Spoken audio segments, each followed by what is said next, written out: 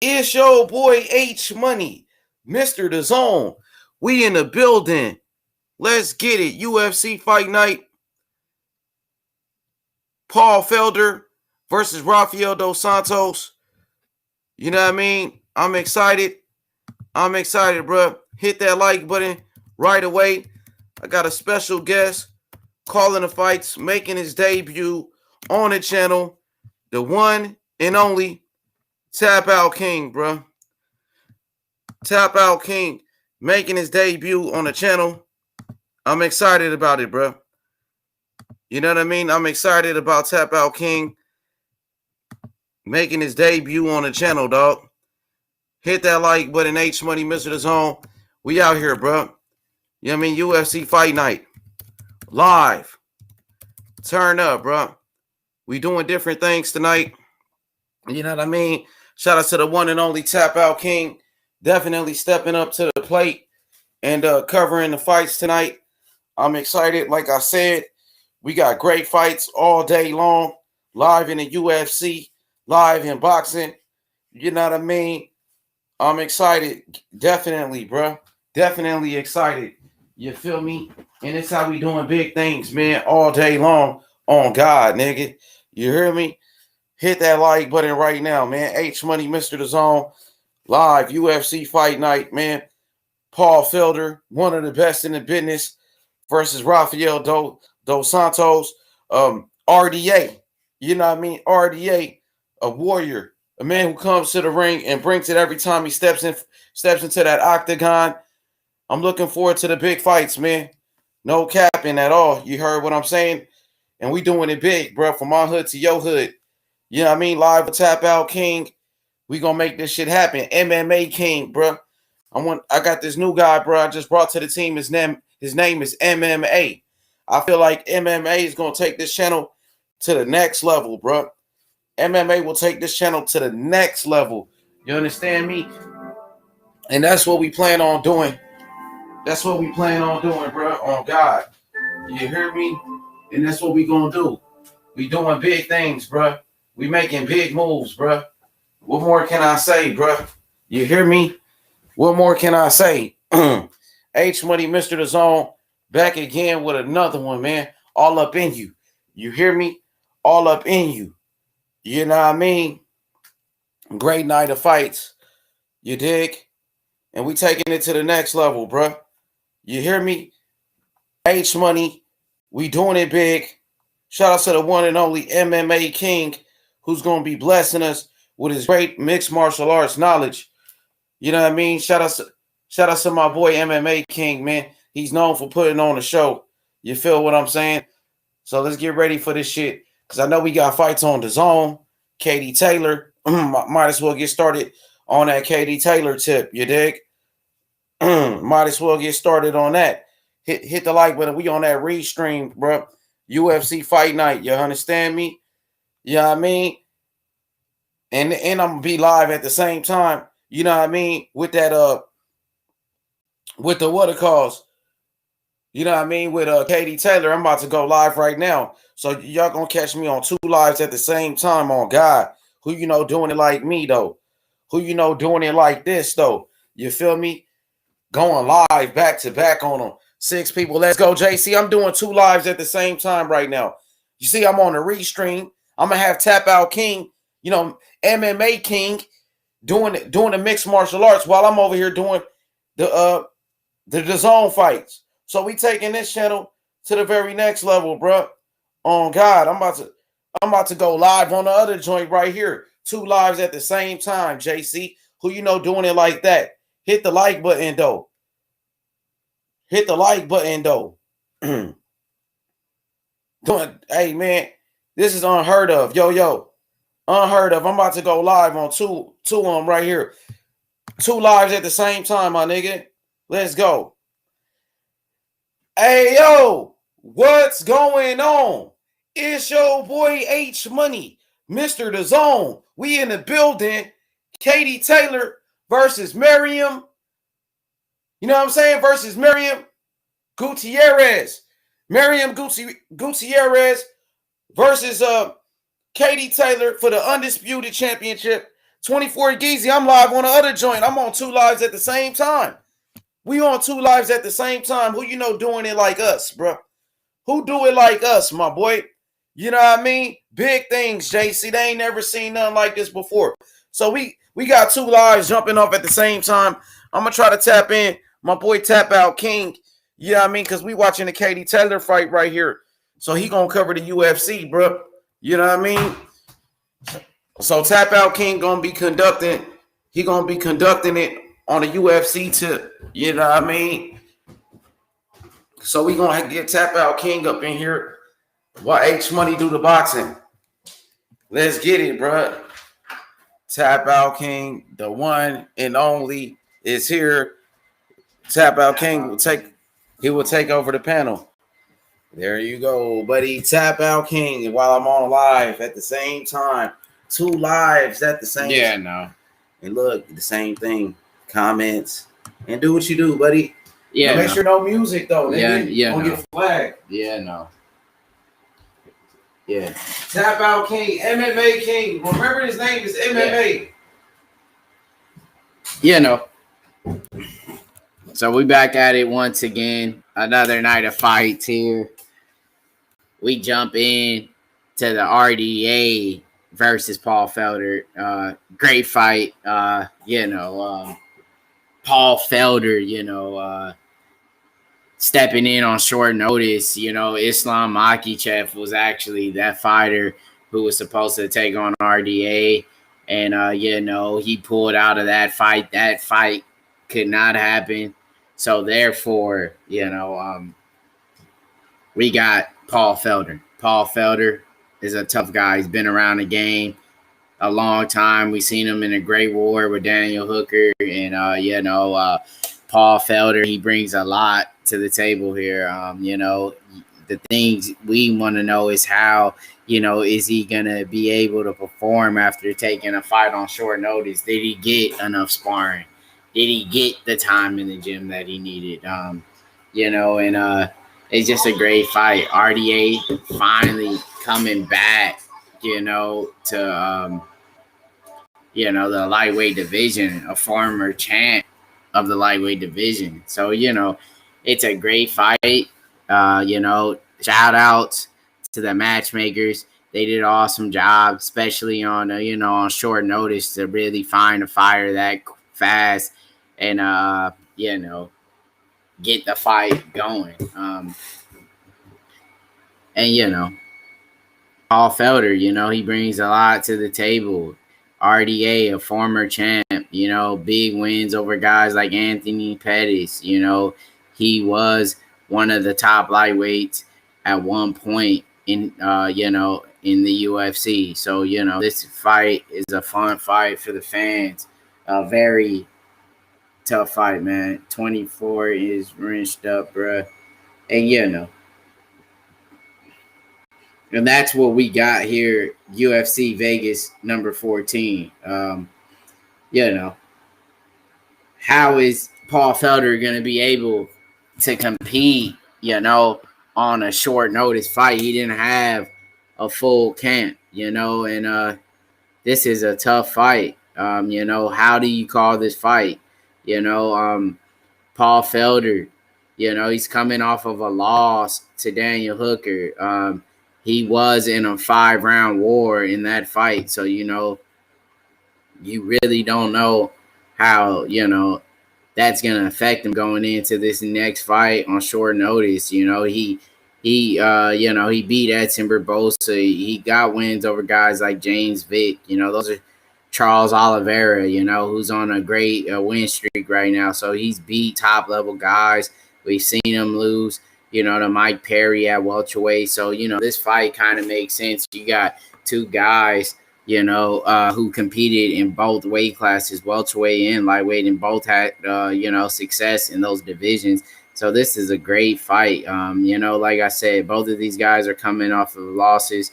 So they're really going to be hungry out there to get this W. RDA, record of 29-13. He's very experienced, a former champ. He's coming off of a loss to Michael Chiesa in a decision. So, These guys need a win here, and that's what they brought him up here for. Crazy co-main event. We got Abdul Razak Hassan taking on Chaos Williams. This is that's gonna be a war. Every time Abdul come out there, he's coming out there for the knockout. He's coming off of a loss, man. He packs a lot of power. He's 10-2.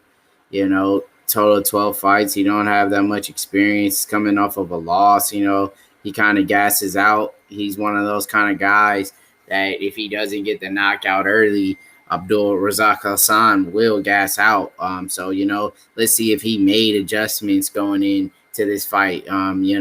Did he slow it down a little bit, work on his conditioning?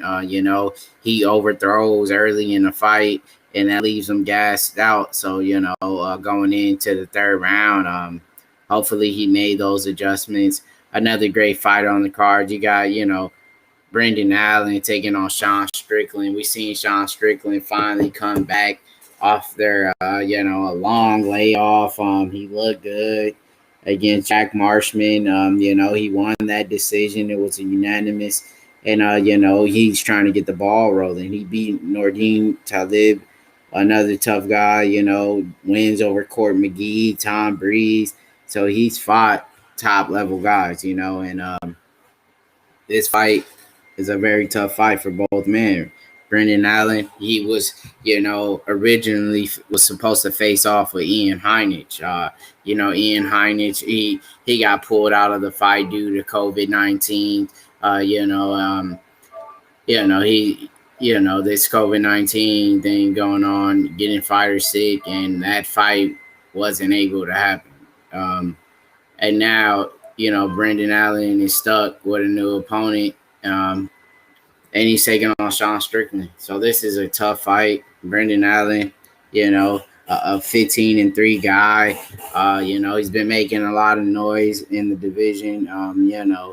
He's a force to be reckoned with, a guy we gotta definitely keep our eyes out on in middleweight.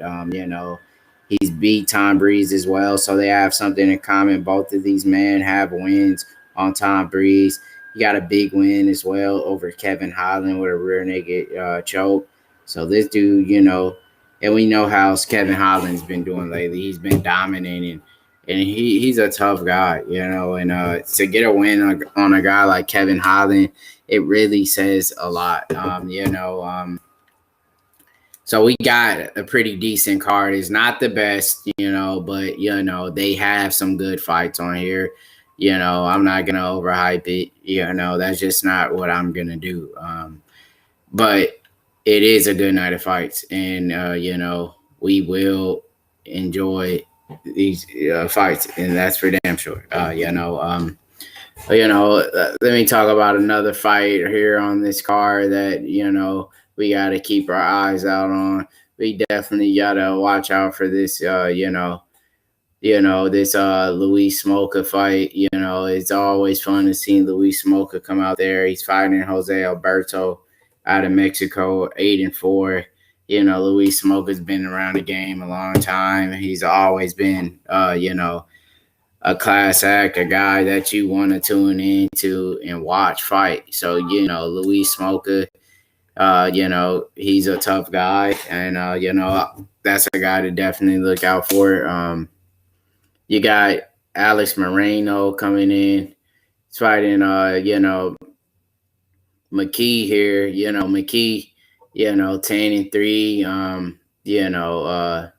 He's a tough guy. He's coming off of a loss. He actually fought Kazamat Chimaev, and he got ground and pounded by him, and he's trying to get back into the UFC and, get a win here. This will be his second fight in the UFC. He made his debut, and he made a debut against a dangerous man, so we didn't really get a chance to see how good he is. So, therefore, this fight with Alex Moreno is going to be a good fight, And you got these guys to get different looks and different angles, and we have, good fights here. Abdul Razak Hassan, always, a fan favorite to watch. He's always going for the knockout. He's always going for the finish, and we got Ronda Marcos, taking on a female from out of Japan, Murata, and this is going to be also a great females fight. Morano is slept on. He's a veteran of MMA. Shout outs to our boy Jordan Williams. He knows the sport. He acknowledged Moreno's game. He's a tough guy. Ashley Yoder as well is fighting. Taking on Granger and this is going to be another good women's MMA fight. The fight card could have been better, but we're not gonna complain. We're gonna take what we can here during this pandemic, and we're gonna be grateful for the great fights. You know what I mean? And that's what we're gonna take. You feel me? And RDA coming back down to lightweight, man. A former champion of the sport, one of the best lightweights at one point, beat Anthony Pettis. He's been in there with guys like Khabib, and he's getting to fight Paul Felder, Paul Felder been around the game a long time as well. He ain't just been sitting around commentating like we see him. He's out there, fighting against guys like Mike Perry, big wins over Charles Oliveira, who's a submission artist who just beat Kevin Lee. So, Paul Felder holds big wins, and this is going to be a good fight. Yo, I got a quick question for the one and only MMA King. We just signed this guy to a long-term deal with the channel. I feel like he's going to take the channel to the next level, especially with his mixed martial arts knowledge, covering Bellator and UFC, ONE FC, PFL, all of that good shit. So what's your prediction for the fight with Paul Felder and RDA? It's a tough fight to call, but I'm leaning more towards RDA here, just for the fact that he had a full camp. Paul Felder took the fight on short notice. Islam Makhachev was supposed to have that fight. So, I'm going with veteran RDA, the former lightweight champ, Bubba. You can put it out after that. So you hit it. You could drop the link, let people join you. Man, how do you do that? I'll show you. And, that's just how the game goes, RDA, he didn't look that well against Michael Chiesa, but, Michael Chiesa is a tough guy. He's a big dude. He moved up into welterweight. He did dominate. And, that's just how the game goes sometimes. You can't win them all. You know what I mean? So a stacked night card fights here. And this is the link right here, I think. What is it? Settings.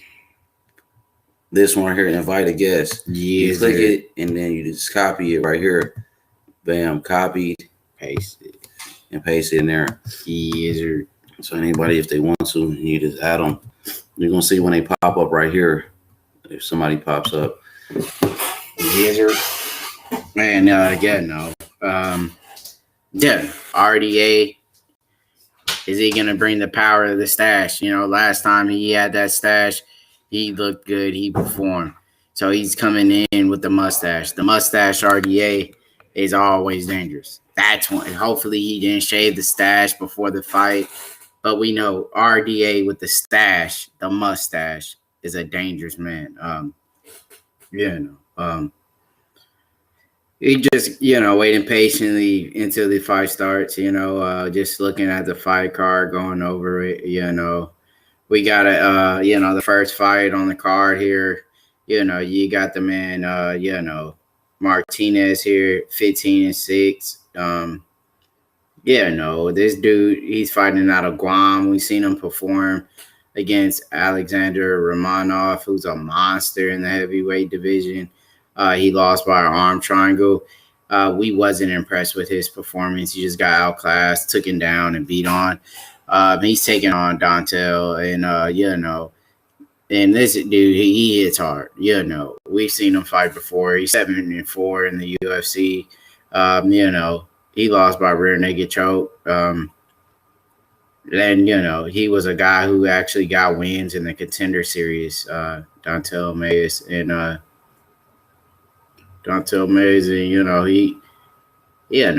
let's see what kind of adjustments he made, from those losses. Can he get the win in the UFC?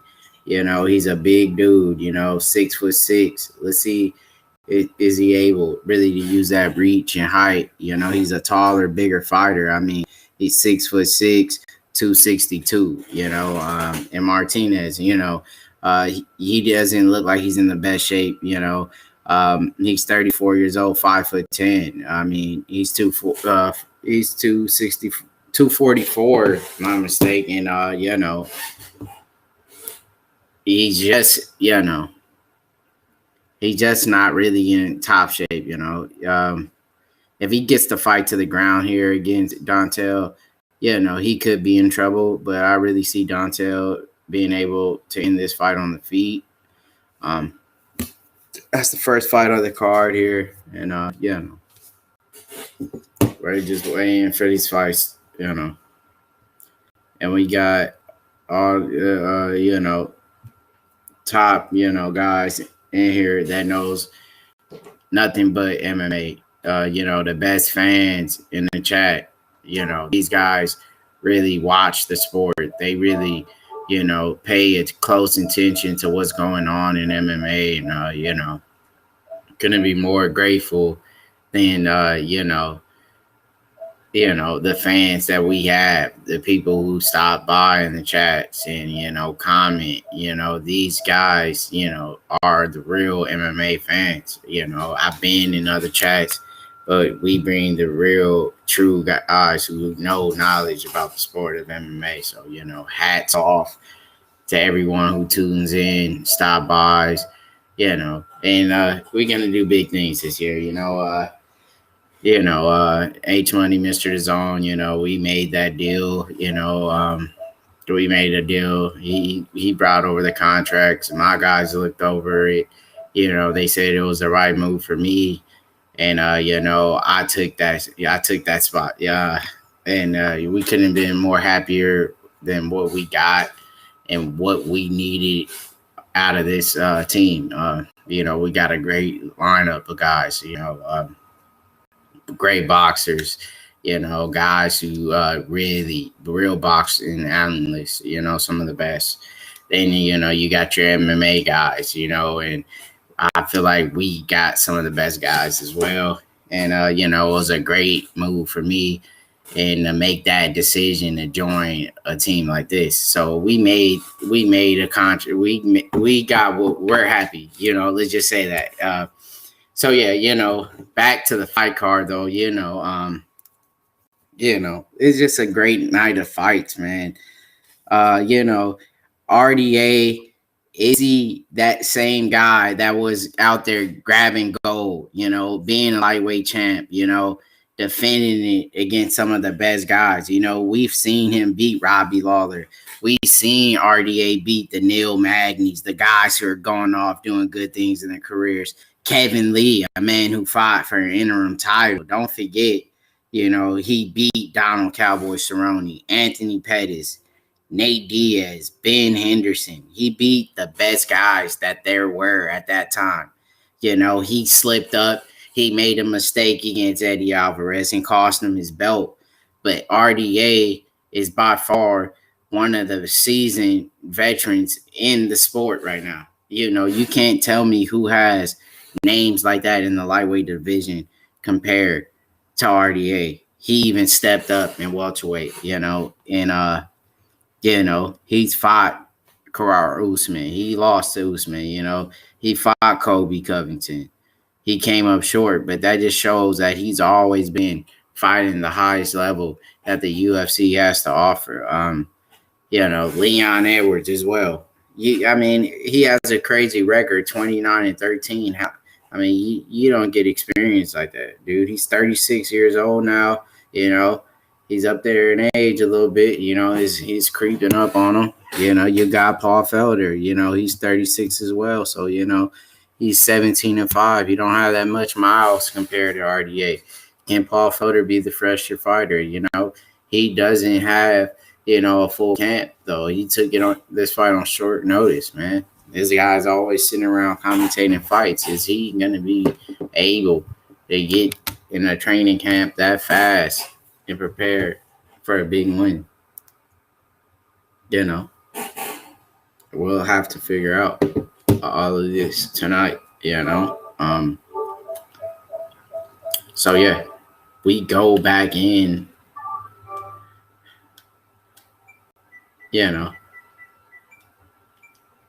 See when are these fights gonna start.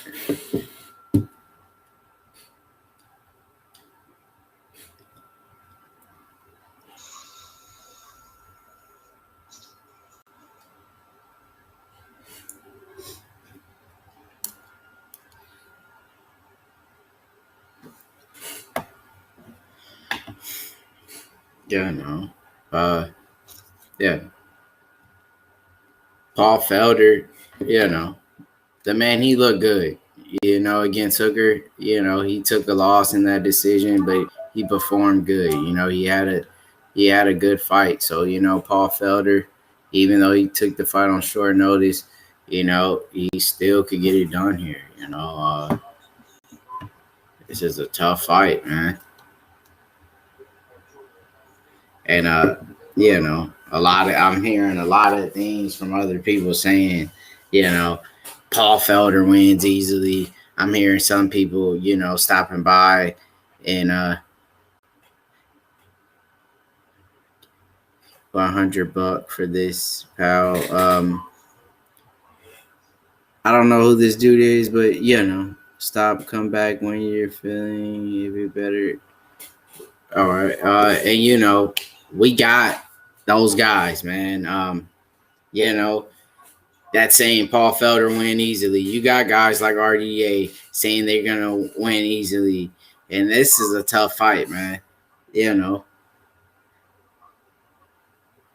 And these dudes will compete at the highest level right here, man. That's it. The lightweight, those are the best guys out here, man. And we're gonna see who's gonna win these fights, man. RDA, he did a lot of things, man, for the sport. He's a lightweight champ. He's getting the job done. He beat a lot of different guys out here in the sport, So this is going to be the number one fight, man, right here on the main event. We're going to see the biggest fight, and that's what we're going to do up in here, man. So, we got the fights. We're going to stream them, and that's what we do here, Still waiting for the fights to pop off. And that's what we got to do,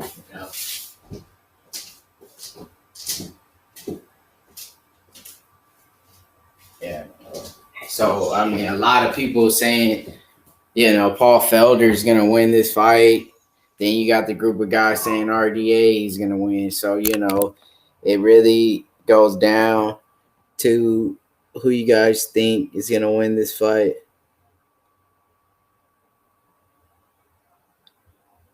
And, that's what's going to happen, man. We got the top guys, and let's see it go down. But you're coming from the Wild Stock Fund to see if it works. RDA and Paul Felder, and that's a big fight in the lightweight division. We haven't seen RDA compete at lightweight in a long time. He's finally making weight, dropping back down to 155. and taking this fight, man. It's a a big fight, man, for RDA. You know, he's been up at 170 for a long time now, so who knows how is he, you know, gonna really react to having to make weight again at 155, you know. So, you know, it's a lot here to offer on this fight card, you know. We got big matchups, former champions, you know, two guys who used to fight at welterweight. Paul Felder, you know, he's beat Mike Perry, man. And you know, that's a great fight, man. Paul Felder, short notice. Is he gonna make those adjustments that early? Did he get enough sparring? Did he get enough time to train? So it's a great fight, man. You know, and co-main event, great guy to watch.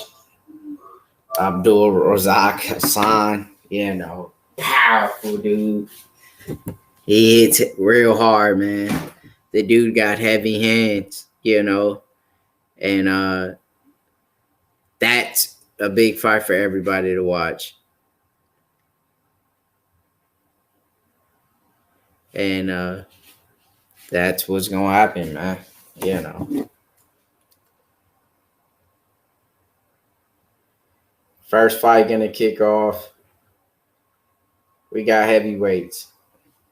You know, we got big dudes out here putting it all on the line with the heavy hands, trying to end fights early. And we know what's gonna happen when this fight kicks off, man. You know, you gotta do Dontel, 6'6", man. 262, probably gotta cut down to actually make heavyweight. So, you know what that's gonna bring. A quick knockout, you know.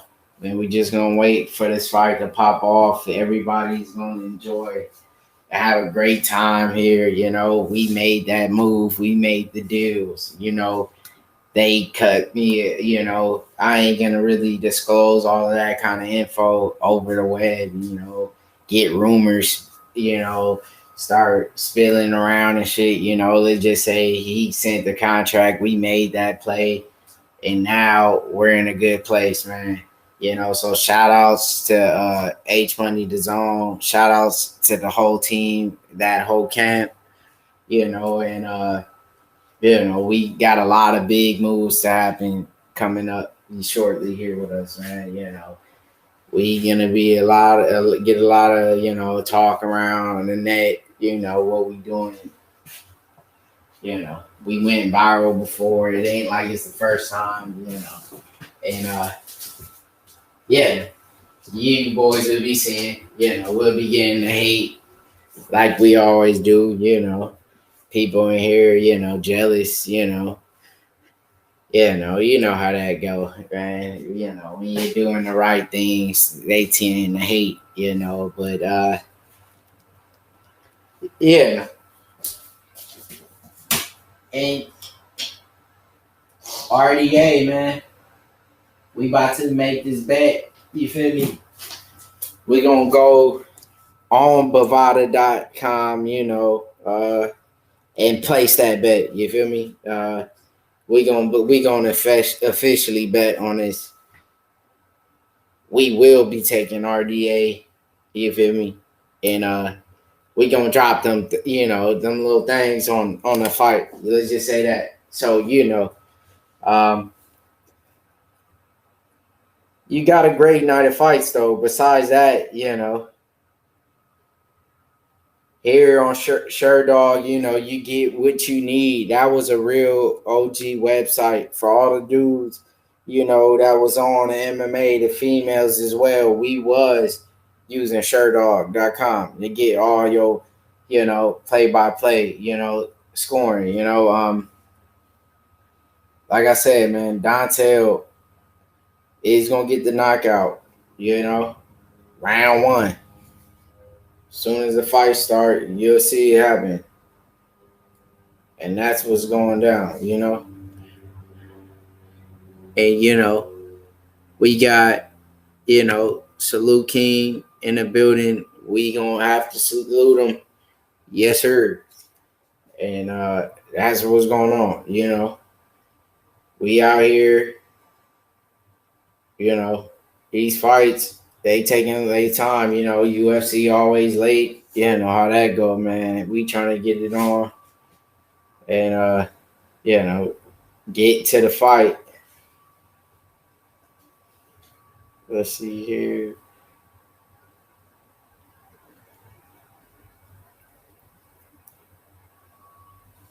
But you got nothing but to have to respect RDA here in this fight, man.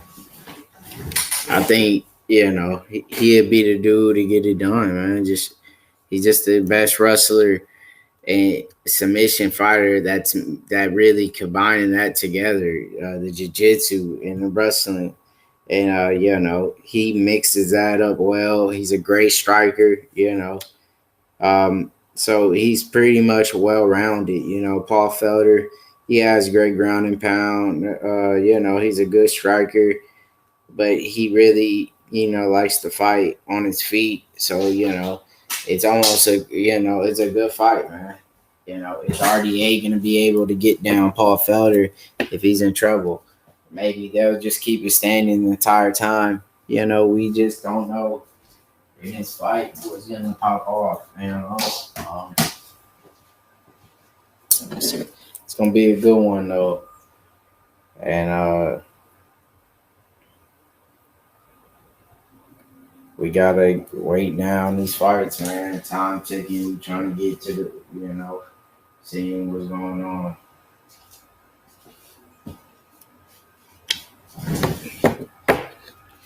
So RDA,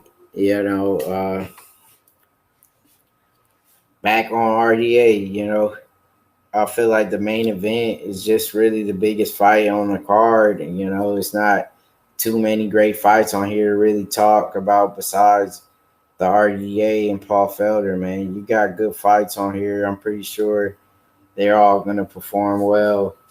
But that's really the only fight you could talk about, you just got a lot of up-and-comer, Sean Strickland, Brendan Allen. That's a good one, but it really doesn't have that much buzz, like the RDA and Felder, man.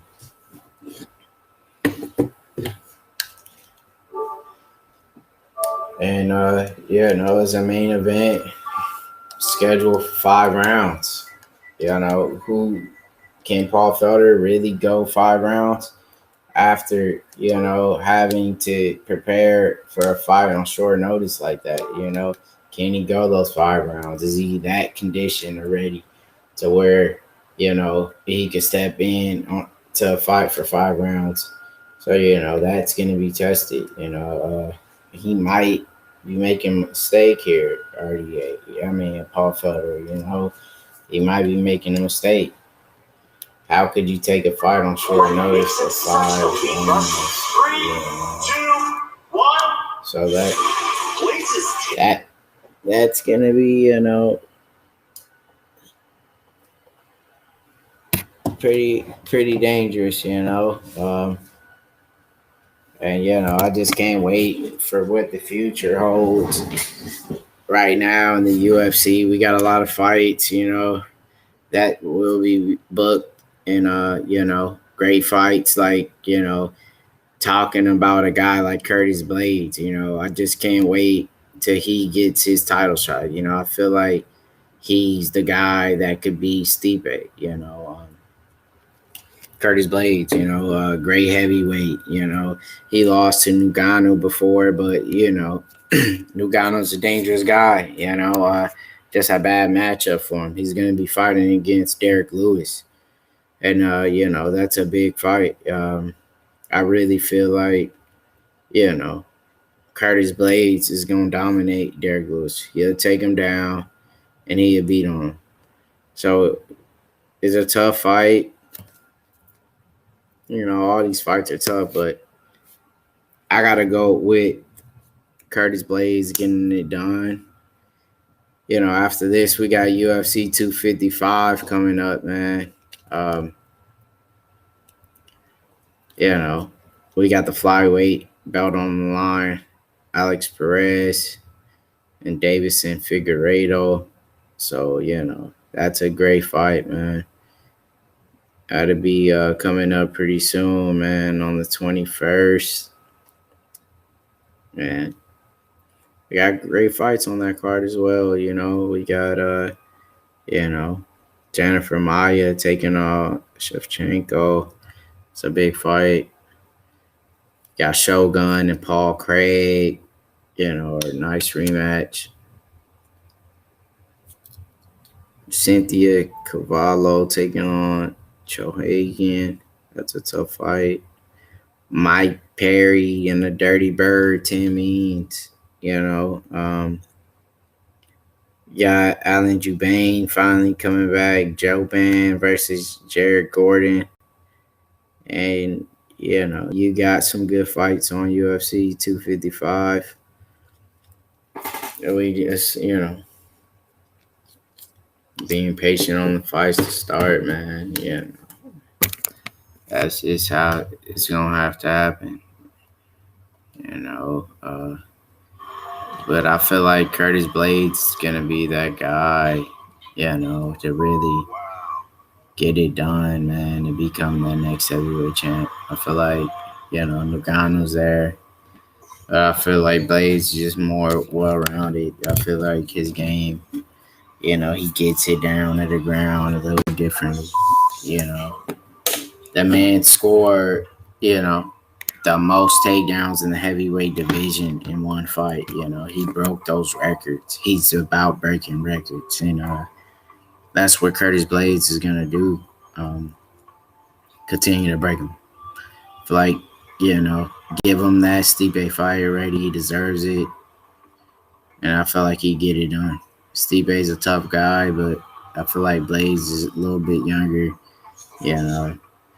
Matt, he'll get the takedowns. And, So, the Dana White Contender Series it started back. So, we'll be getting those fights, on those Tuesdays. Every Tuesday, make sure you guys tune in and watch the Dana White Contender Series. They got good fights, man. These guys are some of those guys who start off, in the Contender Series and move up very fastly in the UFC and become, top contender. So that's always a good place to watch, because the Contender Series, they produce some pretty tough dudes down the road, man.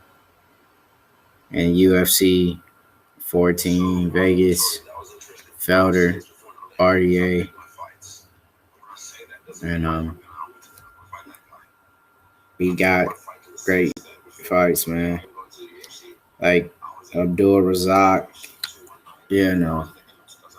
that man is always fun to watch because he's coming out for those TKOs, and he's here on the co-main event.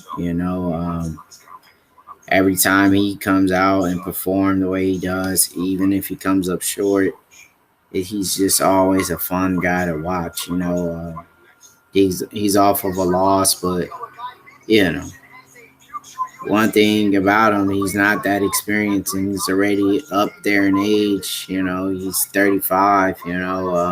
So he's kind of old now. He's pretty old now. But he's a great performer. So it don't matter if he wins or lose, as long as I get a chance for us to really watch him. That's gonna be great because he's a performance kind of guy, man. He goes out there and bang it out. But the man he's fighting is no joke. Williams, he's a tough dude, man. He's 26 years old. He's a lot younger than Abdul.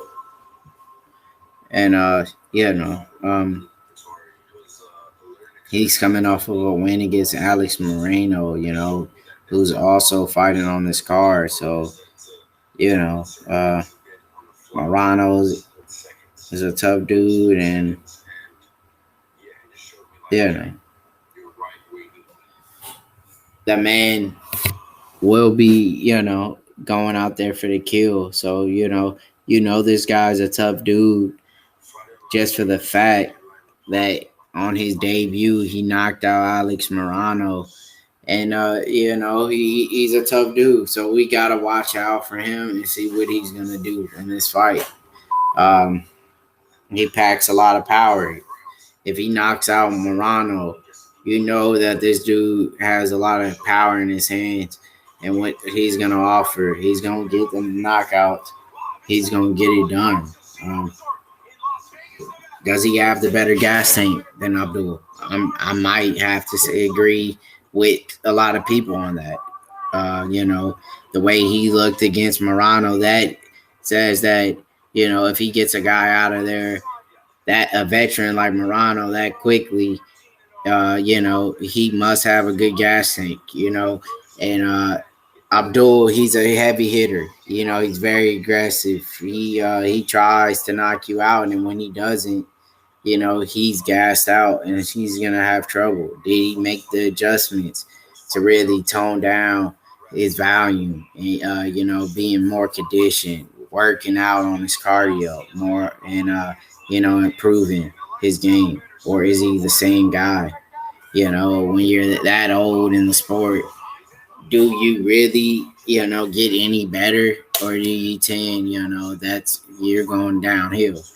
So, I don't know if he's really making adjustments or he's still fighting reckless the way he does and where he gasses himself out, So that's always, playing in the back, or your head. How could you bet on somebody like that? This is where you take betting to a full-time kind of job here when you thinking about it. You can make big money here. So when you look at the betting odds as well, you want to make sure that you're taking good plays. Williams could be the underdog here, and that's a great play to make. I feel like, he's going to be the more conditioned fighter.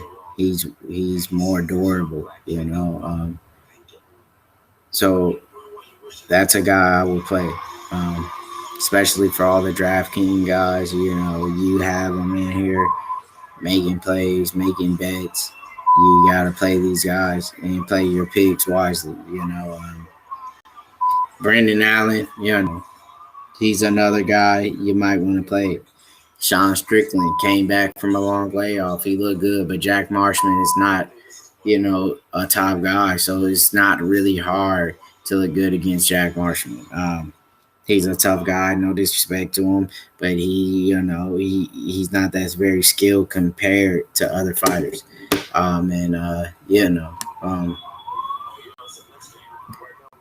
Izzy outstruck Rumble Johnson when they train together. Like I said, he easily beats Jan. Izzy will get knocked the fuck out. Izzy outstruck Rumble Johnson. Izzy's probably the best striker, in MMA right now.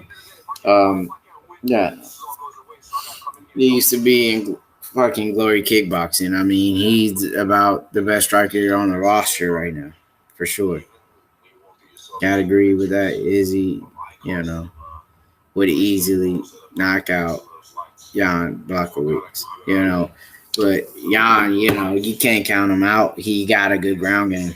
A lot of people, forget about how good he is once he gets you to the ground. And, he submitted Nikita Krylov, who's also a good submission fighter. So, Jan, his ground game doesn't get the respect it deserves. But, I feel like his striking is a lot better than Jan. That's almost an easy win, I feel like Jan would be the champion that will lose his belt before any champion in the UFC right now. I feel like he's about, he's not the best champ, nowhere near it.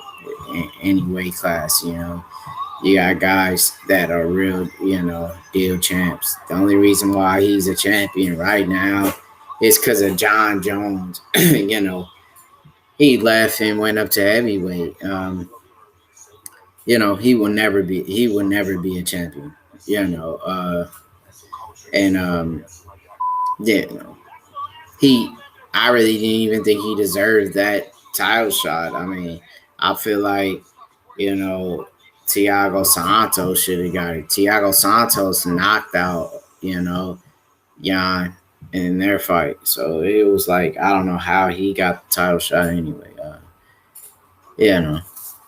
But he's a good fighter. He's been around the game a long time. He's made improvements. He beat Corey Anderson, but Corey beat him as well. They needed to have that trilogy anyway, so now Corey's in Bellator. John Jones, is the only reason why the guy's a champ.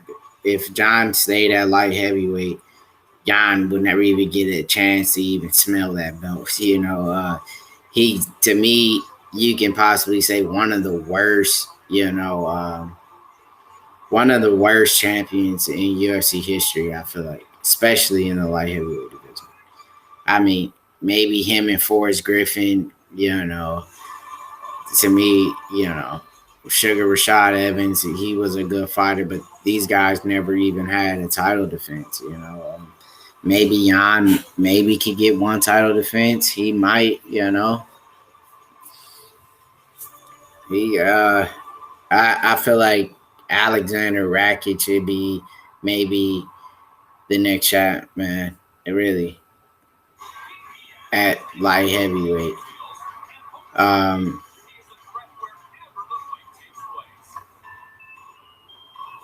Alexander, he just beat Anthony Smith, and he dominate. He's a tough dude, to really watch out. He got all the right tools to be a champ. He's good on the ground. He got good ground and pound. Big, strong dude, great striker. He lost to Ozdemir in the decision, but you lose sometimes. I feel like he could beat Jan. Glover's old now, but Glover looked good against Santos. Santos should have finished him, but he let him recover. He let him off the hook. Glover, he's up there in age, but really, how long can he go? I mean, I feel like if he would fight Alexander, he will be in trouble. Glover is a great jiu-jitsu fighter, though. He could give anybody trouble when he gets on top. So, light heavyweight right now, I would say, is one of the worst, divisions in the UFC right now. Without John Jones, with Alexander Gustafsson, leaving light heavyweight as well. It's just, that weight class needed a lot of help, you've seen a lot of middleweights, jump up to light heavyweight, but didn't really, really had no success over there. Chris Weidman bumped up to light heavyweight and got knocked out by Reyes. Then you had, Luke Rockhold gold up, and, he fought against, Jan, and Jan knocked out Luke. Jacare fought Luke. So, Jan just got better, We're going to have to respect that he's beat, tough guys. These guys were middleweights, but they're former champs in Luke Rockhold. Jacare, former Strike Force champ. He's fought real good guys. So I guess you can kind of say he deserved it, but Izzy's on another level when it comes to the striking.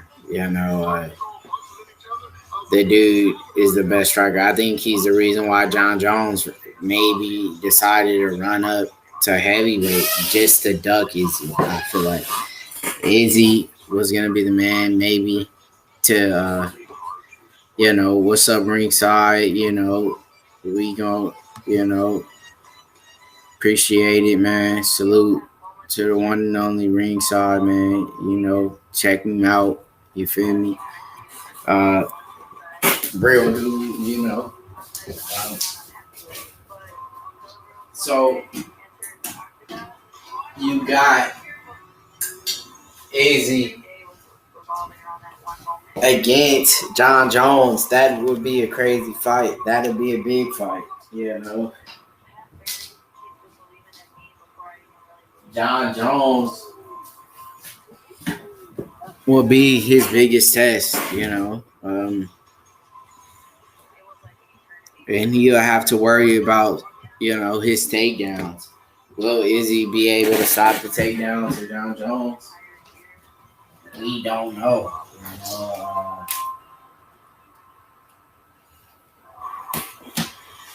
You know, that would be a great fight, a dream fight. You know, that would make a lot of sense, man. And John Jones, man, you know, he's done a lot. You know, he's trying to make, you know, history. You know, chasing, you know, this heavyweight title. How will he be able to perform at heavyweight with the extra weight? Will it slow him down? Will he be able to move the same way he does at light heavyweight when he jumps up to becoming, you know, fighting these 265 guys? You know, how will he do? You know, heavyweight has big dudes. You know, Alexander Volkov, he's like 6'7". You know, they have giant dudes up there. Greg Carty's another big guy, you know. So how will he be able to really, you know, make those adjustments, man? And going in heavyweight, Francis Ngannou, that would be a great fight against John. You know, that's a money fight. Those are the fights, you know, John needs. You know, I feel like John Jones would beat Ngannou, but you know, it only takes one shot from Ngannou and you could be out. So, but I think John Jones, he's just more well-rounded, man. Great striker, great wrestler, great submission fighter. John is by far the best UFC fighter of all time, in my opinion. You know, he's never lost. Some people, you know, they say, oh, he got a loss on his record. That was, you know, it's a disqualification. John didn't lose that fight. The referee should have stopped it anyway. I mean, John was in mount beating on Manhammer, who's a deaf dude. You know, what do they want, John, and kill him? I mean, you know, that's just how the game is. You know, they want to, you know, trying to say John lose a fight. John never lost a fight. John is the best fighter in all of MMA. John Jones is the best fighter, you know, ever. Just when it comes to fighting, period. No, we ain't talking about just a guy throwing hands and boxing. We're talking about best fighter ever, John Jones, easily. You know, he does it all. He does it on the stand up. He does it on the ground. He does it with the jiu-jitsu. He's a submission expert. John Jones will beat anybody's ass, period. Boxer, don't matter. Jones is the baddest man in the sport, you know. And whoever it is will find out that they don't want to mess with John Jones, man. But, you know, Paul Felder, is he ready for this 5-round fight is the question. Is Paul Felder ready to go 5 rounds after stepping in on short notice? Can he go to the distance if this fight is going to be a long fight? You know, did he get enough time to really train and get the sparring in that he needs? Did he, you know, have a chance to really get off commentating and really put in the time in the gym to get ready for this fight? You know, I feel like RDA was getting ready for Islam Makhachev, so he had to train very hard and take this fight serious. So I'm really expecting to see one of the best RDAs.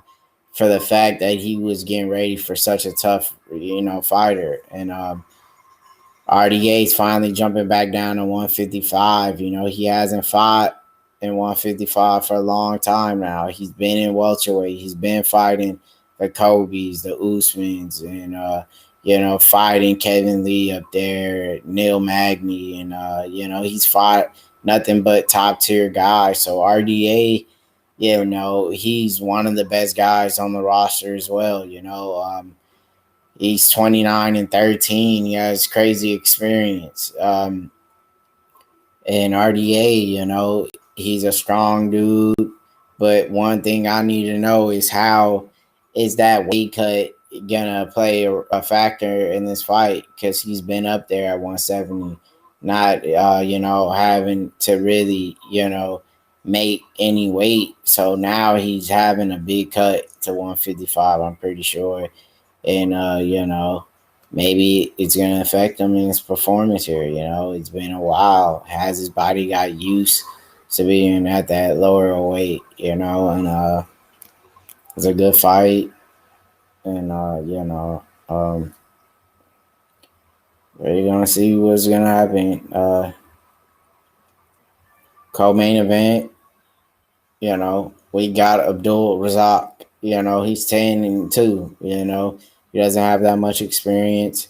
And he's fighting Williams here on the co-main event, who's 10-1. So both of these guys, they don't have that much experience, but Abdul is 35. So, he's up there in age and he doesn't have quite that amount much of fights. So, Chaos, I think, will be able to come out with the win here. The fights are finally starting here, and they're finally about to kick off.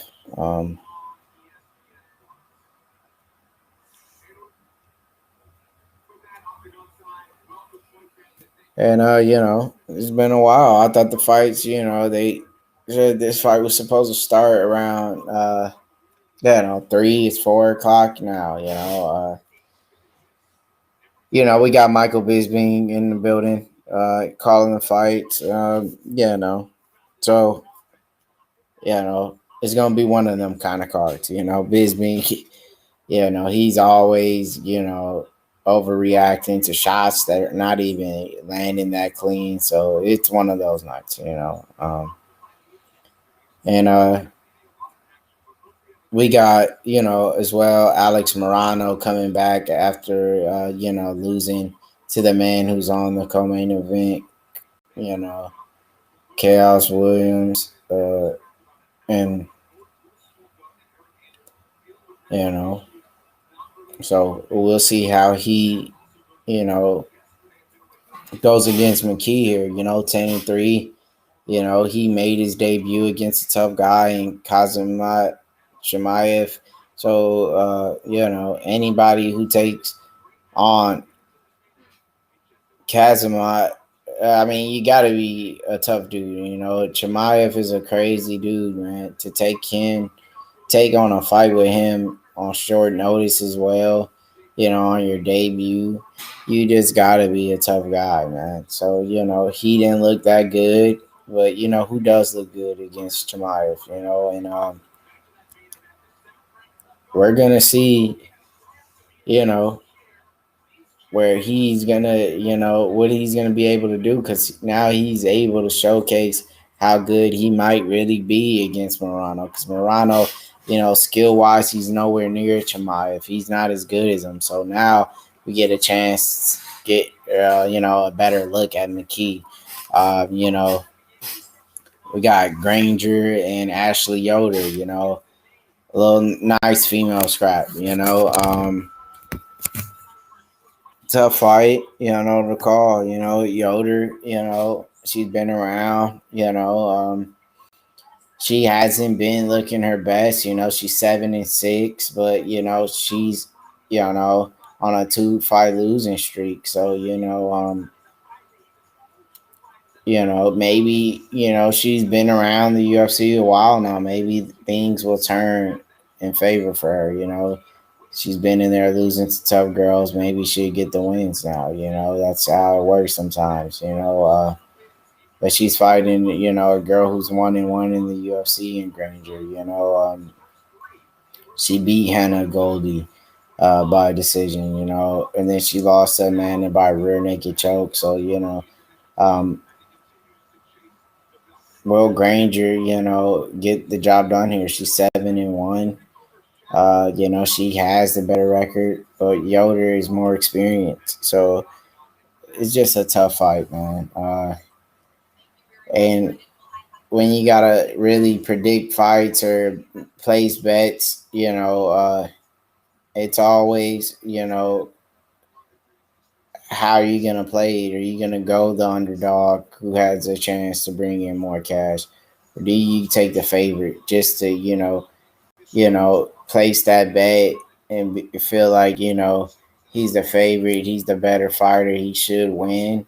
But that it doesn't work like that sometimes. Sometimes the underdog goes out there and they get the job done. So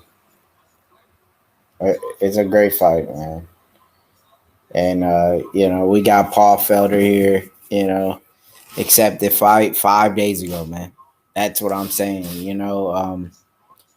You got a man in Paul Felder who took the fight in 5 days, man. He only had 5 days pretty much to get in condition for this fight. Is that enough time to get ready for a man who's been training for about, a few months?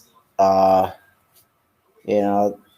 a tough question to answer. I really, in my opinion, I don't think 5 days is enough to get ready for a fight, especially for you to make weight. I mean, think about it. You take a fight in 5 days, you're not even, you can't really, train and put in the time you need for a real tough fight against RDA. Maybe against a no-name guy, yeah, you could do that. But, when you're fighting a former champ, 5 days ain't enough,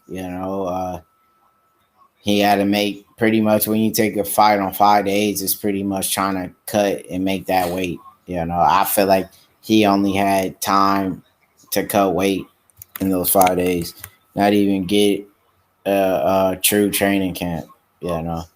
I feel like he was based on making weight and get ready to fight. But some fighters, they could do that. Fighters usually stay in good shape, year round, and some guys are prepared. Some guys are just that good of a fighter where they can fight at any moment and get the job done. That's just how I feel about it. Guys like, when does the fight begin? The fight begins, it should begin any moment now, maybe in the next 10 to 20 minutes, so, we're just waiting on the fights. And we got heavyweights as well on the first fight.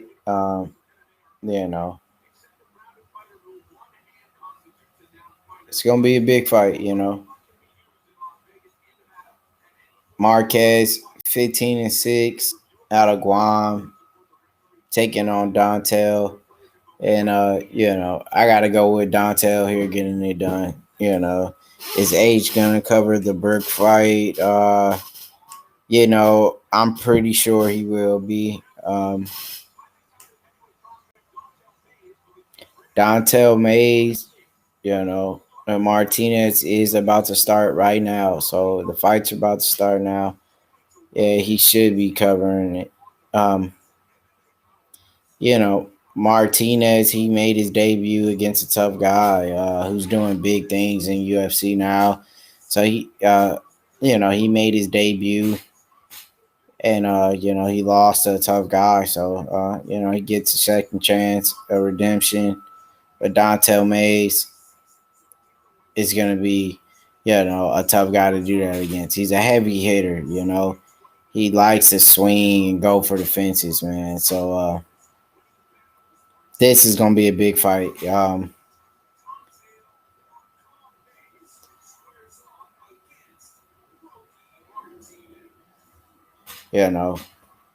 it's a big fight. Rocky Martinez, Dontel Mays, man. Two heavyweights coming to bang it out, fighting out of Guam, and let's see if he made those adjustments for this fight. Did he prepare himself a little bit better than his debut when he lost a decision? Or is he the same fighter? Is he gonna go out there and let another man, you know, oppose his will against him and dominate? I really think, you know, Dontel Mays will be able to knock this guy out. I really feel like he goes for it. He swings for the fences. He's more aggressive, and he's 6'6", so he's a lot bigger and taller than Martinez. Martinez has 7 first-round finishes though. Finished 11 of 15 wins, and he has 8 knockouts. He's a former deep open weight champion, so he's no slouch. Out in Guam, he made a name for himself. And that's why he's here in the UFC. But Dante MMA King, it's the boy Danny the Great. Salute, shout outs to Danny the Great. You feel me? Showing love and stopping by here. Shout outs to everybody in the chat. Shout outs to all the true MMA fans who stopped by, and I feel like we got the best guys in the chat, man. These dudes are true MMA experts, true boxing experts, just pure experts at life, everyday things. We get the job done here, and that's what we will continue to do here. Dontel Mays, Dana White Contender Series guy, 7-4. He's here to finish fights. He got 2 first-round finishes, so the fights don't go long. Finished 5 of 7 wins, all knockouts. Award contract winner on Dana's White Contender Series on season 3, week 4.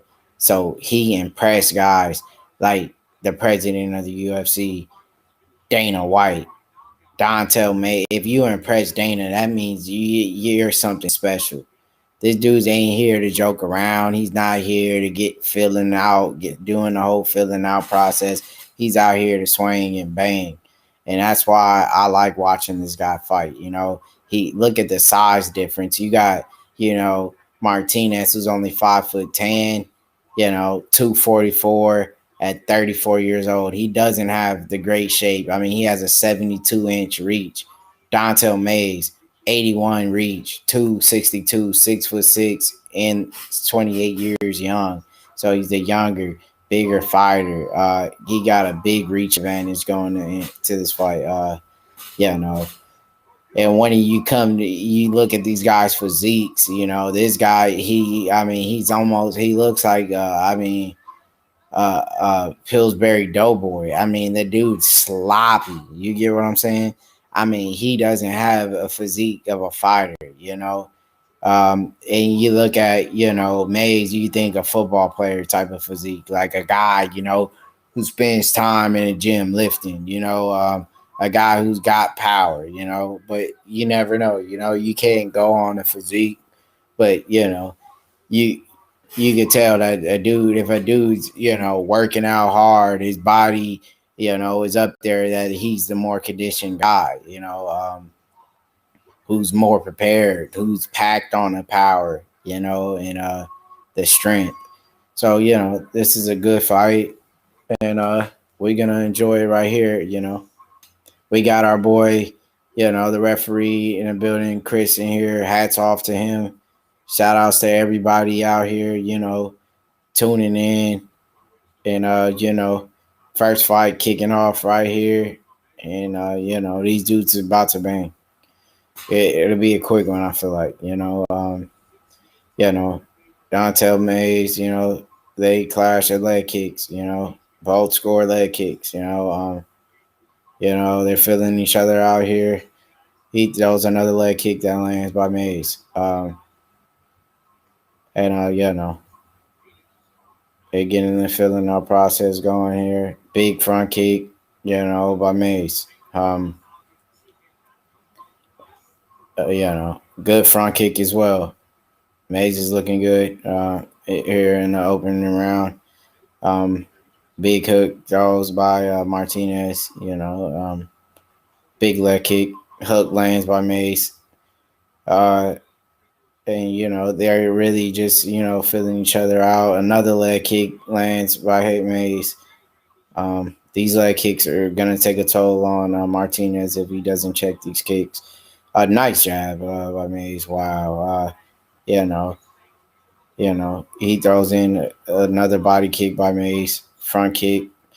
And, he's really controlling this fight right now. Nice leg kick by Martinez. So, they're really out here filling each other out. Landing a lot of leg kicks. Another one by Martinez. Big front kick by Mays. He's really using that distance and that reach advantage he has. And he's doing a pretty good job of it so far. I got Mays, really controlling the fight. He was actually pressuring him a little bit longer as well. He had more control on the feet. And Mays, he's done, a lot of adjustments, I can tell by going in this fight. It looked like he slowed down a little bit. He's more calmer. Just being a little bit more patient, not trying to overthrow and, when the time pick his shots more carefully, and when he has his man hurt, he will finish. Martinez, he looks like, he's the same guy so far. He's he's not really going out there pressuring. It's tough for him to really to close that distance on such a guy that's that taller than you. 5'10" versus a 6'6" guy. You don't want to get caught with something coming in. And, Martinez, he's looking good, but he's not throwing enough strikes. We'd like to see him throw some more strikes, mixes it up a little bit. Okay, he lands a little nice combination there. He's he landed a nice combo. Martinez, he's trying to, really bring in some power shots, nice leg kick. Mays, he's on the ones. He's really throwing that jab, using his front kick, staying at range, and that's what he's doing. He's looking good. And I feel like he's winning this round. We're at 1 minute and 34 seconds in round one. Mays, I'm really surprised about how he slowed down a lot. He's more patient now. He's not overthrowing, he's trying to get more time, I feel like, out there in the octagon, he's landing a lot of kicks. He was really known as a guy, using his striking with his hands. He was a big puncher, so he really adjusted very well and, and making progress in his training camp. He lands a big takedown as well. He's changing it up. I feel like he's getting real good, solid training out of his camp. He's becoming more of a well-rounded fighter now. Before, when I looked at him, he was just, a heavy puncher, just come out there to bang. Now he's added the leg kicks, the body kicks, mixing it up very well. He's throwing the front kicks to the body. he's landed a takedown as well. So he's been working it on his wrestling in his top game. So this guy, we got Red in here. He said we got Felder by knockout, and that's that's what I'm saying. You got some guys going with Felder. You got guys in here. Saying RDA wins. So, it's almost like a 50-50, Some people going with the younger with Felder, even though he's on a 5, he only took the fight in 5 days. Only had 5 days to prepare, man. It's kind of crazy to me, But, some people got faith in their boys like that getting it done. And Martinez, was getting dominated here.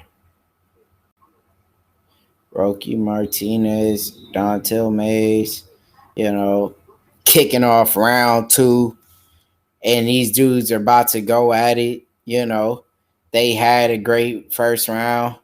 Here's round 2. I had that round going Dontel Mays.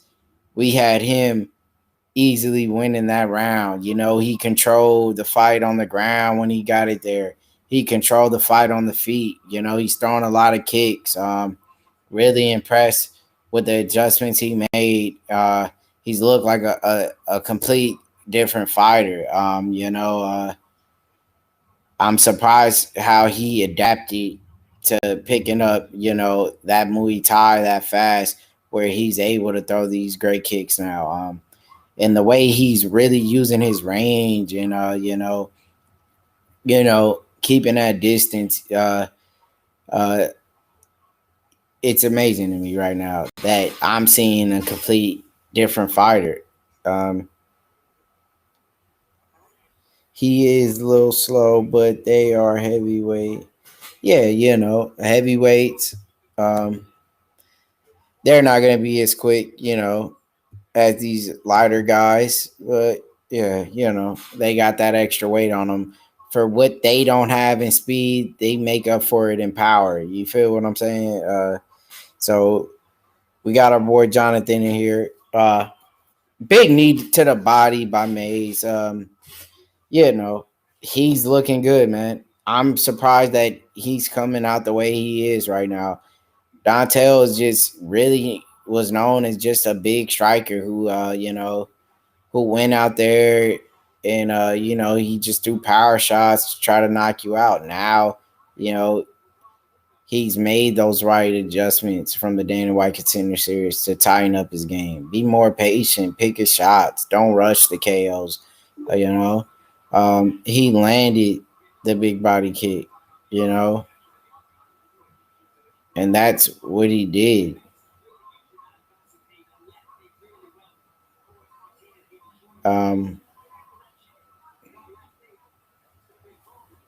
And so Mays is winning this round 2 as well. I feel like if Mays don't get the knockout, eventually, he's gonna win a decision. It's just Mays is the better fighter right now. Martinez is not doing anything on offense, to win this fight. He's just, he's just doing the same thing. It looks like he's almost in there, just to survive this fight. He's not going out there to strike and land shots. He's just there. He's like just a punching bag for, Mays. I know he's trying to get the big shot, but you gotta eat a shot at least, You gotta eat these kind of shots, man, to give a shot,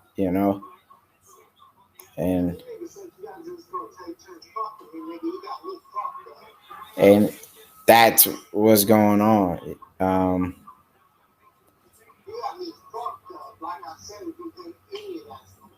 And He's landing a barrage of strikes here.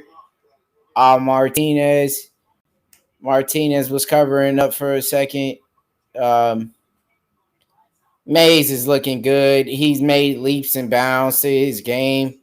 Uh, Mays has really improved. I'm liking what I'm seeing out of him. Martinez isn't the biggest name, but this is just giving him a feel to get him more experience. He's 7-4. He only has 11 fights. He doesn't have that much experience, but he's getting better with time. He's young. He has the size. He's 6'6". He's 262. He's a big dude. He has what it takes to be something special if he gets with the right training team to really elevate his game and make him to the next level. Mays, I feel like he has a bright future in the UFC. He's fighting off a takedown. Martinez shooting in for a takedown that he could not complete. Now Mays jumps on him, throws a flying knee to the body. He has improved in his takedown defense, it looks like. Martinez isn't the best when it comes to taking down, but, these big boys, they're strong. They can get you down easy.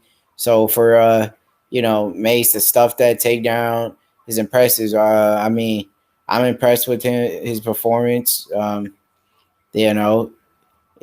I said, it looked like he made leaps and bounds for this fight. He's in control of this fight. He's outstriking Martinez. He took the fight to the ground in the first round. He's stuffing the takedown. Big head kicks land, front kicks lands. He's mixing it up well. Nice combination by Mays. I have it Mays 10-9. 2 rounds for Mays. Martinez needs to do something big here if he wants to win this fight. It's he has no chance of winning this fight if it goes to the hands of the decision here of the judges. Martinez is going to have to get a knockout to win this fight. If he doesn't, he'll be 0-2 in the UFC, and he might be looking for another place to be fighting. Mays will be 8-4 if he completes this round or gets the knockout here. He'll be moving up the right direction to get in these bigger fights, get in higher profile fights. He's still unexperienced, 11 fights, and he's getting better. I feel like build him up the right way. Don't give him the biggest fights, just give him, these fights where he can have time to improve and get a little ring time out there, be in the octagon, get in the field for the fans, and get in a feel of being a fighter. It build him up the right avenue, the right route. Mays starts off with a 1-2 down a pipe. It lands. Now he's just out there, using his footwork, moving around very well. Mays, he knows he's up 2 rounds. He just needs to end this fight. It doesn't matter if he knocks him out or not. He has this fight won. Martinez is going to be the one that has to do something here. Or is he just going to go out with a lackluster performance again and maybe get cut off the roster? He'd be, one of the first fighters we've really seen. Mays is easily a big favorite, to win this fight. Martinez was a big underdog stepping into this fight. But he looks a little bit better here. It looks like Mays may be slowing down a little bit. Not much, but Kent Rowe, Kader Martinez, get the knockout here and keep it out of the hand of the judges. Can he make those moves? Okay. He's shooting in for a takedown, Mays. It looks like Martinez has, a hold of his neck. You don't want to go around reckless here now when you're up, 2 rounds. You don't want to do something. It looks like he has his neck. Martinez maybe has a guillotine choke. Does he have the choke? He might get him here.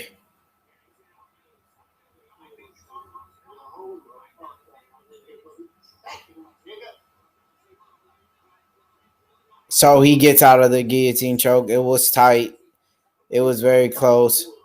He got out of there. Yes, sir. And now, you know,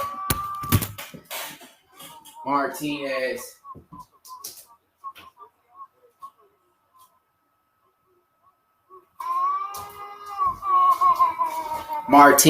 you know, he had his chance. They're back on the feet here. And Mays, you know, standing and trading here. These boys, you know, are going at it in round 3. Martinez is looking like he might be a little bit fresher. He landed a big right. Mays is, you know, he's backing up here. Martinez is landing good shots. 2 minutes left. Can Mays really survive here? It looks like he's a little gassed here. Martinez looks fresher. Can he come back and win by knockout? We're down in 1 minute and 50 seconds left on the clock. You know, Martinez is here going for it. So he made adjustments in that last round. And he's going for it. So, you know, it's something maybe that they said in his corner to make him go for this the way he is. Then,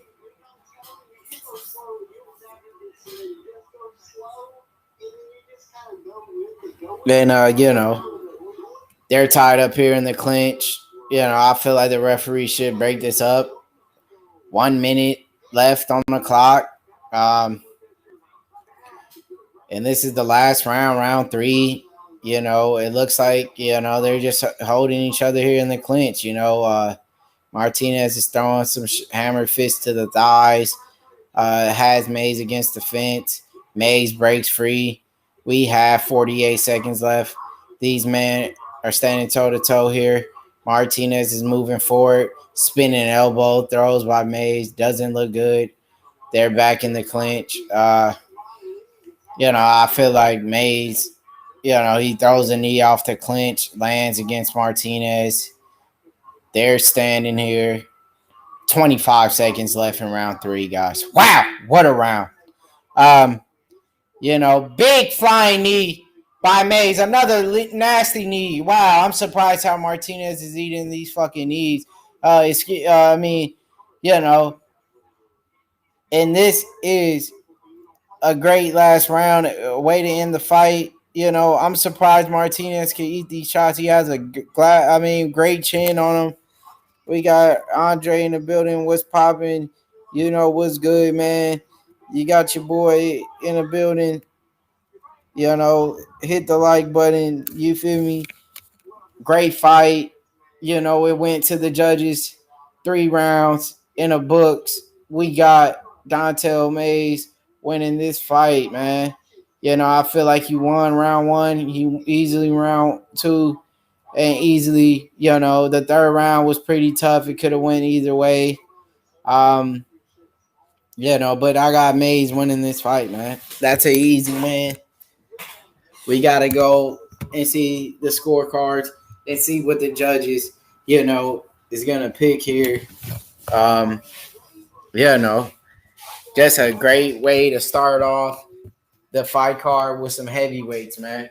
You know, the prelims is going up in here. We out here. Everybody watching the fights. They loving what they seeing. These dudes came to bang, Bubba. And that's what they're doing here. You feel what I'm saying? They had a fight and they fought. They did the right moves to do what he has to do to get in here and win every fight, you know? Just a great fight. And we're heading to the scorecard for the judges, man.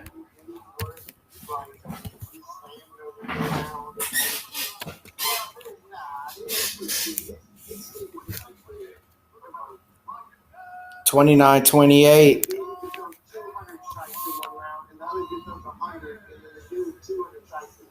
Dontel got it done. winner by decision.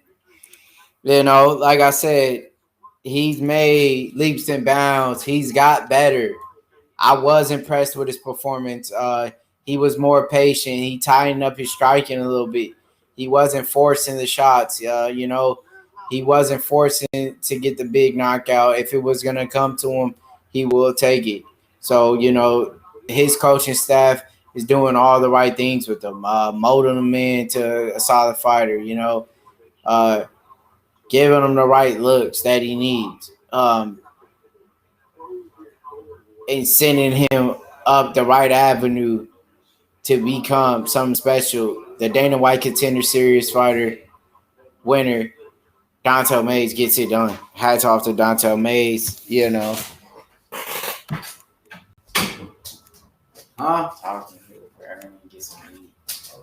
All right, go ahead. Hey man, I'm watching the UFC right here as well. Shout out to everybody. We got 5 people in here. Yo, man, yeah, what's up with it, Andre? I see you, bro. Me drop the link. Anybody want to join the panel with the one and only Tap Out King? I'm live on Tap Out King joint right here. You feel me? Hit the like button, man. What more can I say? What more can I do? There go the link right there, man. UFC Fight Night. Paul Felder versus Rafael dos Santos in the UFC. We getting ready for the main event of the evening. So fight statistics: Dontel Mays versus Rook Martinez. We just seen Terry Harper win by knockout. What up, though? We got 2 lives at the same time. Shout out to MMA champ. My nigga Andre doing it big, nigga. On God. Man, I appreciate everybody that show love, show support. Let's get those likes up, though. And when you going to join the panel with Boss Top, he's live, nigga. When you going to join with Boss Top, my nigga? Come on, nigga, quit bullshitting. We out here for real. You know what I mean? Great fights all night. I appreciate everybody that show love, show that gratitude when you in the mood. You know what I mean? Restream, StreamYard, man, we streaming for life. You know what I mean? Ain't no turning down. Devin Haney, the best fighter in the world. The best boxer in the world is Devin Haney. You know what I mean? Shout outs to Khabib Nurmagomedov. Oakland, California, stand up. Oakland, California, stand up. Let's get those likes up for Rizzo. You know what I mean? What's popping? Jonathan Wimberding was up in there with us. Oh, yeah, man. They had a fake 24 Geezy. Fake 20. They making fake. Unique Dawn, what up? What up, Queen? I got 2 lives right now. I got the boxing live right here, too. I got 2 lives, baby girl. You hear me? So my little brother right here doing the UFC on this video. And also, I got the boxing. Look at my channel. Pull up my channel. I got 2 lives going on. Hit the like button for me, though, right here. I got my little brother, he doing the live. He doing the UFC. I'm doing the boxing.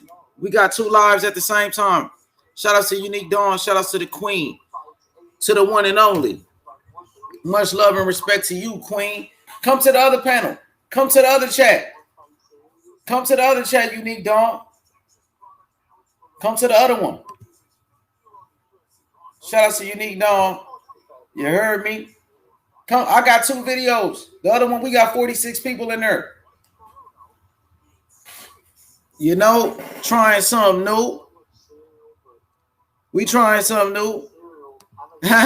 She said, word, I'll tune in to both of y'all. This is my little brother right here. My little brother. So he doing the UFC. I do the boxing. But I'm going to be on both. I'm going to be on this one with him too. And then we got Terrence Crawford tonight. Unique Dog. He from where you from, huh? You like Terrence Crawford? Unique Dog? You must like Crawford because he from where you from. He went to go get something to eat real quick, so I'm gonna hold him down. Let the panel decide. We ready. Smack that like button. I'm ready to light one up, though. He went to get something to eat because I'm ready to light one up. On God. Shout out to the queen. You such a, you know what I mean? You such a queen. You know, H Money got nothing but love for you. Nothing but love for you. Loyalty, he said, fair enough, respect that. So they got respect. They got beef. He said, I give you that respect. Danny the Great and Loyalty got beef. Danny the Great said, he said, I do give you one bit of respect, though, for admitting his loves weren't right in the first fight. He said, let the panel decide. He said, I give you that respect. Oh, yeah, you did say that, though. Loyalty, you did say something was wrong with his gloves. So we got Ryan's McKee coming up. And I got the main event in the boxing coming up. For sure. She said, it's Crawford Town. She said, it's Crawford Town on mines. The Corn Hustler State. The Corn Hustler State. Shout out to Unique Dawn, the queen. Much love to you. H Money, the GOAT of MMA and boxing commentary. I'll wait until you see my little brother. I see you. There she go. There go the queen. We live with both of them. The queen, I see you, queen, in the mix. You know, we got 51 people right here, though. You know, Lil Bruh, he cooking, you know what I mean, on the UFC. We going to get Lil Bruh turned up as well, though. You dig? Danny the Great said, nah, for real, got to keep it a buck. You openly admitted you have a biased Fury and his gloves weren't right in the first fight. That shows a level of being real. Fire boxing in the mix. We in the mix, baby girl. We in the mix. So little bro went to go get something to eat. I'm ready to light one up. You know what I mean? For this Terrence Crawford fight, I need to go down there to the hood, man. I got to go to the hood. Give me some more of that greenery, if you know what I mean. You dig? Yeah, because this Crawford fight, we going all the way up. You heard me? And we got the UFC and little bro turned up with me. So we finna turn up all the way up on God. So we got Alex Maruno versus Reyes McKee in the UFC. And then we got Katie Taylor coming up in the main event. I just seen Terry Harper from the UK. She just whooped some girl ass. But she knows she didn't look good in her last fight, but they gave her a tune-up. It looked like a little cherry pick. But one thing about it, the fighters, if a fighter keep fighting, guess what a fighter doing? A fighter getting paid. I'm trying to get Devin Haney right back up in the ring because he just got paid over $1 million. He go back in the ring, he going to get him a couple of million again. You know what I mean? So no matter who Devin Haney fight, he getting $1 million. He getting more than $1 million.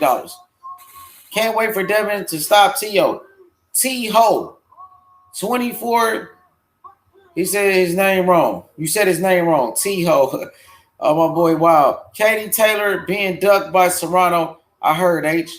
Amanda Serrano. I wouldn't, you know what I mean? I wouldn't doubt it, but Katie Taylor been in some tough fights. Remember, she did that rematch with that one girl, and that was her last fight. So Katie Taylor was in a tough fight in her last matchup. Her last matchup was a close fight. You feel me? It was a close-ass fight. Hit that like button for Rizzo. We finna make it do what it do. You dig? There go the link in the restream. If anybody want to join, anybody want to join the panel on the restream app, there it go right there. Hit that like button on God. We finna turn up for Rizzo. Let's go. Fair enough, Danny. He said, fair enough, Danny. I appreciate you being honest about it. At least y'all being cool, you know what I mean? Cordial. You got to be cordial. You feel me? You got to be cordial with each other. Show each other some type of respect, some type of gratitude. You know what I mean? As warriors, 59 people in the chat. Let's get those likes up. Let's get those likes up right now. H Money, Mr. The Zone, back again with another one. You know what I mean? Devin Haney's the best fighter in the world. 24 Geezy. They talking about T-Ho versus Cambosa for 10 mil. That's not true. I don't know why people keep talking about that. Nigga never even did he get 10 million for fighting Lomachenko? Man, niggas need to stop with the lies and stop entertaining that stuff. Stop spreading that 10 million, that false ass narrative people putting out there. A way to duck out of fights, bro. That shit ain't true. Where's the 10 million at? Why ain't no offers? All right then. So somebody made up so the man can find a way out to duck. You know what I mean? But yeah, Tap Out King is officially back. So I'm make sure I get away and let him continue back to his show. Yeah, I mean, shout out to Tap Out King. Yes, sir. You Yeah. know what I mean? And you can put yourself on mute if you want to, like this, right there with that mute button, and put yourself lights on, like this. You put, yep. Bye, bye, bye, Yes, bye. sir. You know, Morano, taking on McKee here. They finally, got Morano back on the fight, and Morano,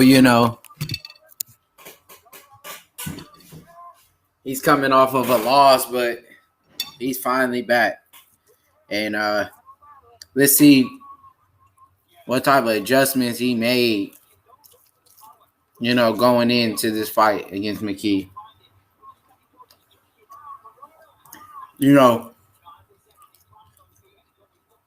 McKee is coming off of a loss as well.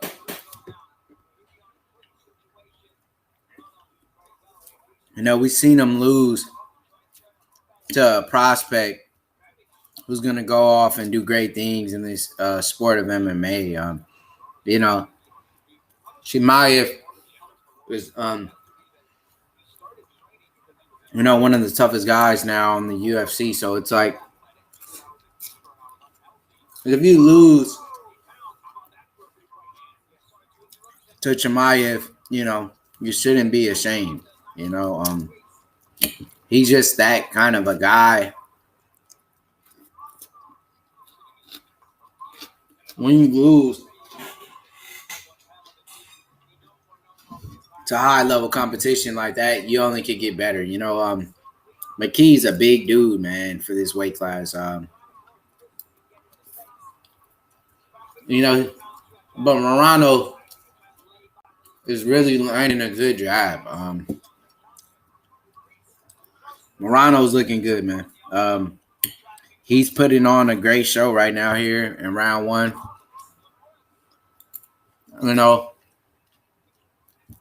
They tie up in the clinch. We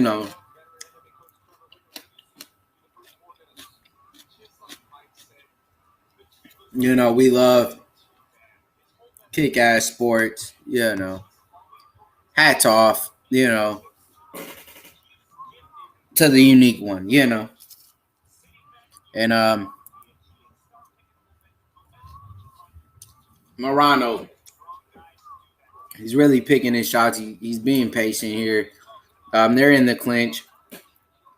Big head kick out for the clinch, misses by Morano.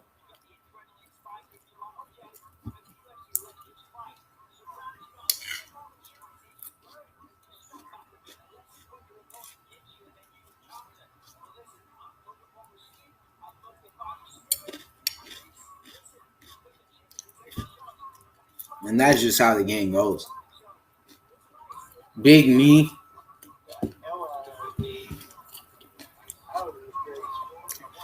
And they're slugging, they're banging it out. Morano's trying to go for the finish here.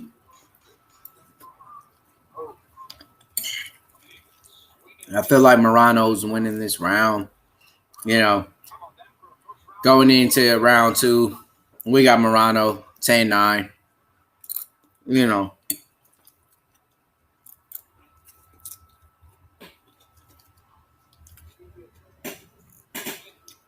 And Morano looks good, man. Morano, he's really made those adjustments from his last fight. He came up short, but he's in his camp taking it real seriously. And I got to give it to Morano. 10-9. Round one. They kind of had a filling out process, going in to round one. Maybe round two, they'll be a little bit more looser. They really make those adjustments going in to this round to land in the big shot. McKee, this is his second fight in the UFC.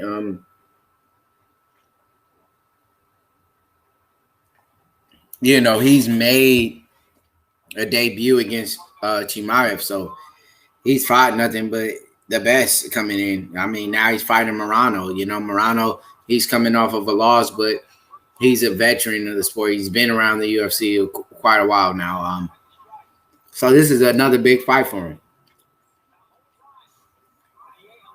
McKee, you know, he hasn't had that break yet where they fed him to an easy opponent. He has nothing but tough opponents. But, you know, Dustin Poirier as well is impressed with Morano's performance. You know, good footwork, and he's landing good combinations. Morano's looking the best he's ever looked, in my opinion. You know,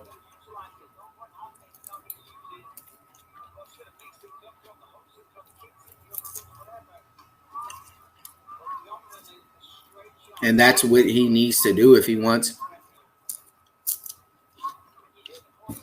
you know,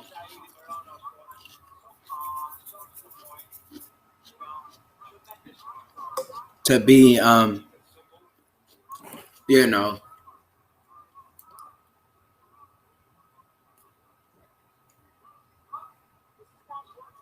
if he wants to be in the UFC a long time, this is the things you need to do, you know.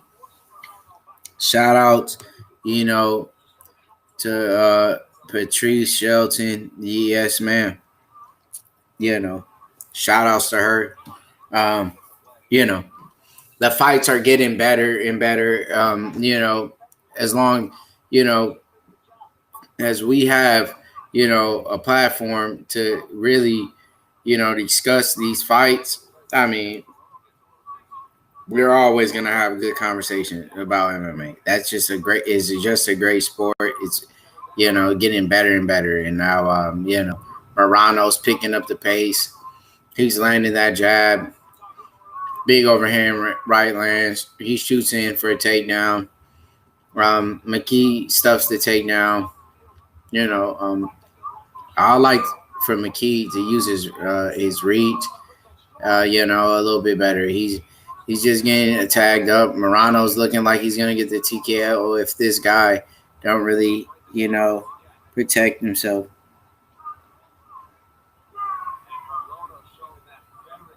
And you know, that's what they're doing right here. Morano's landing the bigger shots. 2 minutes left in round 2.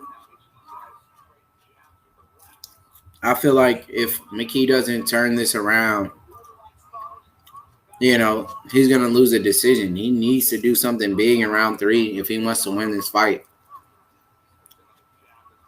He's going to have to go for the knockout.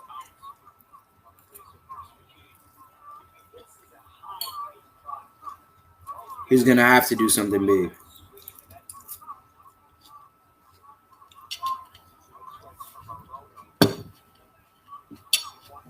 You know, go for a submission. You know, he's going to need to do something, man.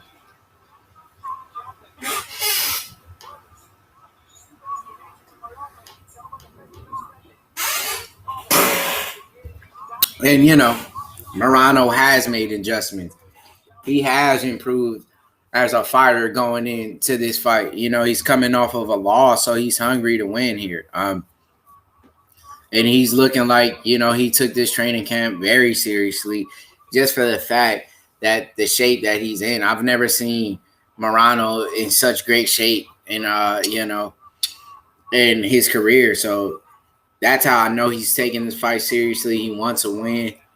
And it looks like he's going to walk off with this win here if McKee doesn't make the right moves in round 3 and try to get a knockout or a submission win. This fight is over.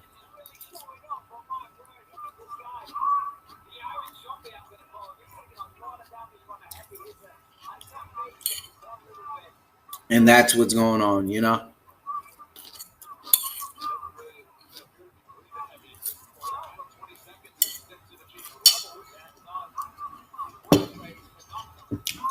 And that's what we need to do here.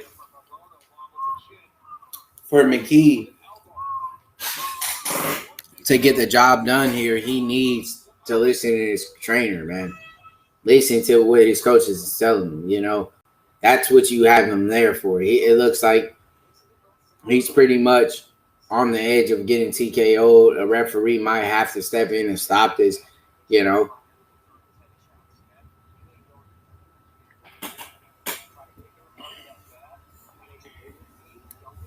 And you know, that's what, you know, his corner needs to tell him, man. Go out there, try to finish the fight. You're down down 2 rounds. Go in and trying to stop this man. Because if not, this man's gonna be having a long round 3. Morano, he's winning in his camp. He's getting the looks he needs. He's bringing in these new fighters to making him a better fighter, evolving into the next level. And that's what he needs to do. His coaches and what they're doing with him is really remarkable. You getting, you know, the best Alex Morano we've seen. So, you know, we have to credit his coaching staff, his training partners, and what they're doing as a camp to making his name ring bells around this division. And they're doing the right things. You know, like I said, this is the best shape I've seen Morano in. You know, he's got shredded, you know, and he's making those right adjustments in his diet and, you know, picking up these, you know, 10 miles runs for these fights. And now hard work pays off. And that's what he has to do here. You know, and round 3 kicks off. Morano is back at it, you know, pressuring McKee. He's landing the 1-2, you know, the jab is there always for him. I'm impressed what he's done with his striking, taking his striking to me was his pretty much his weakest point, into now becoming, you know, one of his strongest. We've never seen Morano so comfortable on his feet, and you know, the combinations are landing for him. And McKee, you know, he's picking up the pace in round 3. He looked like he could be a little bit fresher than the last 2 rounds. And maybe he's finding his, you know, his target a little bit better here. And McKee's landing some good body kicks. But Morano, the pressure of him is what really is breaking McKee here. And you know, this is just, you know, a great match here. 2 men coming off losses, fighting for a win.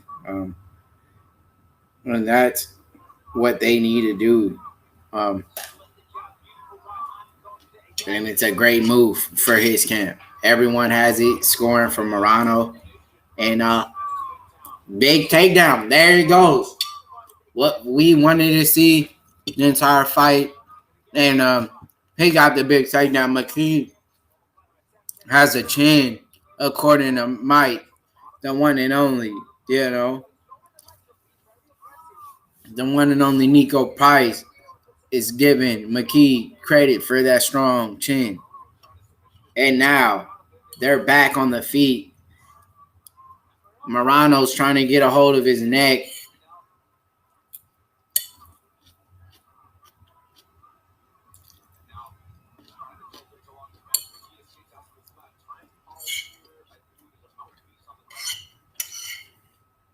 There had a great war. Mouthpiece knocked out on McKee's. Referee, you know, they're holding it up right now. They're getting a chance to get a breather here. Maybe it's a good thing for McKee.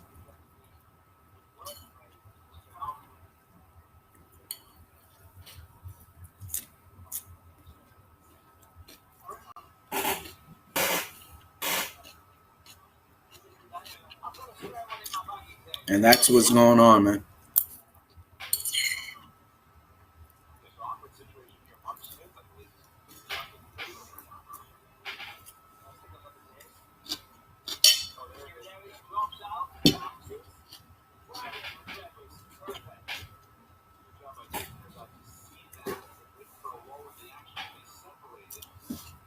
You know, mouthpiece Fell out of the ring.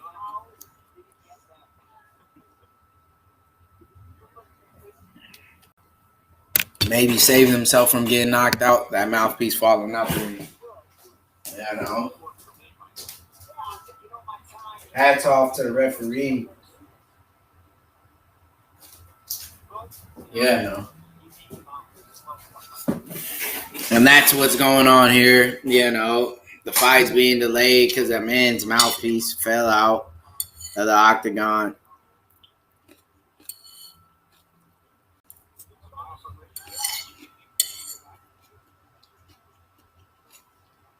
And the man needs a breather here.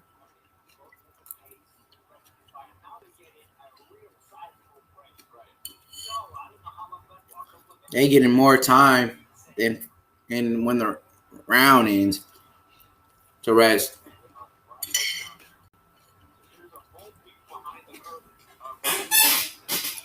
Mouthpiece fell behind the cage.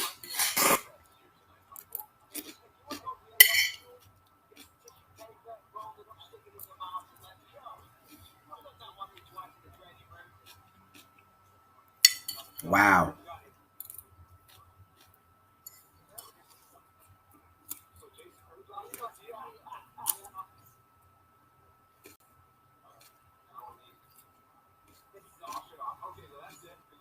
Rinse off the mouthpiece, put it back in, let's finish off the round. Let's go.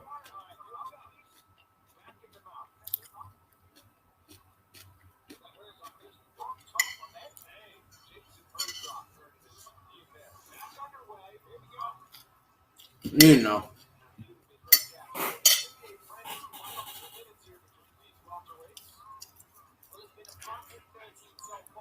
So, you know, big knee lands by Morano. The fight continues on.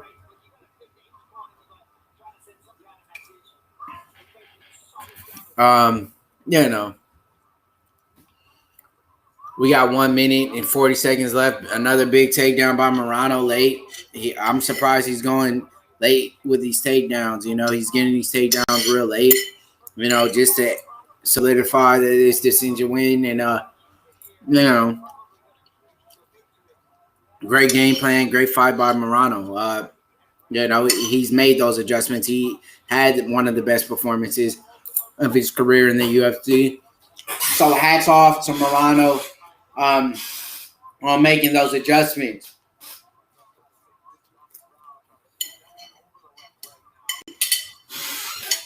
And, you know,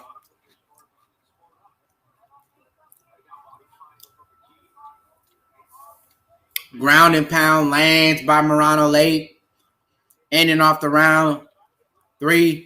We got 44 seconds left on the clock. And, you know, Morano's really putting a beating on him. He's in mount now. Wow, big ground and pound land. Big elbows. Morano's here trying to end this fight. Can he make it out? 21 seconds left on the clock. Fell in a mount. A dangerous place to be in. When someone's on mount, you're in trouble. He postures up. He's landing some nasty shots. Wow. Big elbows in the mount. Another elbow. McKee makes it out. Great fight. Alex Morano wins this fight easily. I feel like he dominated all 3 rounds. And that's it. Morano had the best performance of his career. And there you have it, fellas. Alex Morano dominant performance. You know, Alex Morano's made those adjustments. He made those moves to become a better fighter, you know. And he did a hell of a job with what he did. You know, making those adjustments in his camp.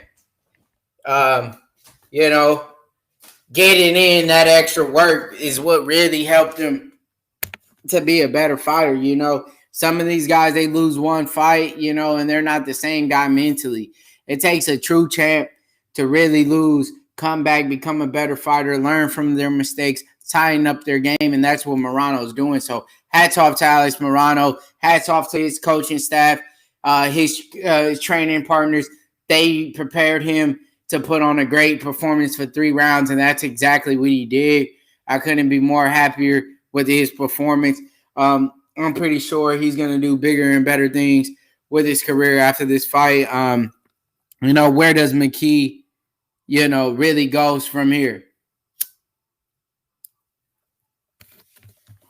You know, where does he go from here?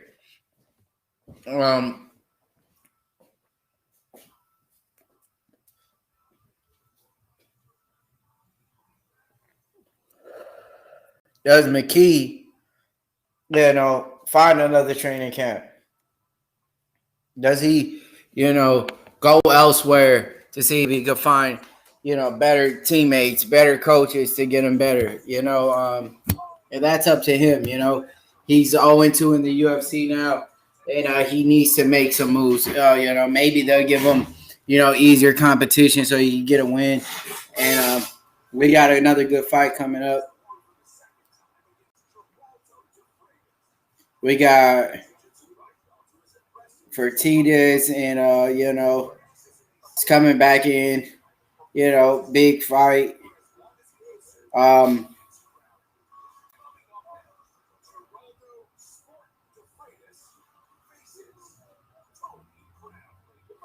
Tony Gravely, you know, good fight. Ronaldo is a tough guy as well. Tony Gravely, you know, 19-6, and Ronaldo, you know, 12-5 out of Brazil. Good old USA versus Brazil. You know, this is a good fight. You know, scheduled for 3 rounds in the prelims here. And, you know, Tony Gravely, you know, he's training at American Top Team. He's getting those, you know, quality training partners and good quality coaching staff. So, you know, he's being coached by some of the best coaches in all of MMA. And Tony Gravely, you know, like I said, you know, the guy who's 19-6, he's very experienced. You know, he has a lot of fights for only being 29 years old, you know, and you know, he's coming off a loss to Brett Johns, but Brett Johns is a tough guy. You know, Brett Johns won by rear naked choke that fight.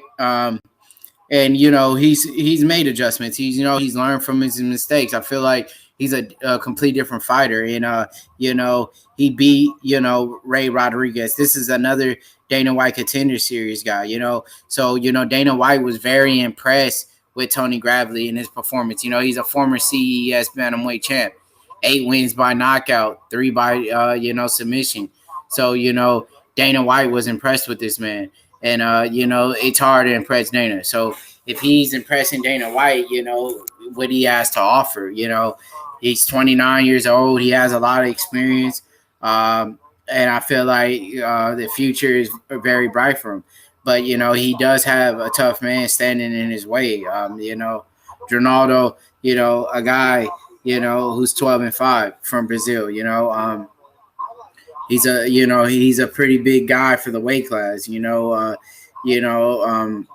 and he's, you know, he's going to be the guy, you know, who has a little bit more experience in the UFC, you know, he has more fights, you know, than, you know, Tony in the UFC. So, you know, that's going to be something that could play a role here. You know, he has a win against Felipe Corrales, you know, and he fought Chris Gutierrez where he lost a decision to Chris. So, you know, he's had the fights in the UFC. And you know, he has the reach advantage going into this fight. You know, he is, you know, the little, you know, he has that advantage of being more rangier. You know, he has 2 inches. 6 first-round finishes for Ronaldo. Finished 9 of 12 wins with 4 knockouts, 4 and 5 submissions. Brazilian Jiu-Jitsu black belt. So if the fight hits the mat, what could happen? What opportunities he has to end the fight with a black belt in Jiu-Jitsu? He could get a submission here. Let's just say his ground game is pretty much, where he has more of, would you say, success in the fight. But, Tony Gravely's a great wrestler, so, he has been submitted before against Brett Johns. Did he really work on, his submission defense going in to those fights? Did he make those adjustments to where he's defending submission attempts? Is he working with that, over there at American Top Team? So, we really hope he is. And,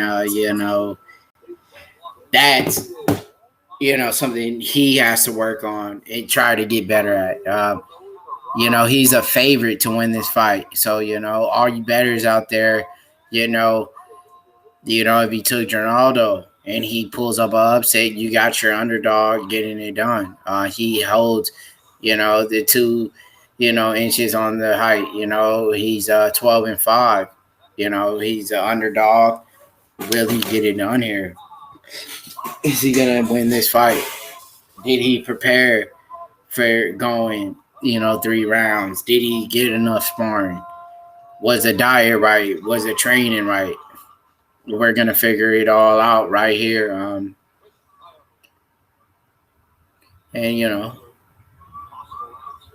here it is, man. Round 1. They kicking it off. Yes, sir. Let's start it up. Here we go. And they gonna go right here. They going at it. They kicked it off. Yep. There it is. Okay. Big leg kick lands. These guys are throwing them right off the bell. Yep. 1-2 down the pipe. Nice leg kick by Tony Gravely. Gravely gets the takedown. He's in side control. That's big. That's a great position to fall in when you get someone down on the mat.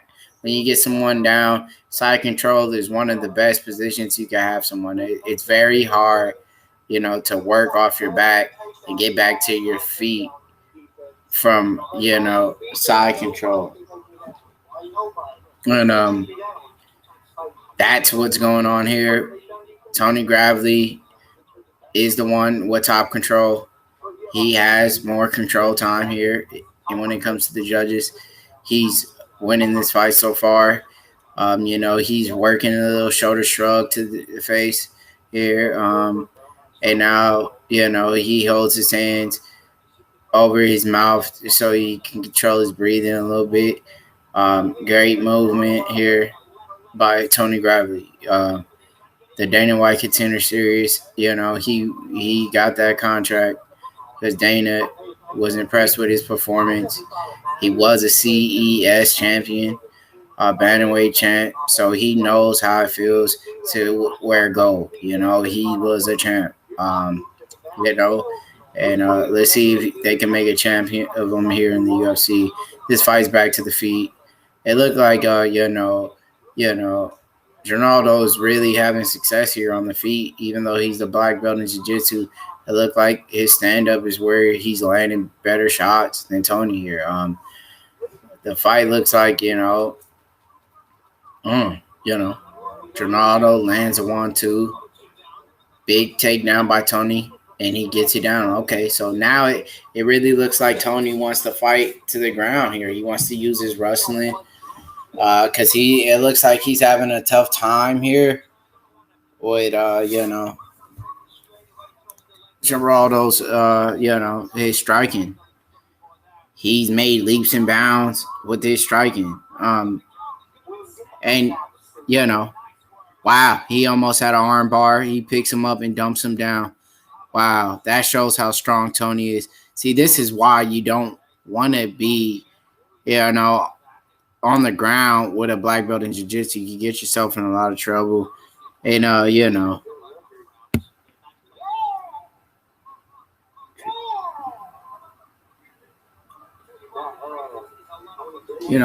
general though, he's looking good off his back. Even though that Tony's having that top control, he's looking for submissions. He's not just laying on his back. He's going in for these submissions. He's a black belt. Ronaldo, it looks like if he could get the fight back to his feet, he was winning those striking exchanges.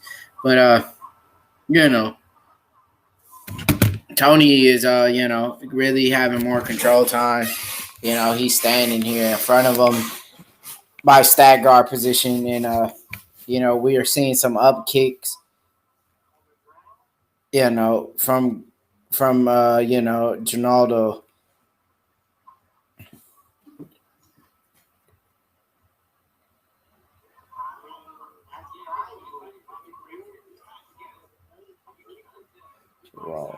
Wow.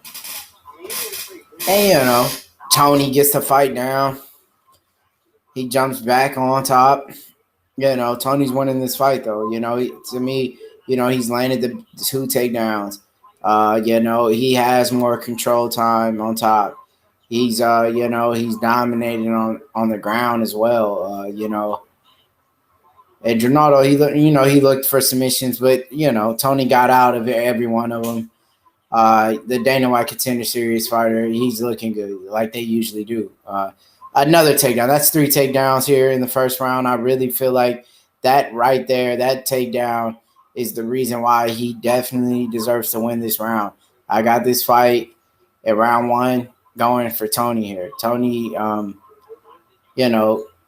he's fighting a smart fight here. He knows that, Ronaldo doesn't really have the best takedown defense, and he's using that against him here. He's landing takedowns.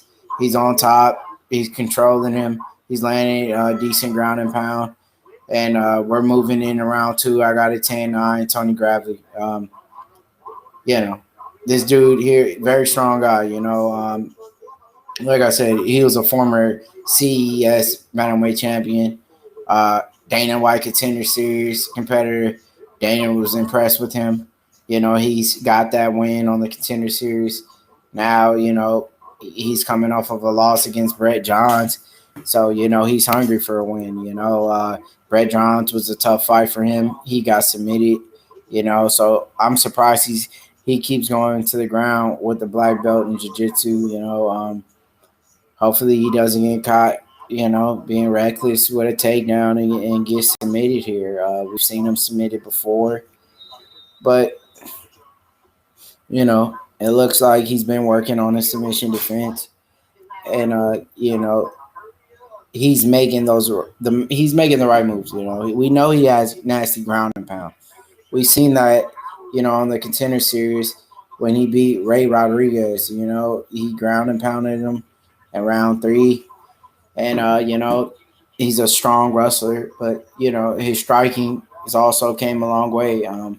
He's tightening up on his striking, but I feel like Ronaldo is getting the better of the exchanges on the feet.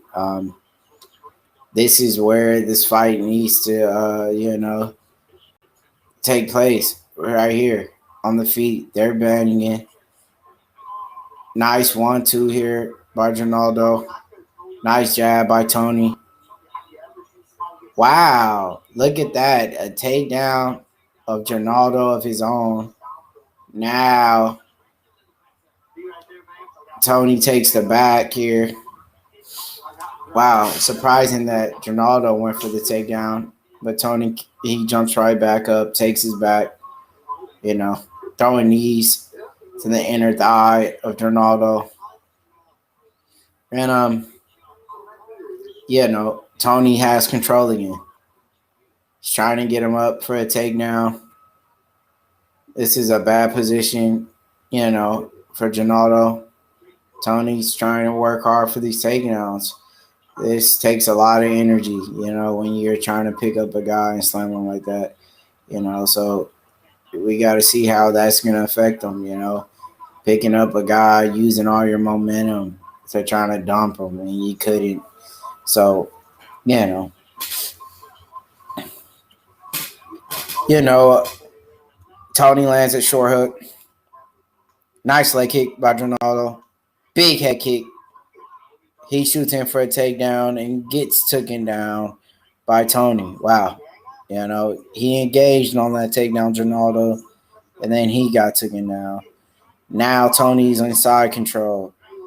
Tony is in half guard now, and he's controlling them, landing little shots here, just, tagging him up a little bit here. And he's having control of Ronaldo again here. 2 minutes to work here in round 2.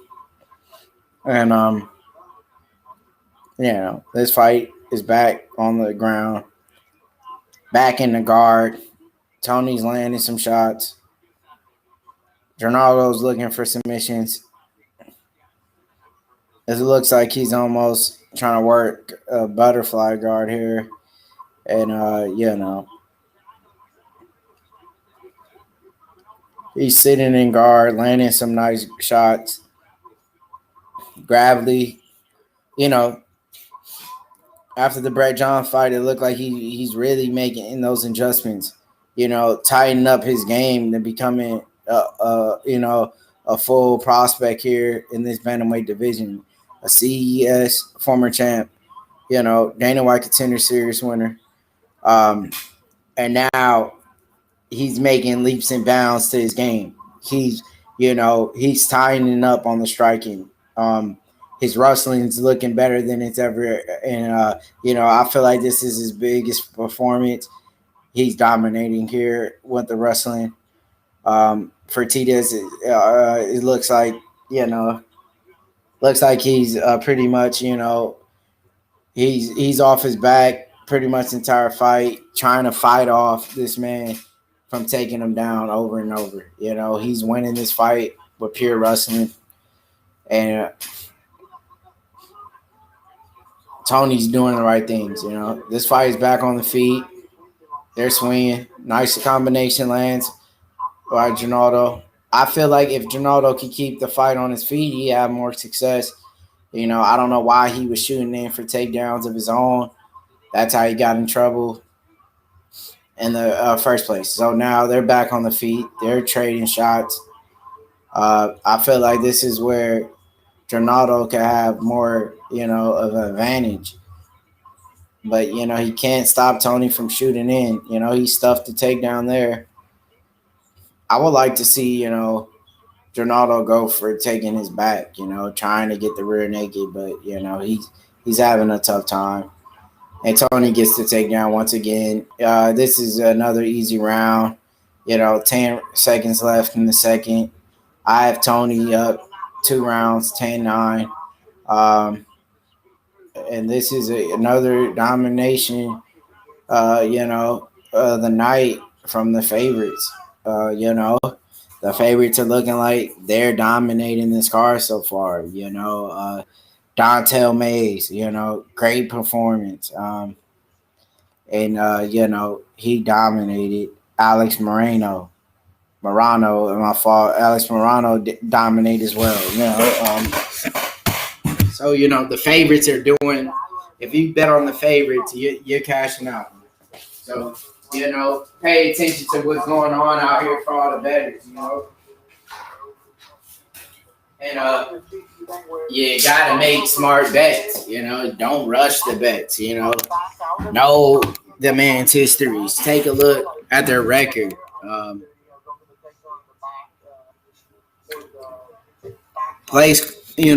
Pay close attention to these kind of things, when you're putting your hard money on the line, So that's the things you're going to have to do, make smart picks, smart decisions. And, this is round 3 kicks off. Tony Gravely's up. Ronaldo's going to need to get this fight, by a TKO or a submission. If not, he's going to lose a decision. That's what we've been seeing. Nothing but decisions so far. This is a decision kind of card. The first fight was a decision. And the second fight was a decision.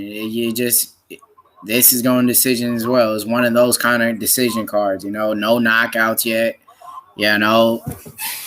They're good fights, but they're kind of lackluster. Let's just be real. I'm not gonna hype it up because it's a UFC card. Bellator, they had a great card, but we ain't gonna speak on it. We will respect the UFC and coverage this fights and not talk about other organizations when we do this. But Tony's back on the ground. He took him down once again. 2018 Gravely on my card. His wrestling has been the difference, and that's what people are saying on Twitter right now. Everyone is saying how Tony is dominating this fight, and I have to agree. This fight will go to a decision, and Tony will get his hand raised, and we'll move on to the next fight. Hopefully, we will be able to get a knockout. So Tony's done what he's needed to do to become a better fighter. Tony's doing the right things. He's making the right moves. They're really gonna mold this guy into something special down the road. He has a bright future with him. With a tough opponent like Ronaldo, he's fought a great fight. He's had a game plan and he stuck with it. The takedowns are there. Then that's what he continues to do. He gets the takedowns, and he'll win a decision. And he's here in guard, just pretty much, peppering him with these strikes, just touching him, beating on him. Ronaldo kicks up back to his feet. We got 2 minutes left to work in round 3. Big head kick lands by Ronaldo. I mean, this is where he needs to fight, get a finish. He has 2 minutes. He needs to do something if he wants to win this fight. He can't win by decision. He needs a submission. He needs a knockout. He needs to do something here. He has his chance. It's 1 minute and 50 seconds left. Nice 1-2 lands. Big shot. Takedown for Tony. And he stuffed the takedown. Wow, impressive. Now he needs to break free out of this clinch and try to throw the hands. Tony has ate some shots tonight. He showcased a good chin. He ate some big shots, and he's staying calm. He's working for the takedowns. He's making Ronaldo work. Ronaldo breaks free. This is his chance. He got 1 minute and 10 seconds on the feet with Tony, and he's landing better shots than Tony. Tony shoots in for a takedown, gets stuffed. 1-2. And Ronaldo's landing good shots here on the feet. Wow. This is a great round right here. Best round I've seen all night. And now they're banging. Wow.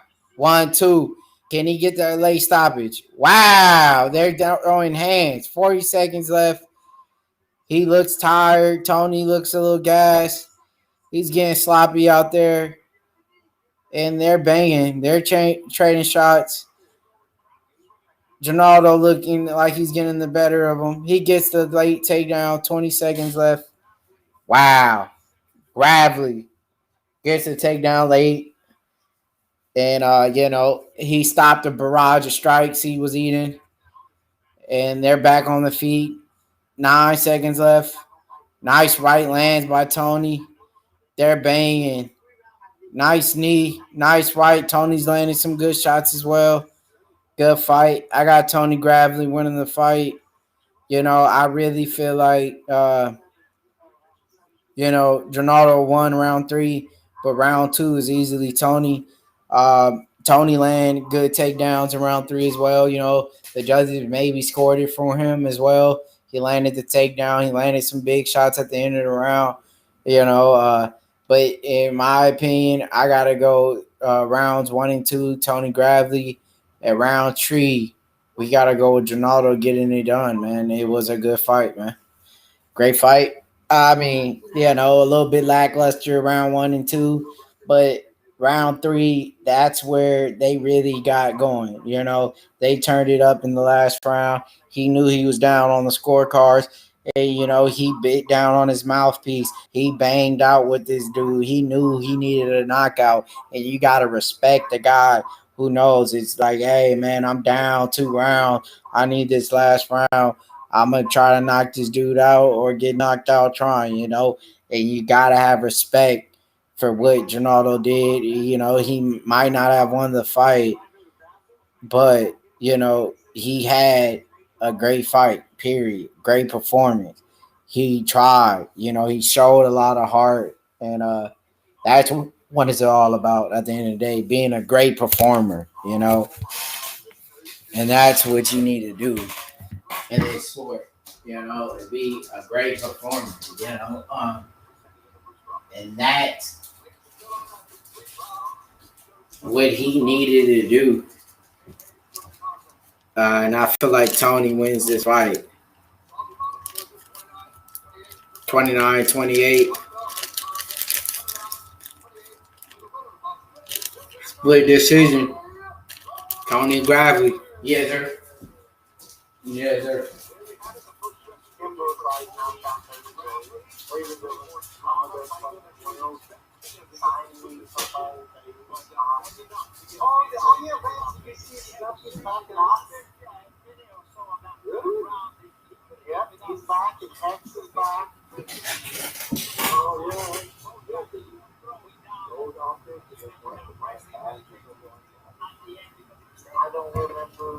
And, you know, that's another win for the favorites. Hats off to Tony Gravely. You know, he got a bright future. If he continues to wrestle the same way, you know, he does, he's going to have a bright future. You know, he's coming off of that loss, but now he's back in the winning column. You know, he lost to Brett Johns. Now he just won. You know, congratulations to Tony. He fought a great fight. And, you know, when you beat a black belt in jiu-jitsu the way he did, you have nothing but respect for him, you know, to take it to the ground, knowing that this man is a black belt in jiu-jitsu and continue to take him down and have no respect for his ground game is on another level. You get what I'm saying? So Michael Bisping now is giving him the spotlight, you know, and giving him a chance to interview. Like I said, these guys that's coming out of the Dana White Contender Series, these guys are at, you know, top level guys. You know, Dana White is bringing them into the UFC and giving them tough fights. They're not just feeding them to bums, you know, to build up a name. He's giving them tough fights and making these guys work. You know, he was a winner of the Dana White Contender Series of season 3. You know, he was awarded that contract for his performance. And now he's in the UFC. His name is, you know, ringing bells now. People are paying attention to him. He's a guy to be reckoned with. Oh, we got Smokey McBongwater in the building, you know. Shout outs to Smokey McBongwater, you know. And we're going to try to get him in here if we could, man. You know. Hey, yo, Toronto, join in. D-Wall, join in.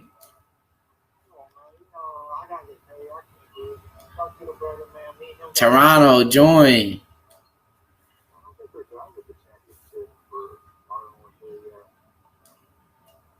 D-Wall, join.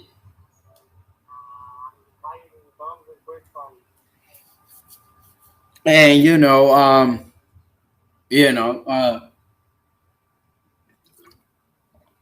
Smokey McBongwater, he says gravely. Shout outs to Smokey McBongwater. If you guys get a chance, subscribe to his channel. He's out of Toronto. He's one of the best dudes that cover the sports. He's watched all the events. He's a true analyst of the game. Shout outs to the Six. Shout outs to all my hitters in Toronto. You feel me? Free Biz Low. And, yes, sir. We go back in to the fight, Gravely dominated. He looked good. He made those adjustments to tighten up from his loss. He's now a top guy. Hey, what's the name of this UFC? UFC Fight Night or UFC Vegas 14. For real, that's the real name? It's not UFC Fight Night?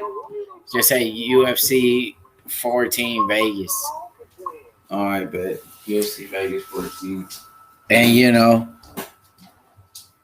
salute MMA. Let's go 25. Let's get to 40.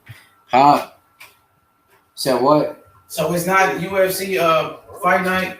Nah, it's 14 Vegas. UFC 14 Vegas. Yeah. Salute to 24. You feel me? Real dude. Keeping alive. Lit. You feel me? And that's what we gonna do up in here, man. Give you guys nothing but the best. Like I said, I signed a deal with H Money and the promotion we with. They gave me an offer I couldn't decline. Being a businessman, I took that opportunity. We here, to cover all the sports, combat sports, and we got big things in the future. You guys might not know who I am right now, but you guys eventually will get to know me. I've done this a long time, on my other channel, we blew up there big, but I had to take a break, I was doing bigger and better things, I had, a team, that wasn't pushing me the way they needed, so, I took a break off the game. H Money DAZN, he acknowledged my game and what I brought to the table.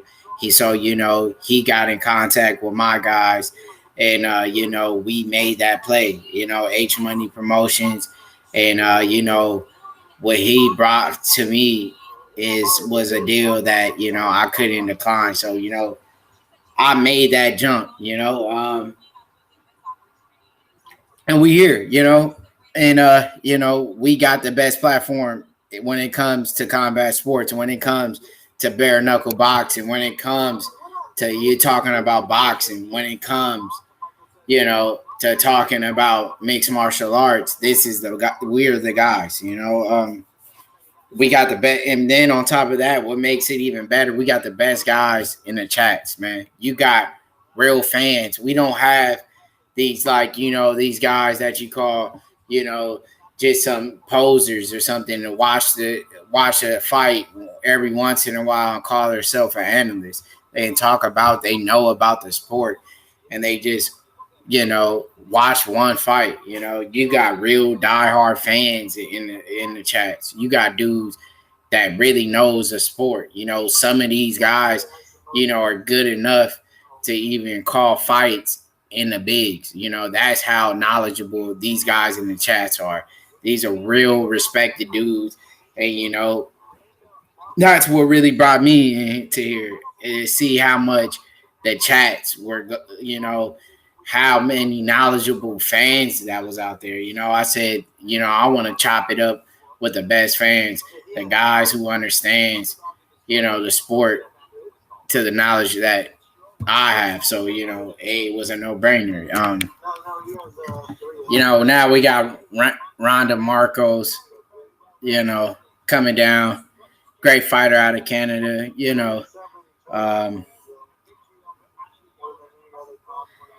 everybody's, they gonna call me, I say,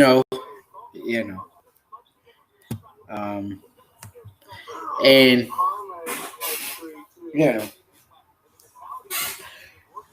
here we go, Ronda Marcos, second most top positions in UFC strawweight history, fifth most takedowns in the strawweight history, 4 wins by submission, all arm bars.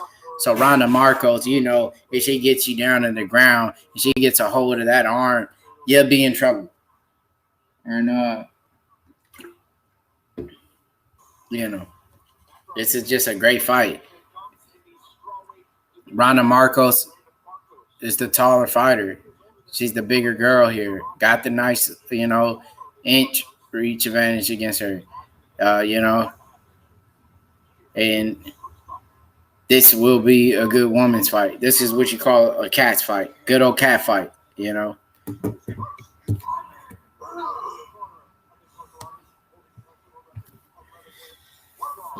Tokyo, Japan is in the building. She's the favorite to win this fight. Murata! Let's go. We got Japan. We got Canada. Marcos. Murata. And we got Windsor, Canada here. 10-10. Ronda Marcos don't have the best record. She's the underdog. She's trying to get it done here. Big cat fight is going down.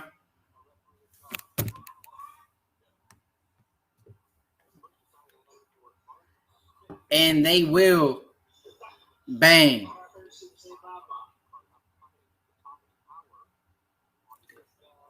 Murata, she has the better record, But has she been in the UFC as long as Ronda,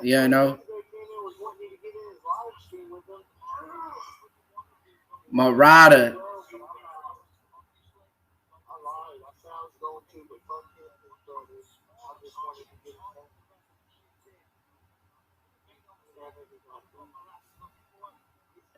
And, round kicks off. Ronda Marcos eats a 1-2. Murata looks good on the feet.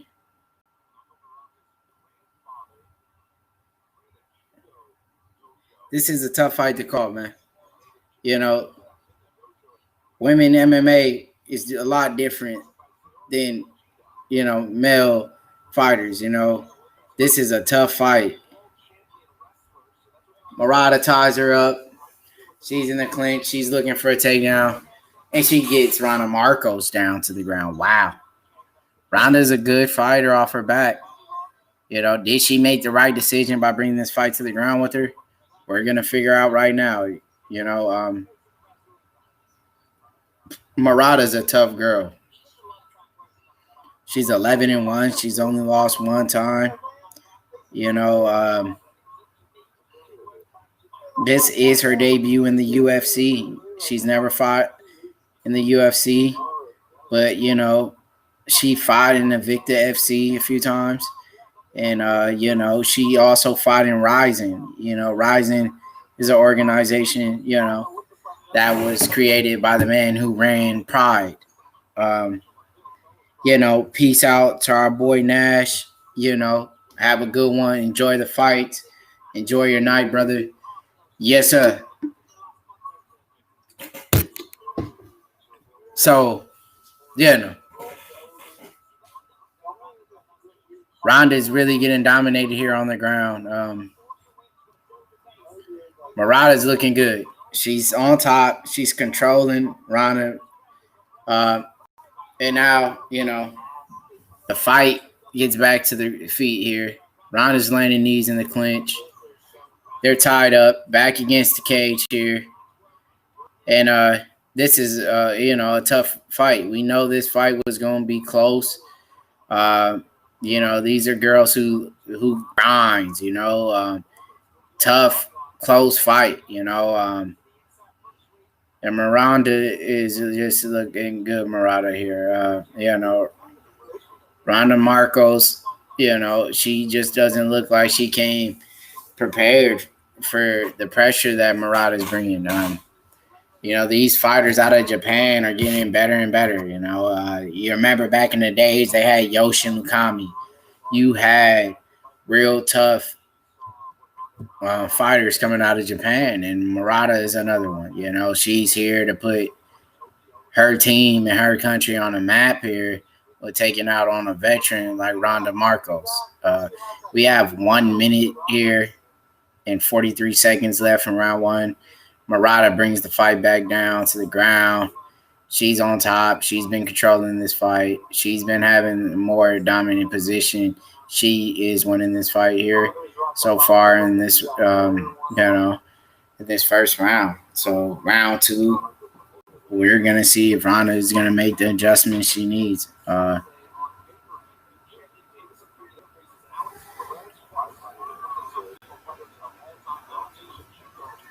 And Marcos, doesn't look like she's prepared for this fight. Big ground and pound by Murata. Big elbow. She's landing some nice shots here. Marcos is covering up here. And, posturing up, landing the big elbow. Nice right hand. Landing some good ground and pound here, get her. Marcos is eating a lot of shots here. Looks like, her ground game is just a little bit too much. And big elbows. She's just landing some nice shots here. Marcos is looking like she's in trouble, man. Wow. She's looking for a leg lock here. But I don't think she has it. It's 9 seconds left. And, good round. Murata definitely takes it. 10-9. Yeah.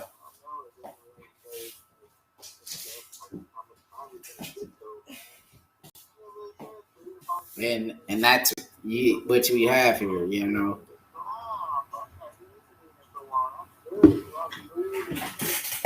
And Ronda Marcos always loses. I'm surprised she's not cut from the organization. She's a bad representation for Canadians. And you heard it first from the one and only Smokey McBongwater. Dropping in the chats. He's in here. And he said what he said about Marcos, man. Bad representation of Canadians. And, that's a dude from Toronto. We got everybody tuning in across the world right here, man. We got Canada in the building. We got Japan. We got the United States. We got everything jumping here. We got the UK in here, We got the homies out in the 6. Free the Crodies, you feel me? And that's how we go. Biz Low, free him, Yes, sir. And now they kick off round 2.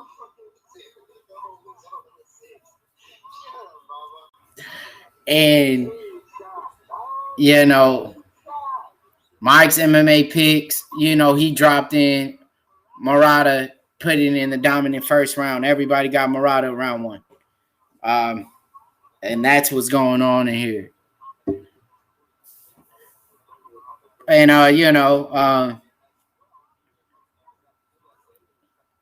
Murata's trying to pick up from where she left off, get this fight back down to the ground, get the takedowns, grind out Ronda Marcos like she did before. Let's see if she could do it again, Marcos is looking a little bit better on the feet, Maybe she made those adjustments. Maybe, she listened to what her corner had to tell her. Keep herself from getting tied up and hitting the ground with this woman, It's a good cat fight. Nice jab. Now Murata is showing off what she has on her feet. She's got nice striking,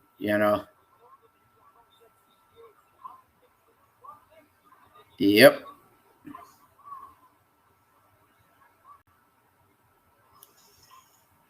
And that's a great round so far. They're just filling each other out. They're taking their time. They don't want to make the mistakes they did, they made in round 1 here in round 2. So,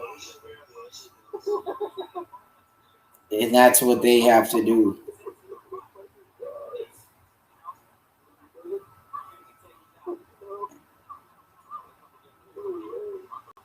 We got,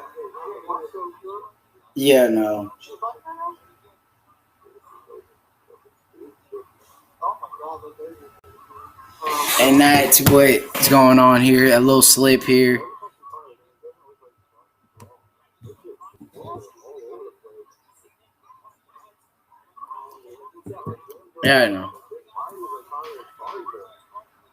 Got the big takedown here. Murata's looking good, man. Let's say with the record here, with only 1 loss, this girl might be a force to be reckoned with here, especially taking out on a veteran like Ronda Marcos, who's not an easy girl to take down, who's also good off her back and has a great submission game. So, that just shows how dominant Murata is. And if she's able to control such a strong person like Marcos, that she's a monster, and a force to be reckoned with anyone that steps in with her. So,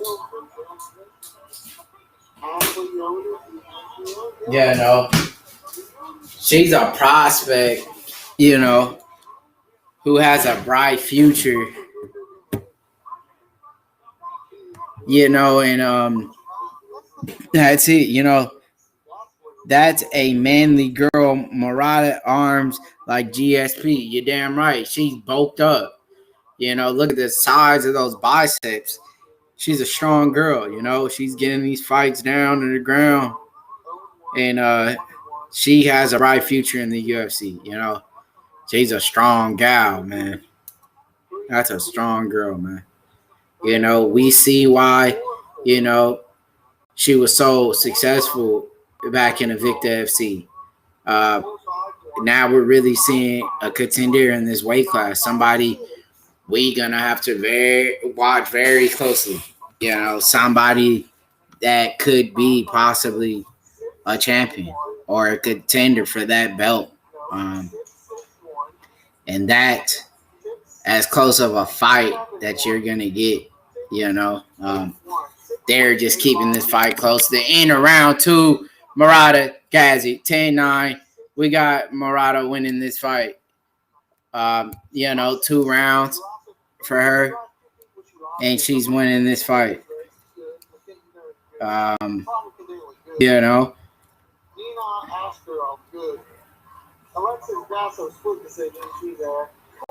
And then, we're going into round 3, the last round of this fight.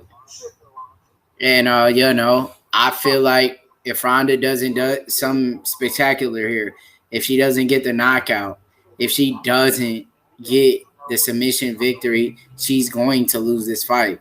She needs to do something to win this fight here. And,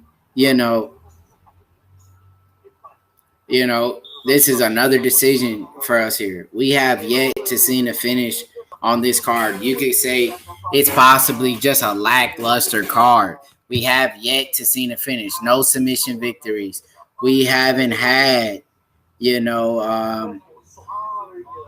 we haven't had a knockout, anything, a doctor stoppage, a TKO. Nothing's happened.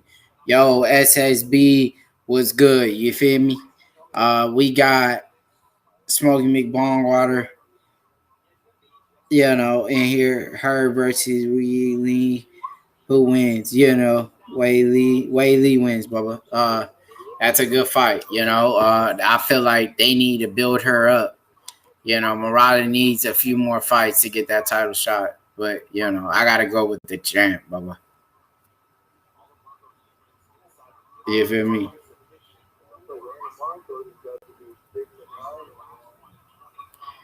Ronda Marcos, she's just not,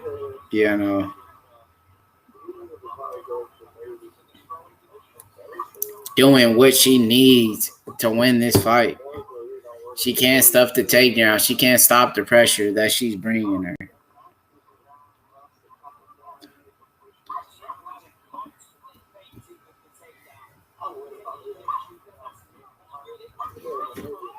Big takedown stuff by Ronda. Wow. But she couldn't stuff the second one. She just kept being consistent with the takedown. She got Ronda down. Ronda Marcos, and,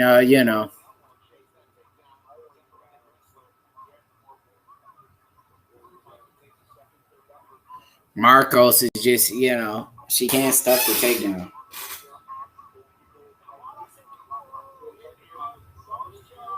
She got her in a submission. Marcos left her neck open. Now she's in trouble. Yeah, she Smokey McBongwater, she beats Carla. Sparza, that's a tough fight. You never know. Actually, that could be a good fight. I think Carla's too small, but Carla has great takedown defense. She has decent striking. So it could be a tough fight. I'm not too sure on that. Maybe. I know it'll be a decision for sure. Sparza could get it done. That's a good fight. They should match them up with each other. Marcos. Random Marcos is in trouble, brother. We got 2 minutes left in round 3. And she just landed some good ground and pound here. Wow. She in some good shots here.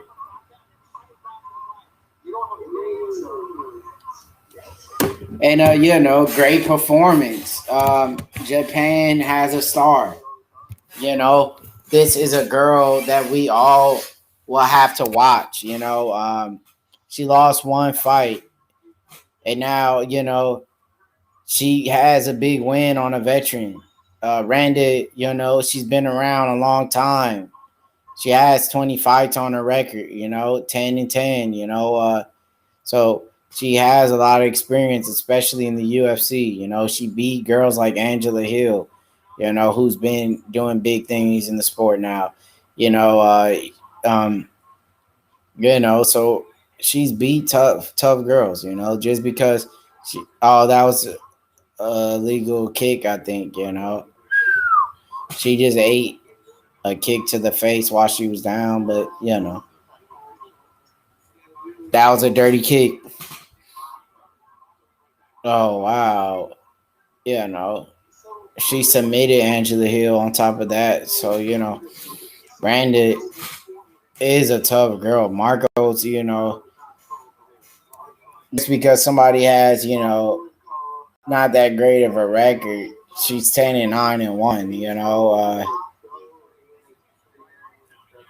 but she has big names on her record. She beat girls like Ashley Yoder, who's fighting today. She's beat Angela Hill. She beat Carla Esparza. She's beat these good girls, man.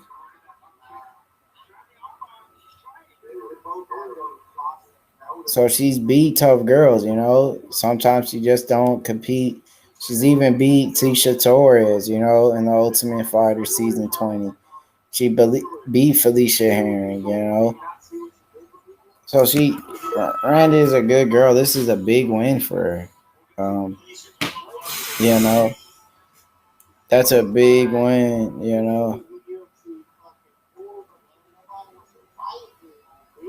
And, that's the end of the round, end of the fight.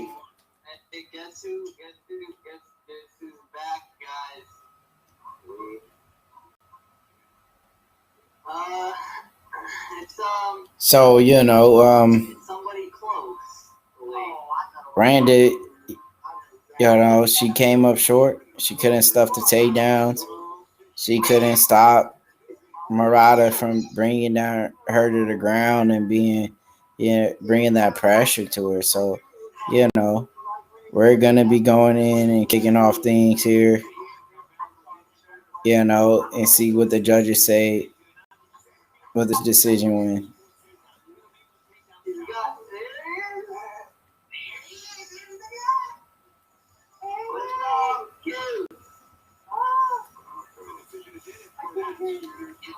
There you go. The decision here. That's a bad look for Carla,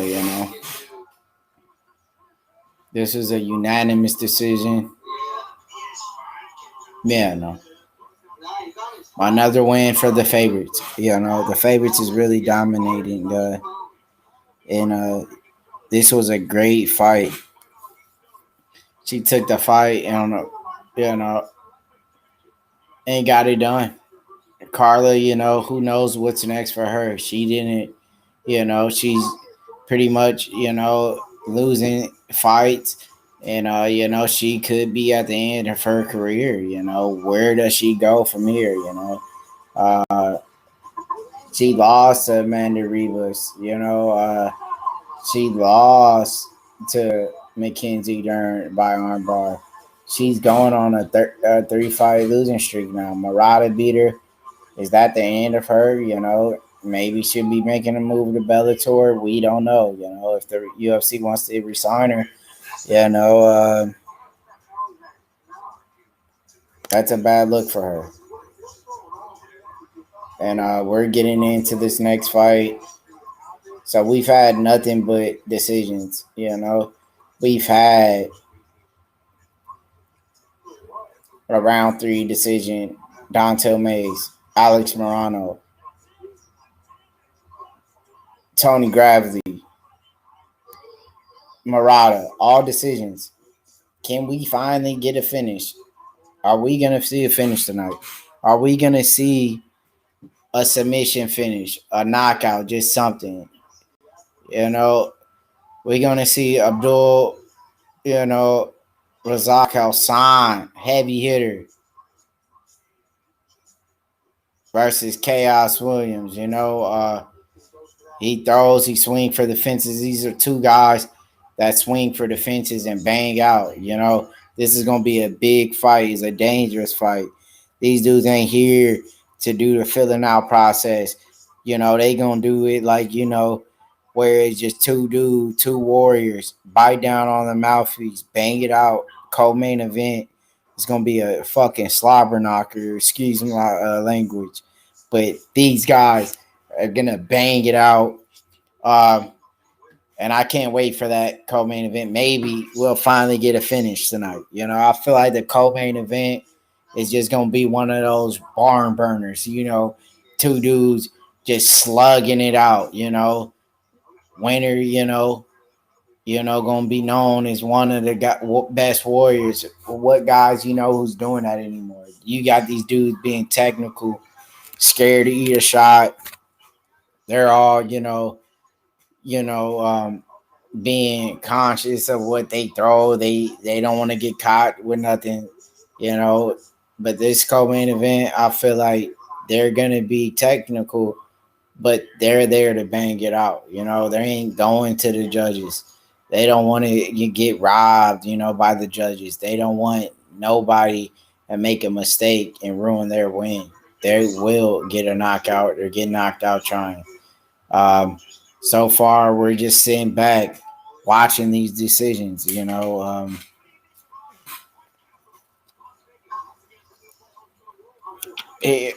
fight's back in Las Vegas, Nevada. Great place to be to watch these fights, man. We got Dos Anjos and Paul Felder, RDA. Paul Felder took the fight on 5 days' notice. That just shows how much heart that man has and what he's willing to do for this company like the UFC takes a fight on 5-day notice. You know, he was just sitting around commentating. Now he's ready to throw hands.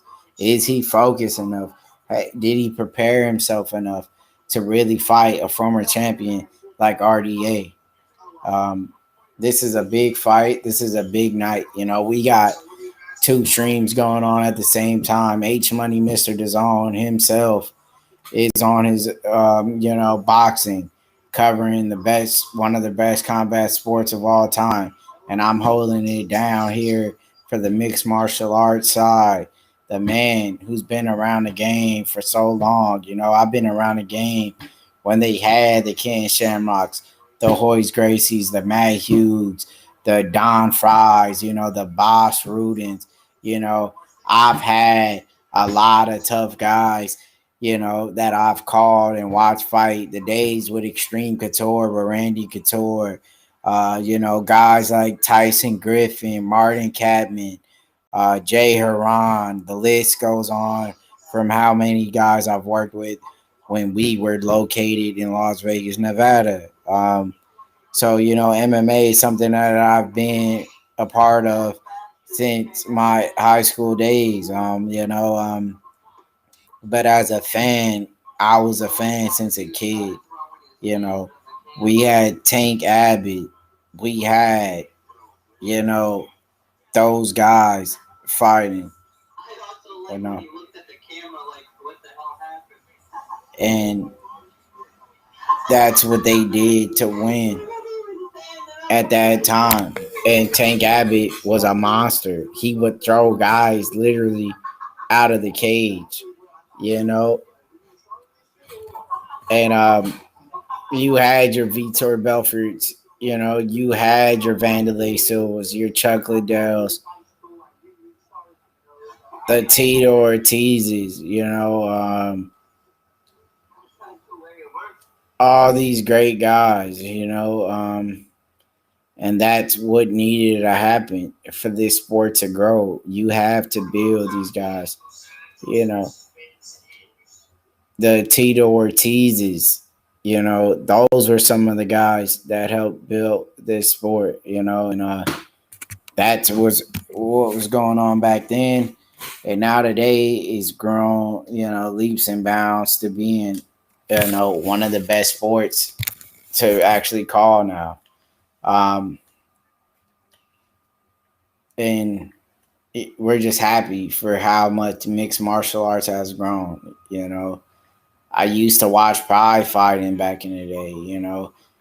You had great fighters back there. You had the Fedors. You had the Rampage Jacksons, you know. You had, your Alistair Overeems and Guy Mesgers, you know, the Phil Bronies, the Nogueira brothers. These were the guys I grew up watching, you know. And now MMA came a long way, man. You know. And we're just honored to be here to call these fights with you guys. You know, I made that move to join this network. You know, I had an offer I couldn't refuse. I couldn't turn down the gig that I was offered.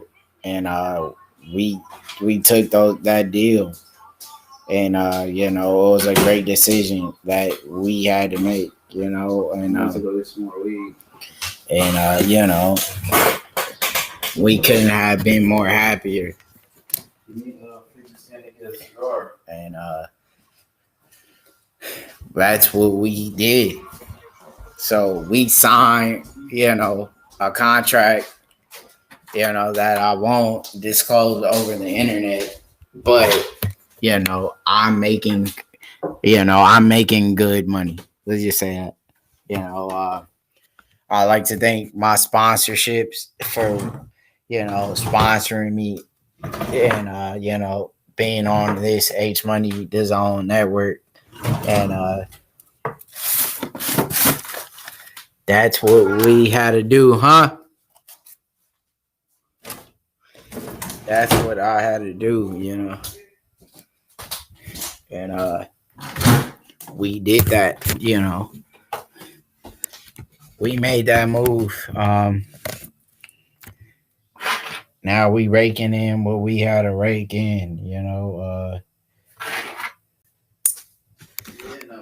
So the deal was made. Contracts were signed. My guys, the brand, you know, his team, if guys got my team.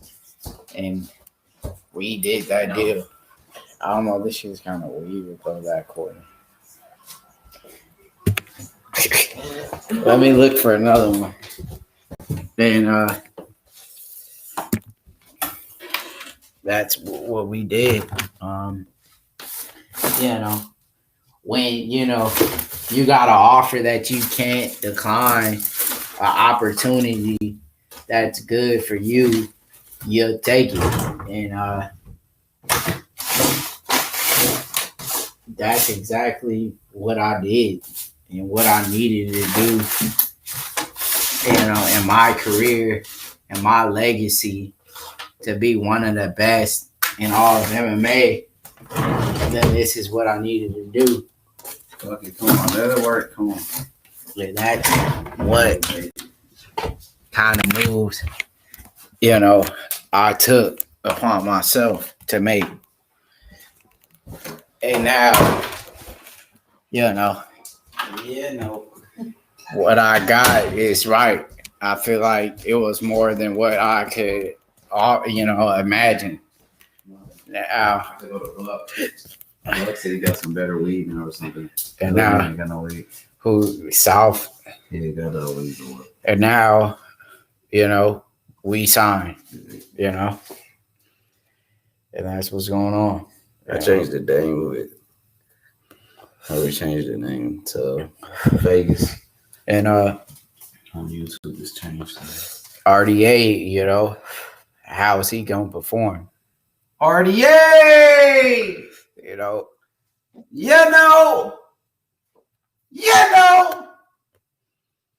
It's your boy, Tap Out King, MMA King.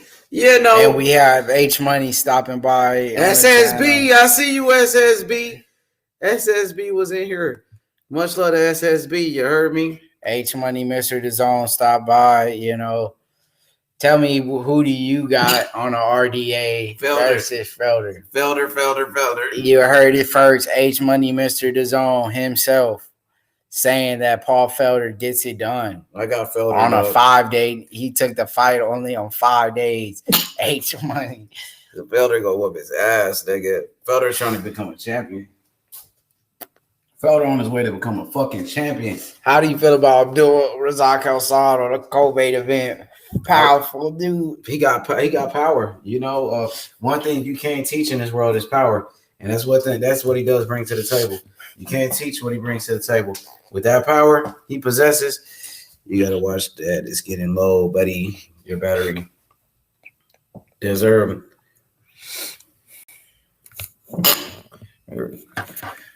My bad, I didn't touch your computer like that. My bad, my nigga. Yeah, man. I didn't mean to touch your computer like that, my nigga. So, you know, we're going to get into this next fight. And it's two females. So, Yeah. For all the female fans out there of MMA, you know, we got a cat fight here. A great fight coming up. You know. And, you know, Kay Hansen, 3-fight win streak, performance of the night award in the UFC debut, third youngest fighter on the current roster. She's here, and she's here to perform once again. You know, Kay Hansen, you know, got a bright future ahead of her. You know, she gets a little step up in competition here, and she's the third youngest fighter on the UFC roster here. You know, she's here to make a big impact. You know, she's taking on McKinney here, and this is a big fight. 5-1. Don't move it is on a chart. Fighting out of Wales. Chart. 21. McKenna 58 reach. Hansen has the better reach advantage. She has a 63-inch reach, and she's gonna use that here. At her advantage, she will get it done here. If I had to predict the fight, I'd have to go with Hansen here. This is a good fight for both of these girls here,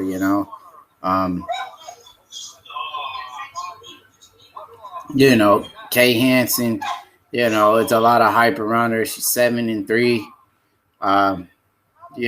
She had a big win in her debut. She won by a triangle, an arm triangle. So she's a tough girl. Triangle arm bar. That was her debut. She had a big debut. And she's here to dominate. But she doesn't have an easy job in front of her. McKenna, she's a tough girl, 5-1. She's only tasted defeat once, She was on the Dana White Contender Series where she won a fight, and she won on the Dana White Contender Series, so she got that contract. She's here for a reason. Dana White was impressed with her performance, and he brought her aboard to the UFC, and now we have a good fight here. Like I said, fighting out of Wales. So she has the fans backing her back home, and she wants to win for her country and put them on the UFC's radar. This is a good fight. Hansen, she's standing. She lands a nice jab, overhand. The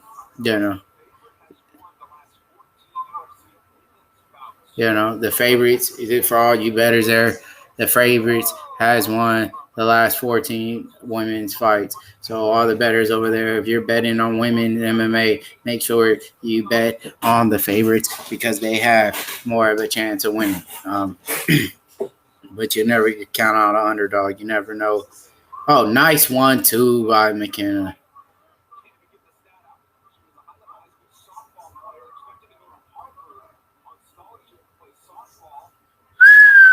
These girls are throwing leather here. This is a good fight here. Great job by the matchmaker here in the UFC for putting these two young girls out of here. Both 21 years old. They fighting with a lot of heart, This is when you fight with a lot of heart here at this age, You get to learn a lot about yourself, Two young girls. And this is a great match. McKenna has her against the cage. Hansen back against the octagon cage here. They're tied up in the clinch. And McKenna's working here. Big takedown here by Hansen. Judo throw. And, now she has McKenna's back against the cage. Hansen has control of her here. She's trying to work on a single leg. Tied up in the clinch. Hansen has more control here. And she lands a shot off of the clinch. Now they're free. They're striking here. And they're doing a good job,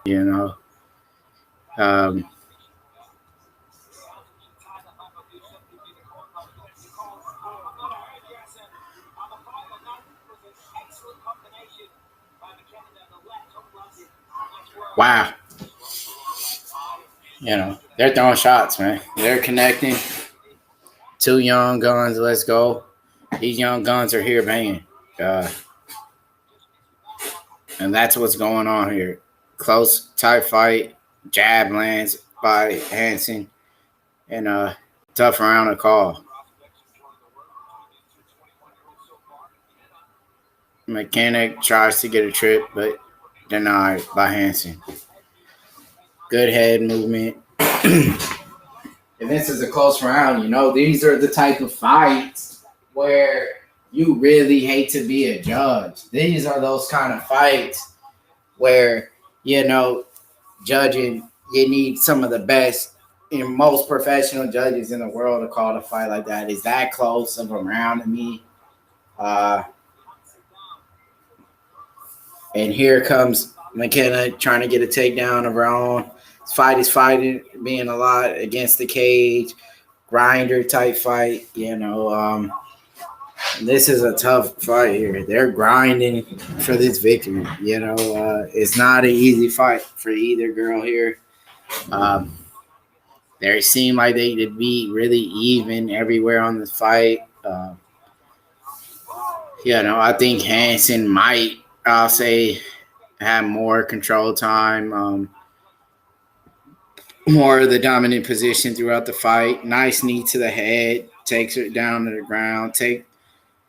Taking McKenna's back here. 38 seconds left in the first round. I got, Hansen winning this round. She's working a rear naked choke. She's trying to fight the hands here to get them over, her neck open. And McKenna's landing shots off of her back, some good shots. And she's landing, some good shots off of her back. And she's just landing shots. And she's eating shots, You never know how the judges maybe score that. She looked like she was landing the shots there. Maybe she has her hands up like she won the round. And, those punches really kind of change up the round for me now. I had, Hansen winning that. But when she started landing those shots off of her back, she was landing good shots. That's a tough round to call, Hansen had better, position on the ground with her, but she didn't do anything with it. She didn't land any shots.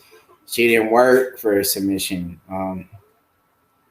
Salute, hats off to MMA champ too, Like I said, shout out to everybody in the chat, man. All the viewers that stopped by. We got the best fans. We got the best dudes that knows about the sport right here in these chats. We got everybody in here, females, males, all the best of the best fans here chopping it up in the chat, man. That's how we go up in here. We got women MMA here putting on a great fight. Shout outs to all the mixed martial art women out there. Shout outs to all the boxers that's female, Shout outs to all the strong gals out there holding it down, banging it out, These girls out here got heart like dudes, they banging it out the same way, So, we all knew that one girl in elementary that would have beat your ass. You feel me? Don't forget about that. You feel me? Them girls had hands back then. You feel me? Before we started lifting and all that, packing on that size and that strength. So, these girls could fight. You feel me? And Hansen, she ties her up immediately. Round 2 kicks off. And, she tied her up in a clinch. And there she is, Hansen doing a wonderful job of controlling her in the clinch. This is a good round so far. She's trying to get dominant position. She's working. And, this is a great women's fight, man. These girls go at it. Scrappy fight here. Big body kick for Hansen. Tough fight. We're yet to see the finish all night, though. This looked like it's going to a decision as well. feel like this is going to be one of the toughest fights of the night, you know. One of those fights you hate to be a judge, you know. Hanson's landing good shots. It's pretty much as equal as a fight you can find right now. That's a good scrap. This is MMA champ. Yeah, this is, man. Good lookout. Good looking out, JC. Good shit. Yes, sir, man. And this is a tough fight, you know. One of those fights you hate to be a judge.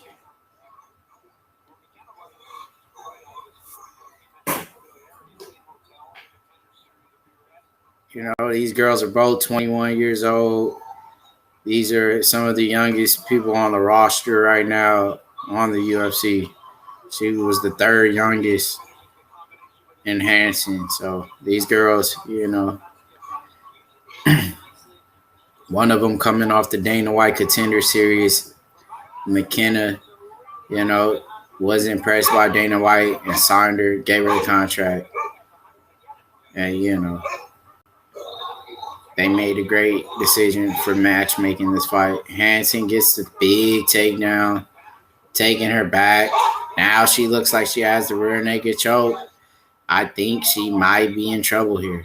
Hanson might tap her out here. This is good for Hanson. Maybe she'll roll out.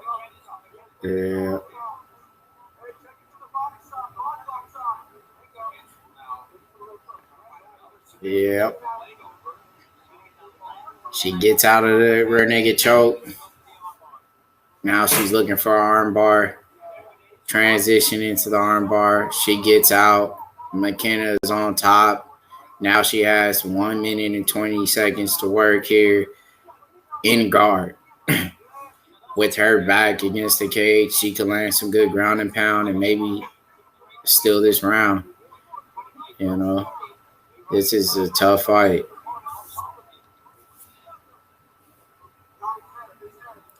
And now that ground and pound lands from McKenna. She has 55 seconds left in round 2. Is she going to do enough on top here to win this round? You know, you got to think about the submission attempt, how the judges was scoring that for Hanson. You know, she almost had her rear naked choke. You know, we got Elliot Marshall here in the corner. And, you know, trying to tighten up on McKenna's ground game here. One of, you know, one of the best coaches when it comes to jiu-jitsu. This is a good place to have her. You know, Uriah Faber in the corner and Team Alpha Male. So McKenna is a member of Team Alpha Male here. You have Uriah Faber in the corner of her. That's a great place to have your opponent in the corner of where your coaching is. So great ground and pound. And, yeah, that was a good round. Tough to call, but I feel like McKenna had the top control for that last, you know, 2 minutes. I might have to give it to McKenna, you know. This is a tough fight to call, man. I don't know who's winning it right now, you know? This is a great fight.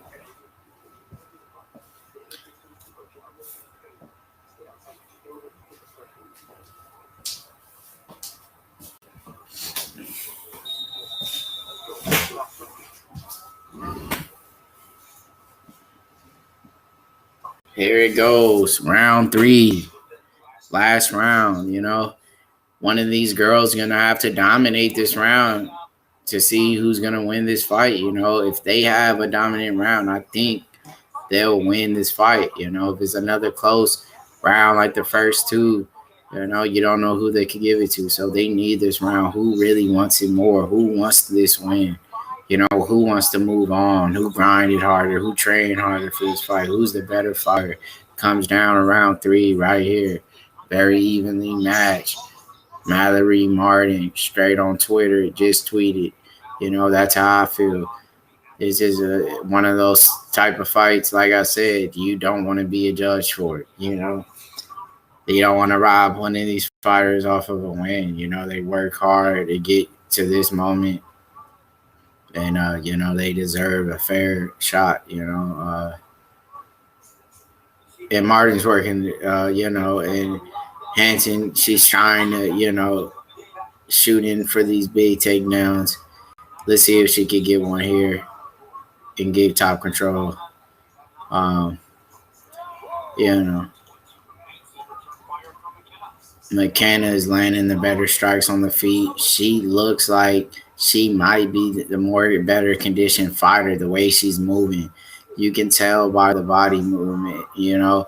You can tell by their body language who is the fresher fighter, you know, who's moving around better.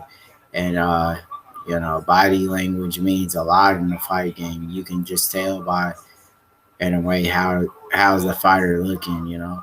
Big takedown attempt from Hanson. She gets it down. 3 minutes left. Wow. She could possibly here dominate on the ground and just win this fight because of that mistake she just made of McKenna not stuffing that takedown. Now she has to pay the price, you know, for not defending that takedown. So this fight could change all right here. If she stays on top for 3 minutes, you might have to give it for Hanson. You know, I would like to see Hanson actually mix in a submission attempt, you know, and try to end this fight so it don't have to go to the judges. She, you know, might not, you know, need that, you know, for her career where, you know, she has a tough fight and gets to, I mean, you know, robbed from the judges. So, you know, you got to look for the finish at all time. And, yeah, Hanson, she's dominating right now. Here, she's landing that ground and pound. She's, you know, she's controlling her. In the eye of the judges, you will have to say she's winning this round, you know. You know, and that's it. Conor McGregor is back.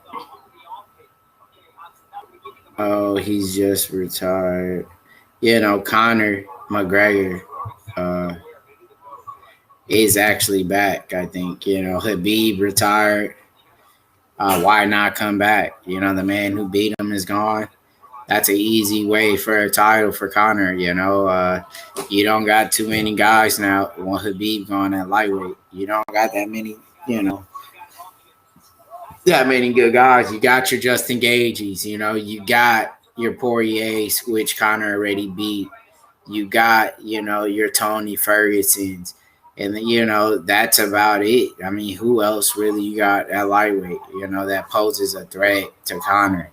The only guys that poses a threat to Conor is about Tony Ferguson, you know, Justin Gaethje, maybe Michael Chandler, guys like that. But, like, you know, he already beat Dustin. Charles Oliveira is a great submission guy. Kevin Lee's a great wrestler. She has the arm triangle choke here. Can Hanson get it done? She's backing him out now. I think Hanson maybe has done enough to win this fight. I feel like this round 3 is what – oh, she gets reversed now. McKenna has 37 seconds to work. Can she steal this round back? Tough fight, but I might have round 1 Hanson, round 3 Hanson. Yeah, no. So I got Hanson round 1 and Hanson round 3. McKenna had a great fight. These girls put on, you know, a great, you know, performance. And, you know, either way it goes, winning or whoever loses, they put on a great performance. They'll be back. And they made pretty much a great, you know, they're going to build a great career. These girls are young. The sky's the limit for them. They're 21 years old. Let's give it up for these brave girls who put it on the line. Yes, sir. Yes, sir. McGregor is like cocaine with Jr. here on the, Connor's Connor. He's made a lot of money. He really don't need the sport. He made good money boxing. He probably made more money boxing than he made in MMA. So, Connor, he could do what the hell he wants. He don't gotta listen to nobody. When you got enough money, the ball's really in your court, Bubba. You call the shots now when you're the top guy. Once you get a name for yourself, a great fan base like he does, that's just it, And Conor McGregor is a big name. His name alone will sell out arenas, with or without the UFC. He probably is on cocaine, man. I wouldn't. Man. So we're here at the decision, man. Let's hear it, who the judges gave it to.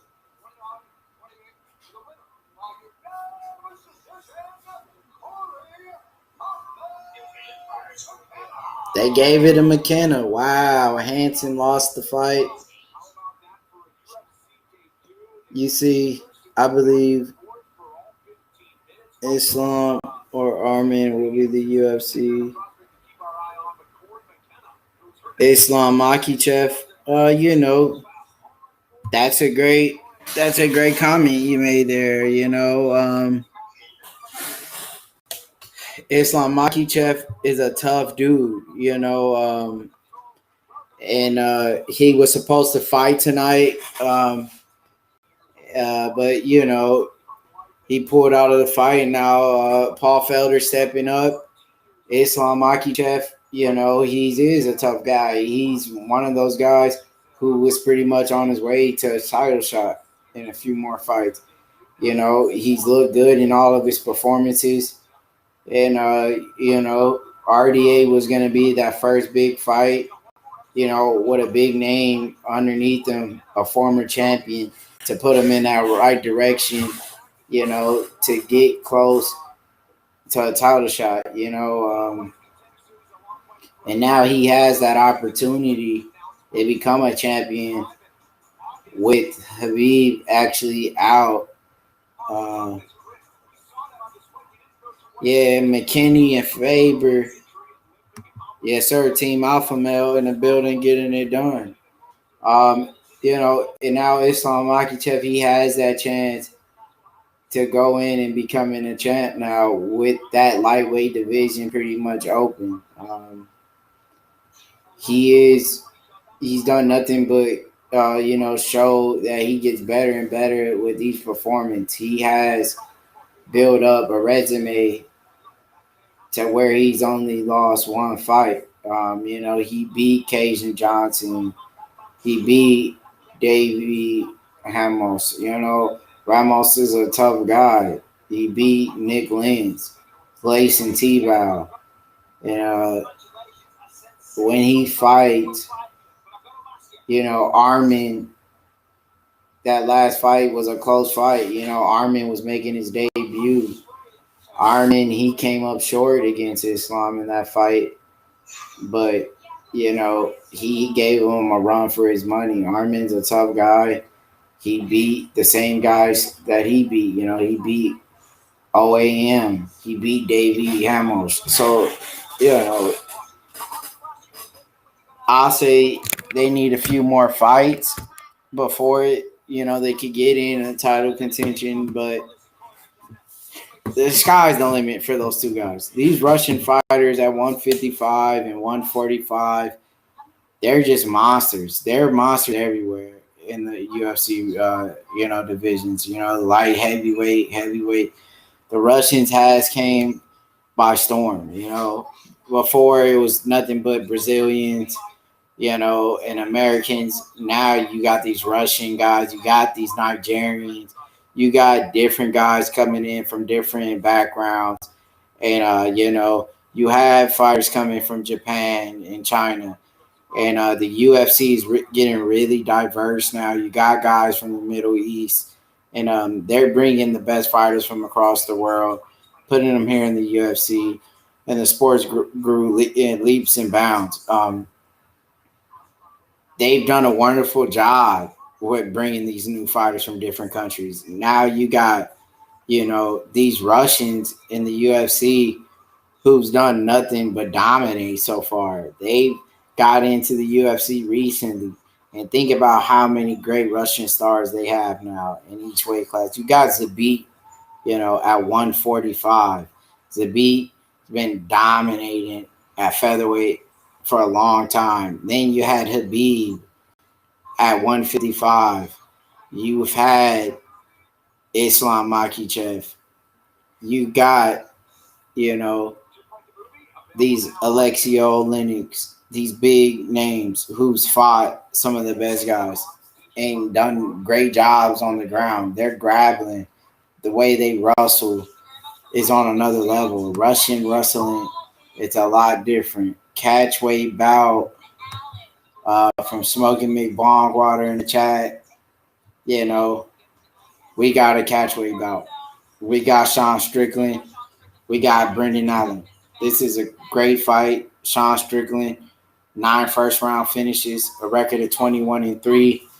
He took a long hiatus. He got injured on a bike. He just came back recently. He dominated against Jack Marshman, a fight I actually called and predicted correctly and betted on and made my earnings. If you look at my winning percentage when it comes to betting, I'm second to none. DraftKings winner, and this is what I do. I place these bets. I make people money. That's how we do it. And Sean Strickland, he took a long hiatus. He came back. He looked good against Marshman. But like I said, Jack Marshman's an easy guy to look good against. He looked like he never took a day off. And now he's going to get a step up in competition against Brendan Allen. Brendan Allen was really scheduled to fight Ian Heinisch and was damn near even of a fight with Ian Heinisch, who's a tough guy. So, we're going to see what's going to happen. We got, Sean Strickland is good, but not enough power on his shots. You heard it first. Smoking McBongwater, one of the best analysts as well in a fight game that I've ever known. Check his shit out. And, he knows. He's watched Sean Strickland fight in the past. He knows what he lacks. And it's always great to have Smokey in here with me, man. This guy, he's been there with every fight. Brendan Allen gets it done. You heard it first. Place your bets right now, guys. Place your bets right now. You heard it. Smoking McBongwater, great win percentage when it comes to placing bets on Bovada, and when it comes to placing bets on DraftKings and picking a great roster. He knows you guys want to win some easy money. Listen to this guy in the chat. He's been there placing bets since day one. He's what you call a veteran of the game. He's made right calls, and we're here to help people out, earn this cash in 2020, and that's why we're here.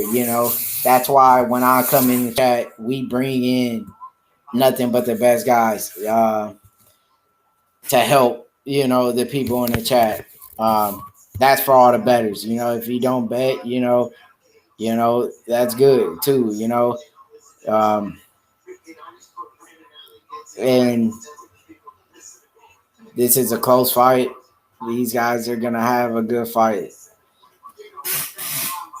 And Brendan Allen, he's a big prospect, He's fighting at middleweight most of his career, but you can tell he's a badass when you beat Kevin Holland. he submitted Kevin Holland. Kevin Holland has went off and did good things in the sport. He's on a big win streak. Allen is a guy who's definitely going to get it done. He's just too aggressive. His takedowns, his submissions, he's more well-rounded. He was going to fight Ian Heinisch to be a great fight, but Heinisch pulled out due to the COVID-19. And, we're here with Sean Strickland now. I feel like Allen's going to be too aggressive, too powerful. He'll be able to mix it up a little bit better. Sean Strickland maybe have the advantage on the feet. He has a good jab, great movement. This is a step up in competition for Sean Strickland. And what up, H Money in chat, LDBC salute fam. We got, the LDBC in the building. Shout outs to everybody in the chat. We got the best people on the internet right now in these chats, the most knowledgeable dudes when it comes to these sports. Back-to-back wins. Sean Strickland, 8th highest takedown defense in the division. Sean Strickland is finally back. This is going to be a good fight. Sean Strickland is a great striker. His hands has improved. It's came, a long way. When he got injured on his motorcycle and took the long layoff, we didn't know how he was going to come back. Was he all the way healed 100%? Did he, make those adjustments to really recover and come back to the UFC the same fighters he was before the accident? And now Brandon Allen is making his way down to the octagon, straight out of born out of South Carolina, and he has, a lot of buzz about him. A lot of people saying he could be a top contender at 185 in a few more years to come. He might be what it needs to be for middleweight and become a champion. He might be that man to go for that strap and give Izzy a run for his money. This guy, he's just been running through the UFC. You know what I mean? He's 15-3, and he's undefeated in the UFC. He hasn't lost a fight in the UFC. So, he was on the Contender Series where, he submitted Aaron Jeffries with a rear naked choke in round 1. He got that contract. Dana was impressed. They put him in against Kevin Holland, where he submitted Kevin Holland on his debut in the UFC, who's a stud and a monster at 185, and then beats Tom Breeze, another tough dude. So, he was going to fight Ian Heinisch. Salute D. Hodges. Yes, sir. From Smoky McBongwater, and Brendan Allen will win this fight at, this is a catch weight at 193. Sean Strickland's 194. Sean Strickland has a 2-inch reach advantage going into this fight. Maybe he'll be able to use that as an advantage and get it to work his jab. He does have Chris boxing, 21-3. He is the underdog, Sean Strickland. But the favorite's been pretty much,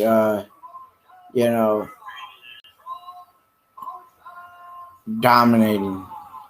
And Brendan Allen's the favorite here. And he deserves to be. He hasn't lost a fight in the UFC. He's on a big win streak as well. How could you count him out? 6'2". He's a big dude for the weight class. He's a dude you definitely got to keep your eyes on. he can be a contender and maybe possibly become a champion down the road. You don't know. You know, these contender series guys, they grow fast in the UFC, and you know they become contenders very, very quickly. So here it goes. You know, round one kicks off. They trade jabs. Nice leg kick from Allen. Um, Strickland trying to work the jab. Another leg kick by Allen. Wow, these guys are throwing early. You know, this is going to be a great fight. You know, one of the best fights on the card for sure. Big head kick lands by Allen. Okay. Sean Strickland landing a nice straight. Nice jab by Sean Strickland.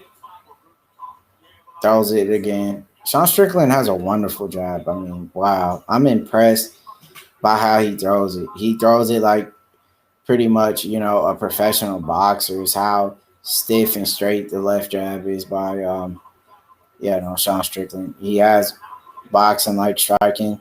He trips Brendan Allen down to the ground, and now Sean Strickland's on top. He's laying in guard. He could win this fight, and the underdogs could cash out. Why does it say restream in the top right corner? You're live right now. That's not. Yeah, no. Yeah, no. Yeah, no. Wow. Yeah, no. So Strickland has Allen in the clinch here. Lands a nice knee. Strickland's controlling, Allen. He's trying to get this fight back down to the ground. He's trying to take his back. And Sean Strickland pretty much is having, you know, the more dominant position here. He's controlling him. He has control of this fight. Sean Strickland so far is winning this round. Brendan Allen just staying calm, stuffing the takedowns. And we got it from Smokey McBongwater here. Allen gets it done. And now they're break free. They're back to striking. Nice jab. 1-2 by Strickland lands. Okay. Nice jab. Strickland's landing a great jab. He's busting them open a little bit. I got Strickland winning this round so far. You know, he's landing the better shot. Nice jab as well from Allen. You know, they're both eating some good shots, you know. Big knee.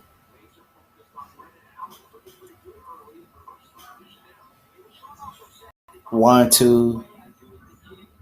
Jab from Strickland. Jab from Strickland. Leg kick.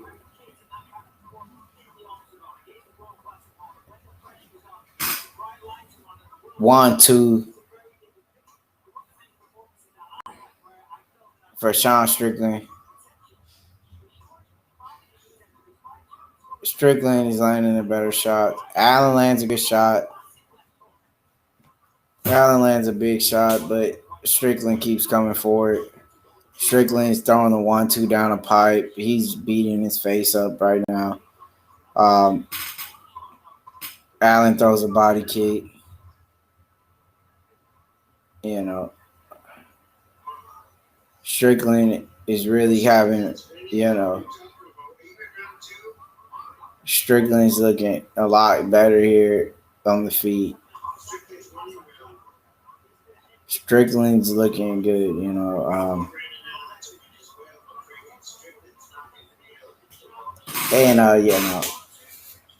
The 1-2 lands for Strickland. Brendan Allen, you know, his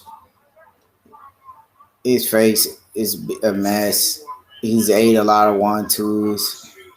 Sean Strickland looking to dominate. Nice front kick. Okay, big shots, exchange. Wow. Yeah, no. Strickland, unique. And Patrice, salute. So, yeah, no.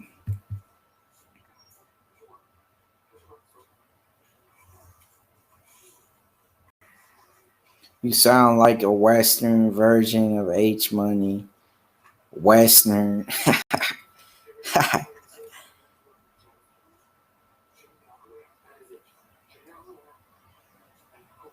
And no, you got a tough fight going on here. Close fight. And round 2 is gonna kick off, but I got Strickland actually winning this fight. Strickland landed the better shots. He outstruck him as well. And round 2 is gonna kick off. This is by far the best fight so far on this card. We have yet to see. We have yet seen a finish on this card. Lackluster card. No knockouts. No submission victories. Just decisions only. And we want to congratulate everybody. In this chat. We have reached 100 messages today. Shout outs to everybody that's in here. All the best fans, all the best, analysts of sports in here in this chat, chopping it up. The most knowledgeable guys when it comes to watching MMA or boxing, just sports, period.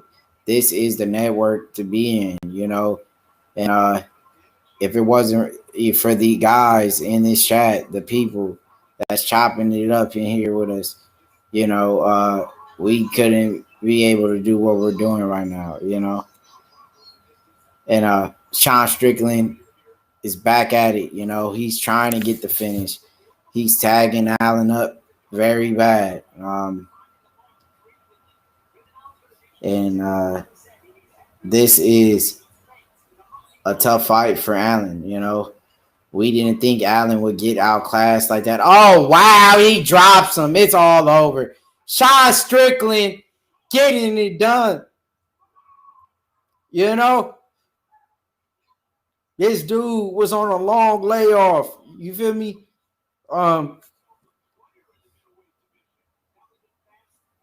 They said, he wouldn't be the same after the, bike accident. He took that long layoff.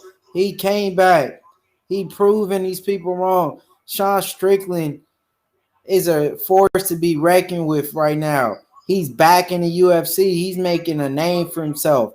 Big underdog, gets it done tonight. Anyone who put that cash on Strickland, you feel me? You cashed out, and we gonna get it done. You know what I mean? And that's how I get it done here. Sean Strickland getting the first finish of the night. Let's go. Things is turning up right now. You feel me? Sean Strickland getting it done by TKO. That's what we like to see. We like to see the knockouts, man. Finally somebody wanted it. Yes, sir. It happens. And that was a great TKO.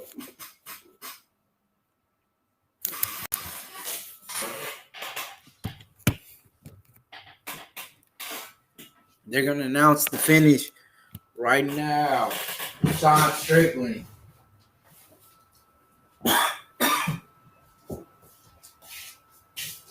After the long layoff, he's came back even better. It seems like that accident that he was in made him a stronger person, made him a stronger fighter. Now, he's come back and he's made tons of improvements.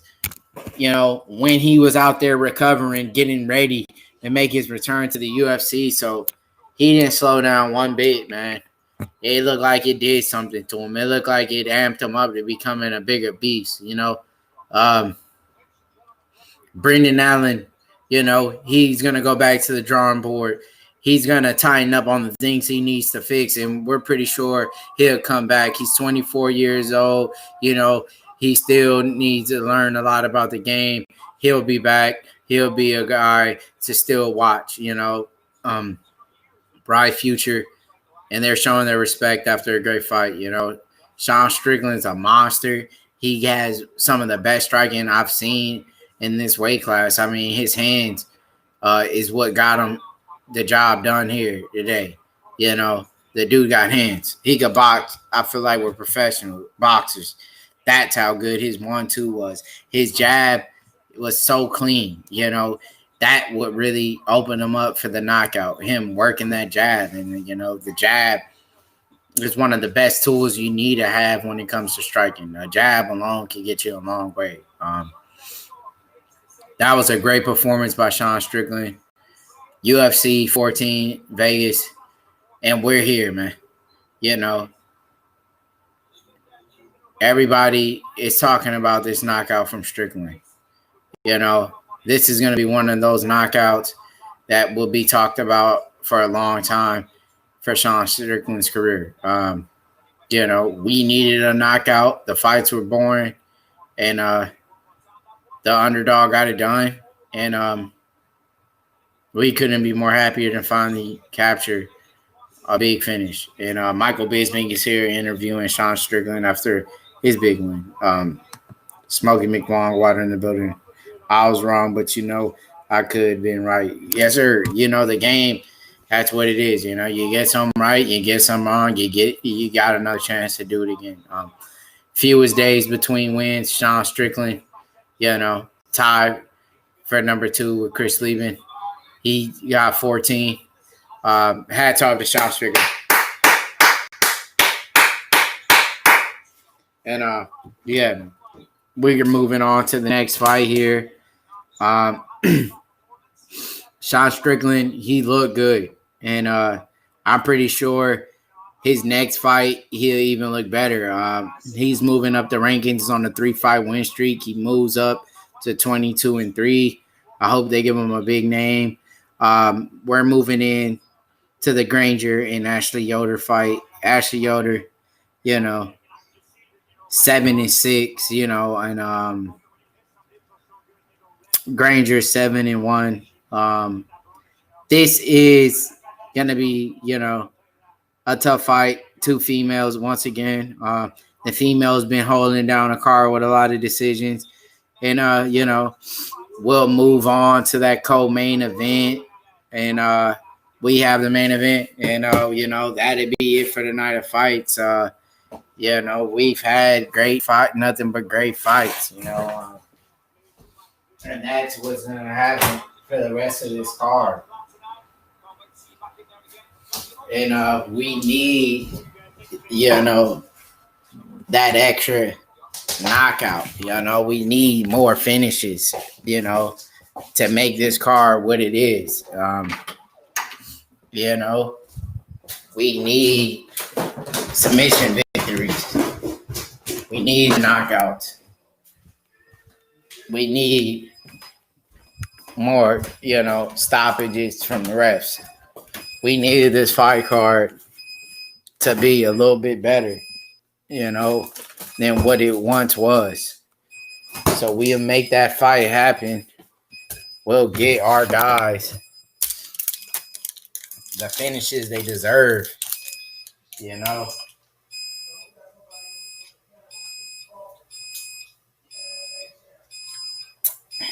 And we're going to watch that, And we need those kind of fights like the Izzy John Jones. We need them. That's what's up, nigga. We need the John Joneses to fight. We need these big fights. Go join And, MMA King. Stop looking at MMA King, my nigga. And bring these fights and, you know, have the best of the best. Don't you go, know, my nigga. And you know, a lot of people.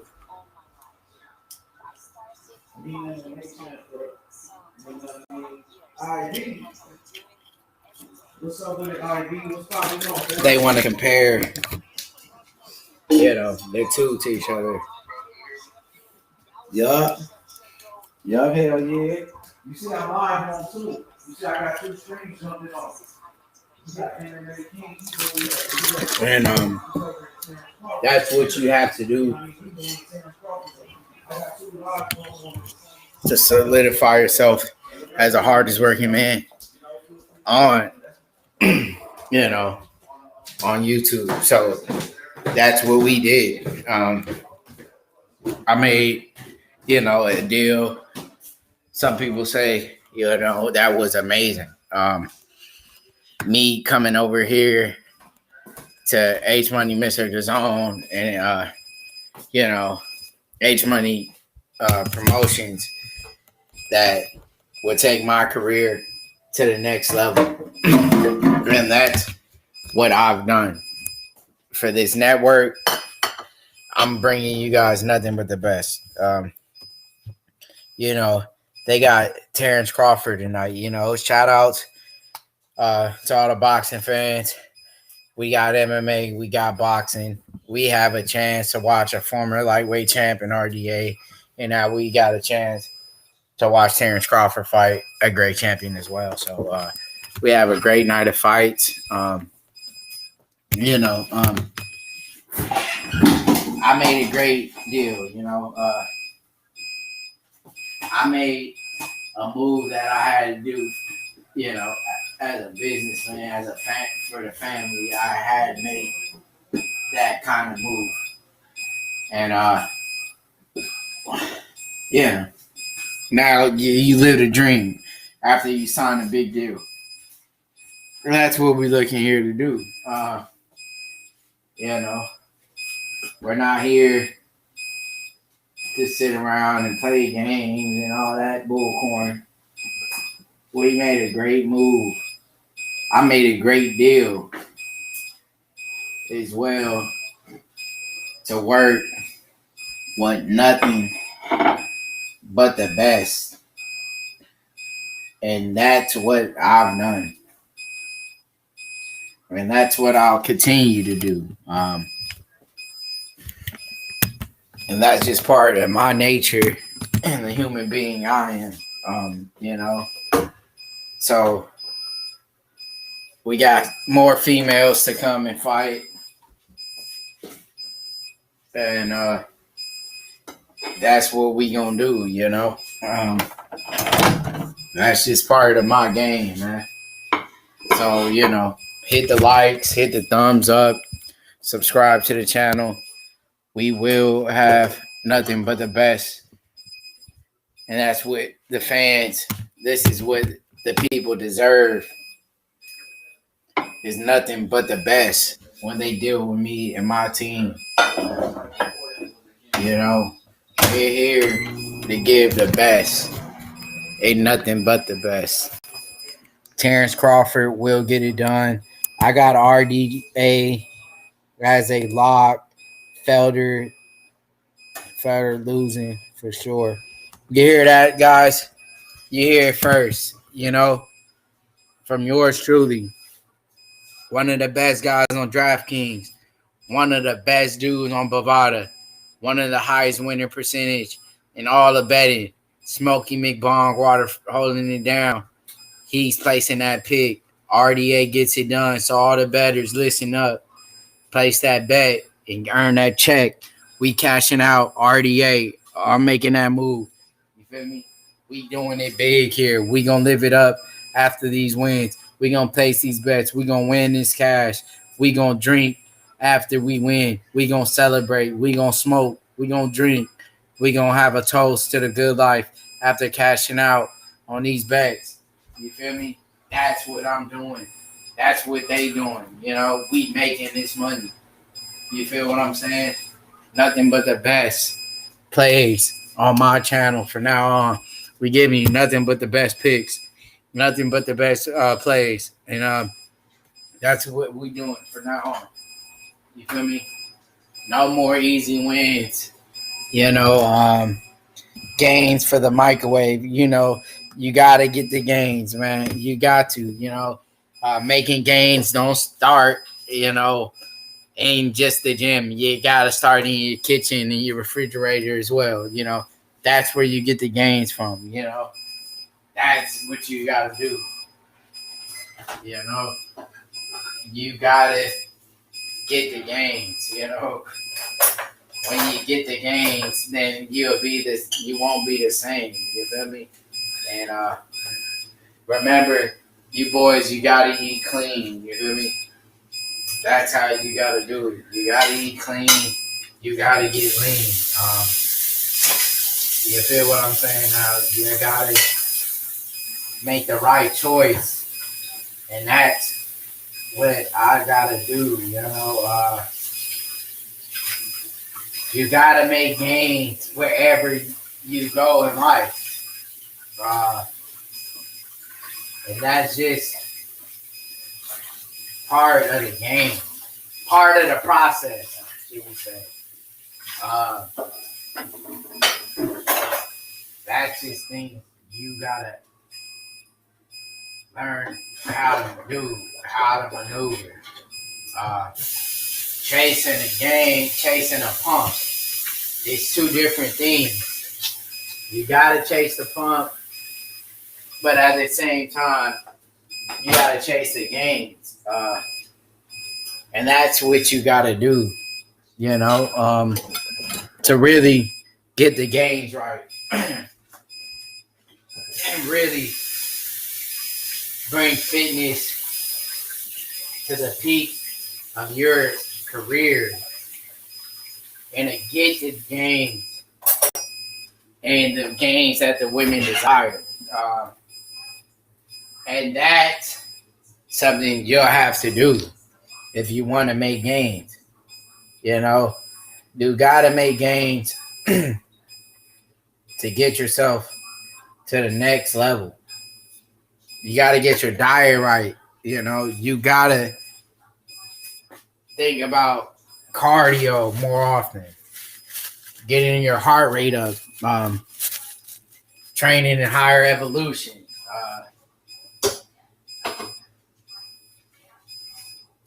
getting yourself in a high altitude,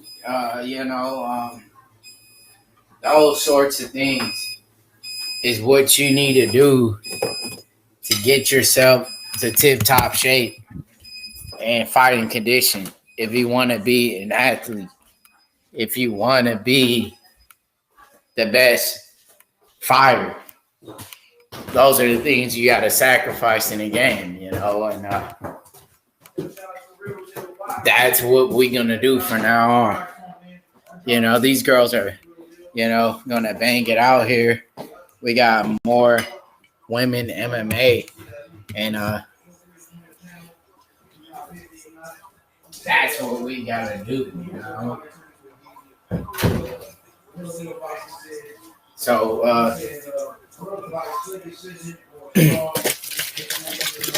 now we got Ashley Yoder.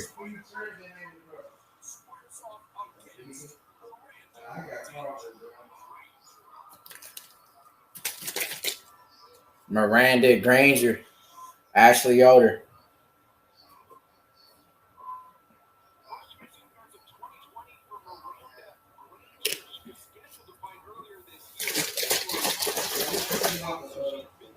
And the fight about to kick off, And,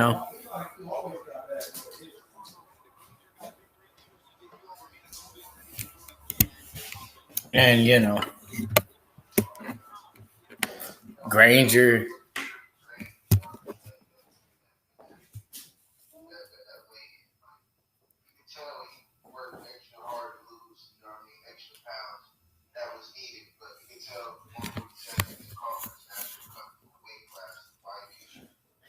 Didn't you have another piece?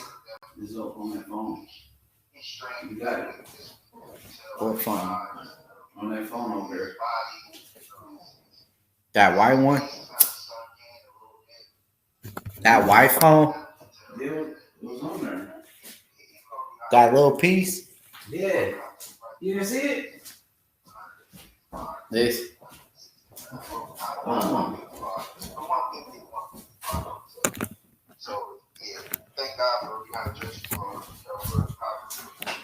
And you know, they're gonna have a great fight. Ashley Yoder. What did you do with it?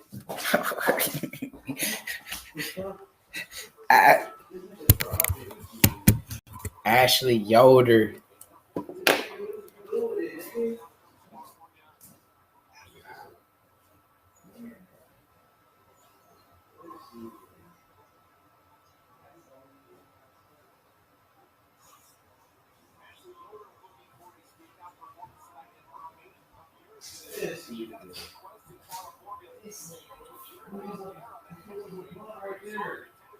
I be talking to people. Let me look for someone real quick. I think about something.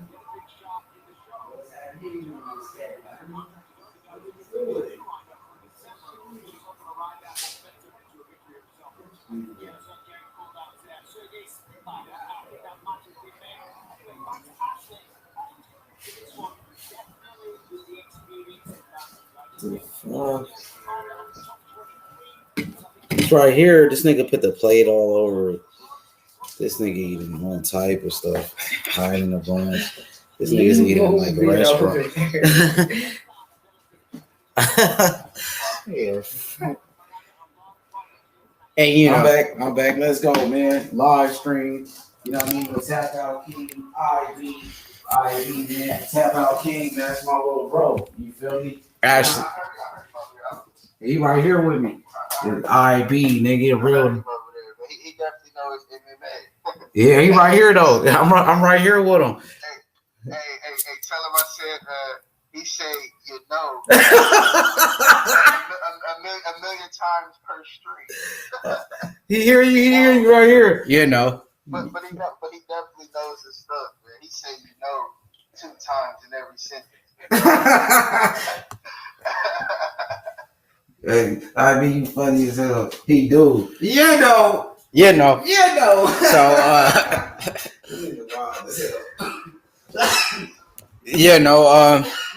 so Ashley Yoder, Miranda Granger, you know, great fight. Everything pretty much identical. You know, and you know, MMA. That's just me, you know. From now on, you guys call me you know MMA.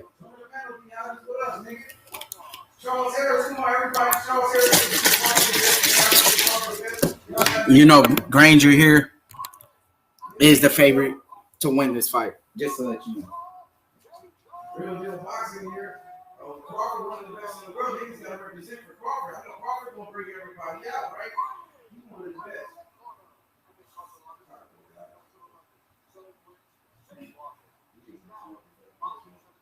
Let's go.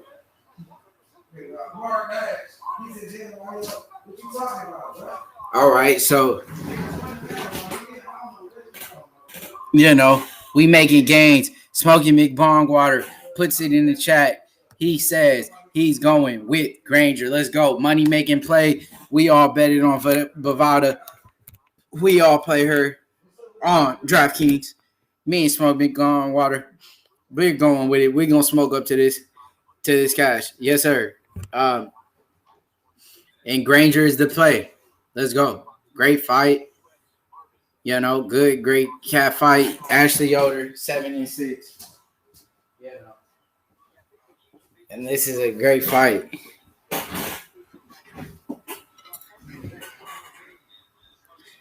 So they tie up. Ashley Yoder going in, getting Granger against the cage, working this clinch here, has the dominant position, and she's over here scoring points in the judges' eyes here. Ashley Yoder trying to get a win here. And Granger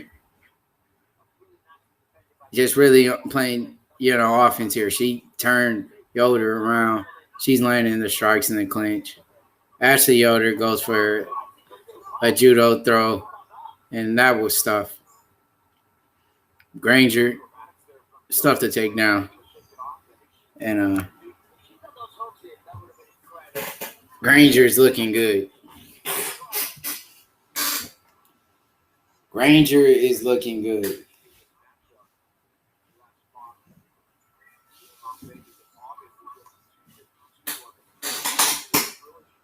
We want to, give a shout out to, Mike Tyson, one of the streamers on YouTube. He didn't make it. He had got sick, and passed away. He was a good guy. Mike Tyson, I know you up there watching, but this one's for you, man. You used to call these fights, you stream on your YouTube channel. We always tune in, and we knew how much you cared about calling these fights for the fans and the people, and this one's for you, Mike. Yeah, you get it. He was a good guy, he gets emotional thinking about what happened to him.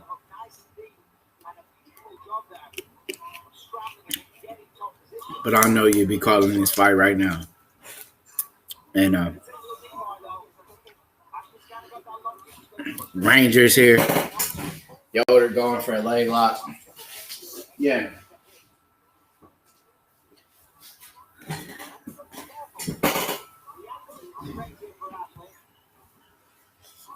And Ranger landing some good ground and pound. And Yoder is looking like she's having a tough time with Granger here. She can't get her down to the ground like she wants and control her. And she's in trouble. She will be in trouble this fight. If it continues to go to the route it's going now.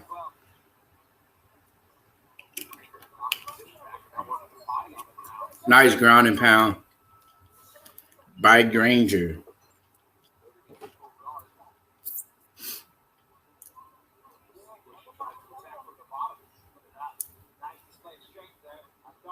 And there it goes. The ground and pound continues by Granger. 1 minute left into the first round.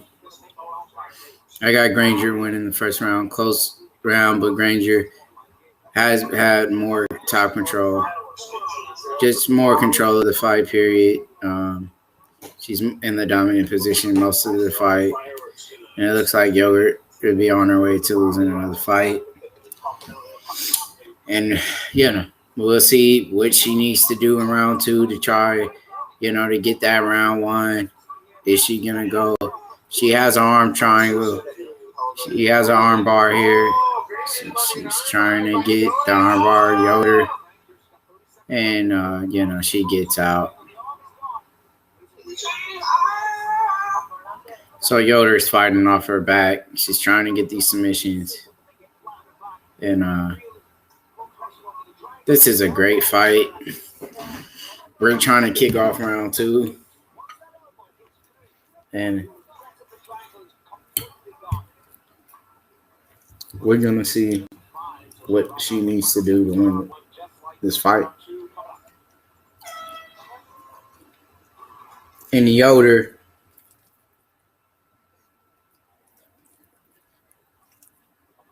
she looked good in the beginning of the round. She looked good at some points, but she had a tight arm bar at one point. But I got to go with Granger there.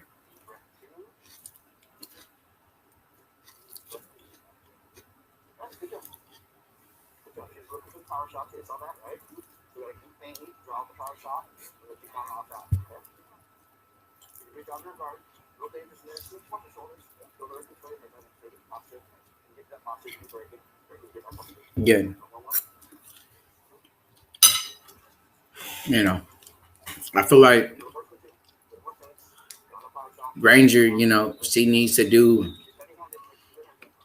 a little bit more this round. You know, make Yoder work a little bit harder. Bring her the pressure and let Yoder be the one on the defense working, you know.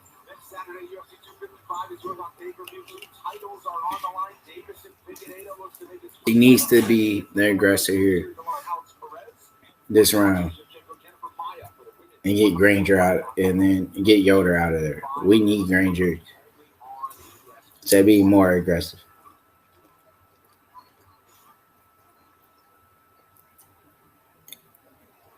And there you have it.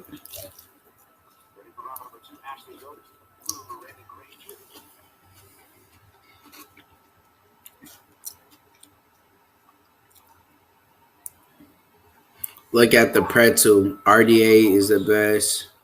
Is the beast. His leg kicks might win him the fight. Felder. Okay. We got RDA in here.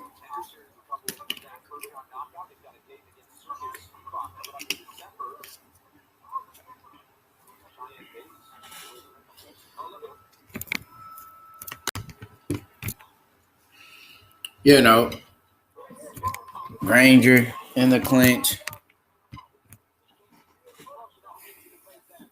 Half top, you know, she has, you know, the dominant position. Yoder reverse. This fight just really taking place in the clinch. We're going to see definitely another decision here on this fight card. Nothing but decisions. One finish. The entire fight card. A little bit lackluster, you know.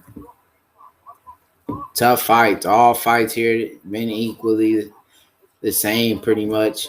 Just tough grinder fights.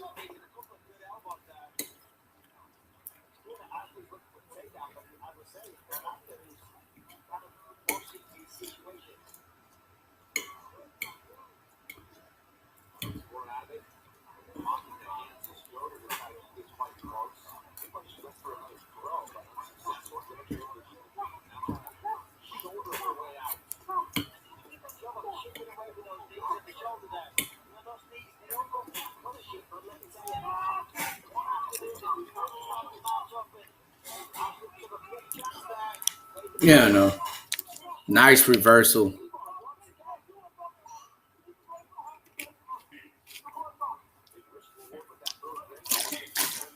Yes, sir.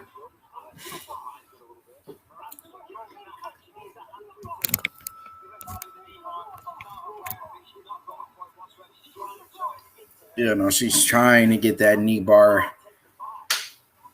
Ashley Yoder's on top. And Ashley Yoder, you know, landing some ground and pound.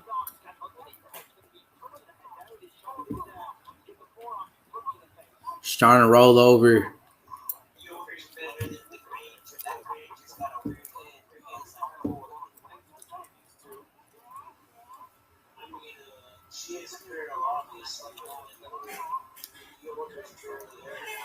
And she's trying to get it done here.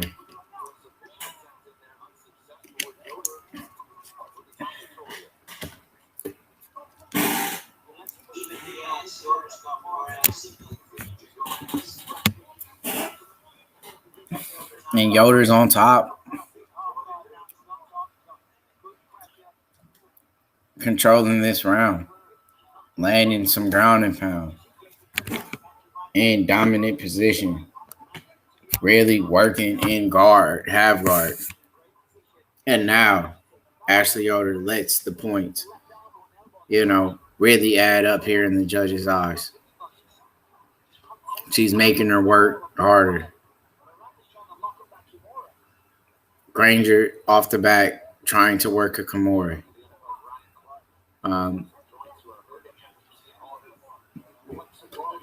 Elbows to the thighs of Ashley Yoder here.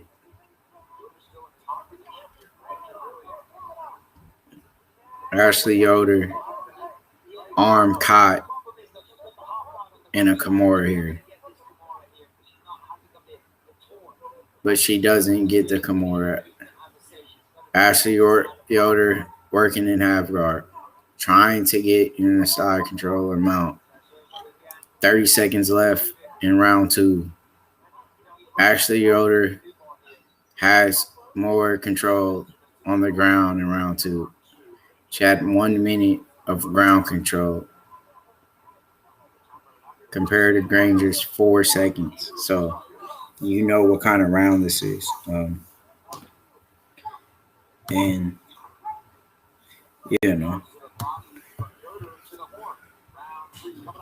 round 3 coming up. Thank God for round 3.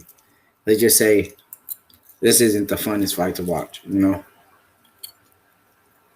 Tell you that much.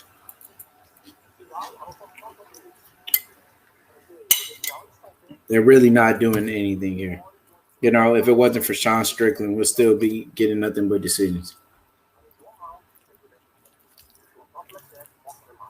Sean Strickland was the only guy that delivered.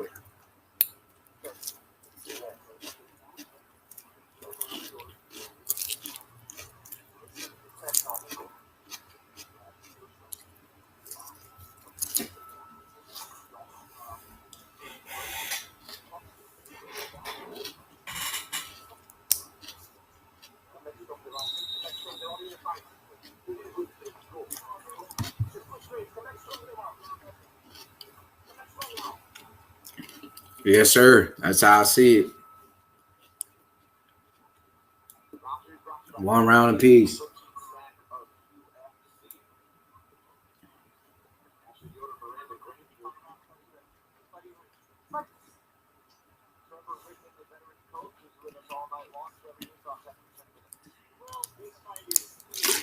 And round 3 kicks off.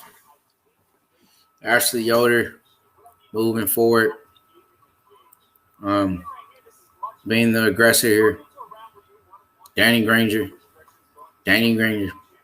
look like Danny Granger from the Pacers right now. Then you got Granger here landing the big leg kicks.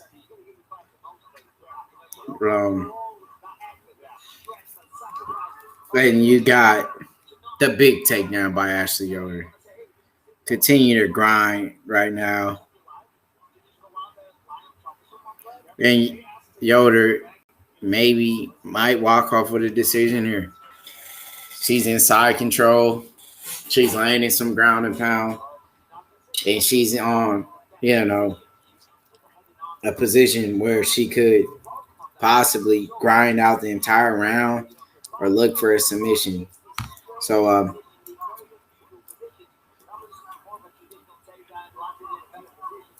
and it's just a great, if Yoder can win this fight, this would be big for her. She's 7-6. She needs that win.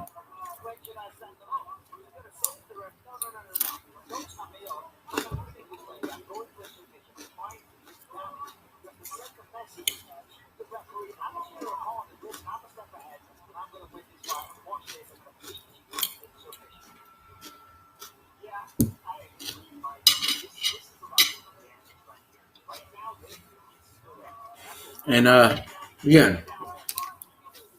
Yoder's looking good.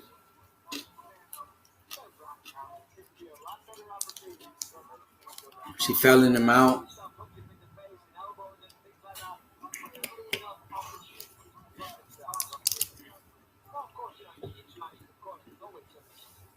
And she's trying to get it done. Yoder.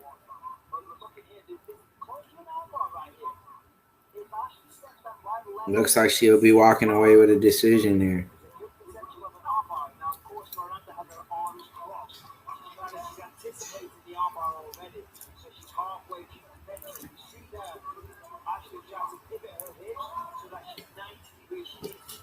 And we're gonna see if she gets it, how she gets it done.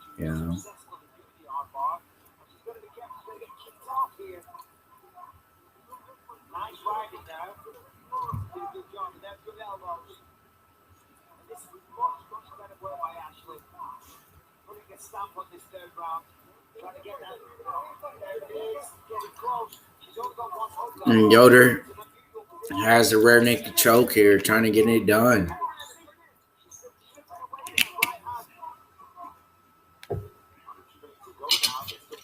Can Yoder get it done here?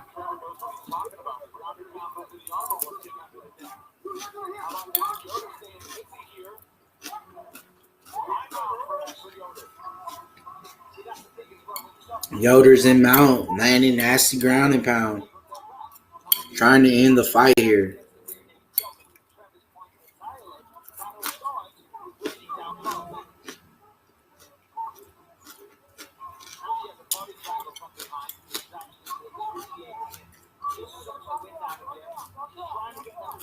Yoder is just a lot better on the ground here.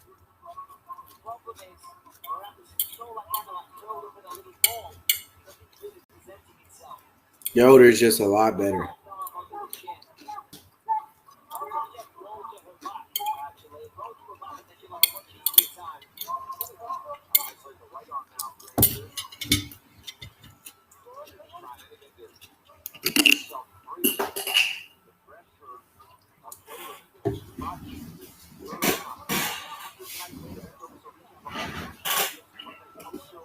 And that's how you do that, you know?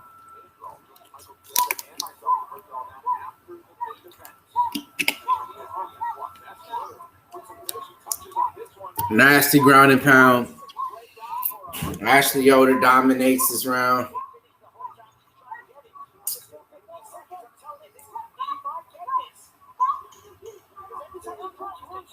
Ashley Yoder getting the rear naked choke.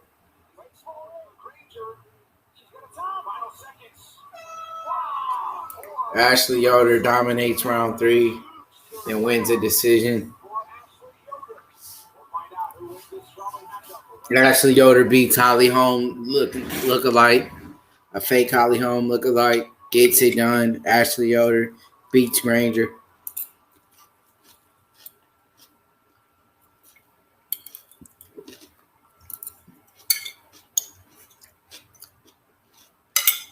And there you have it, you know.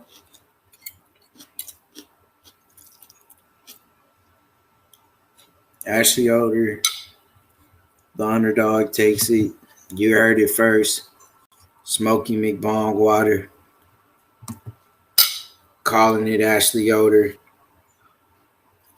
I'm calling it Ashley Yoder.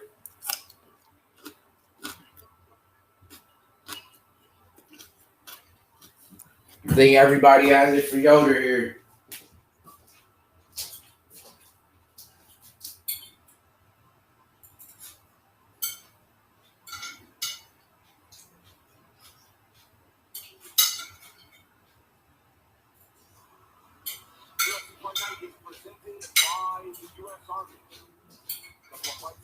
You know, you had to dig when you did, you know. And Yoder,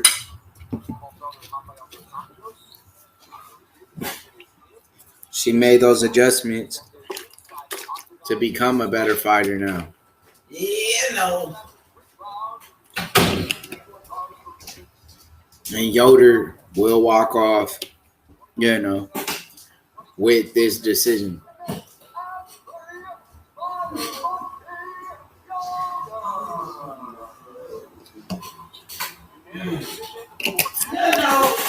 And Yoder gets it done. Let's go. Another fight. We predicted correct. Smokey McBongwater. Cha-ching, the cash sign. That's how many wins we got here in these bets. Smokey McBongwater. Thank you, bro. Yes, sir. Yes. Co-main event time. We might. The most deleted must delete because you know she got it done.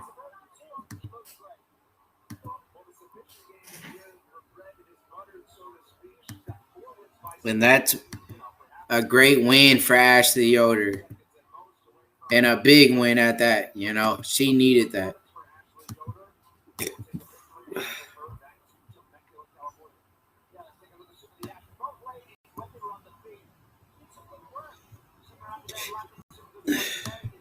And that's how you win a fight, you know.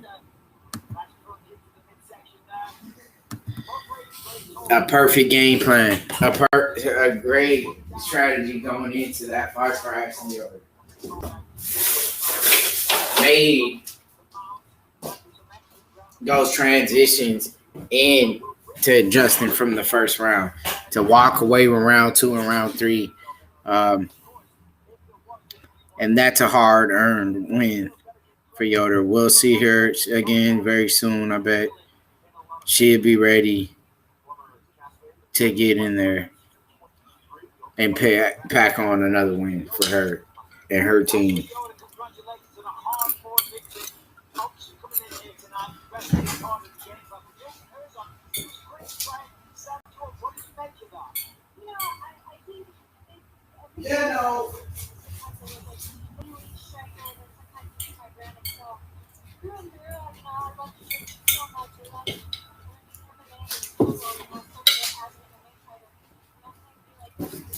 And she moves on to 8-6. She was on a team, Joanna and Ultimate Fighter 23. And now she's winning these fights, you know.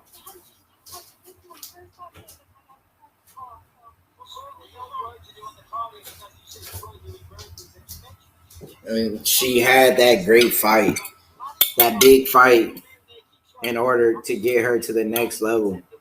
She has jumped leaps and bounds.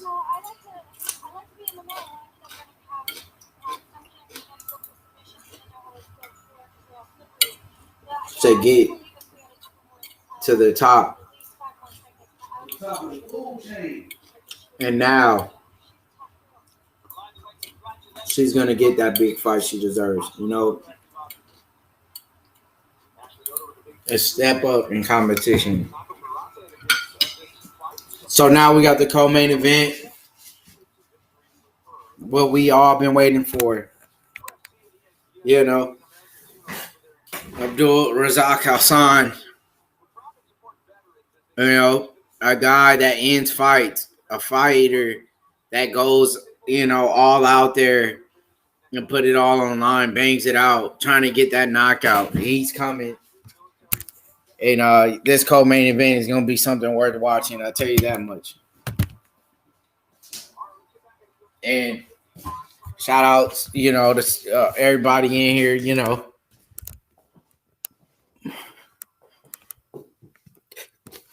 Getting it done.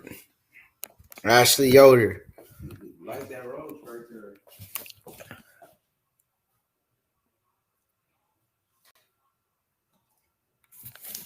Has a big win in the UFC. Born in the UFC. And got that W. Why don't you drop me a link? I already did it. Let's see if you know how to add me then. I'm broadcasting the weed today. Better than before. But thinking hard, like always. With some new weed. I think that fits on though.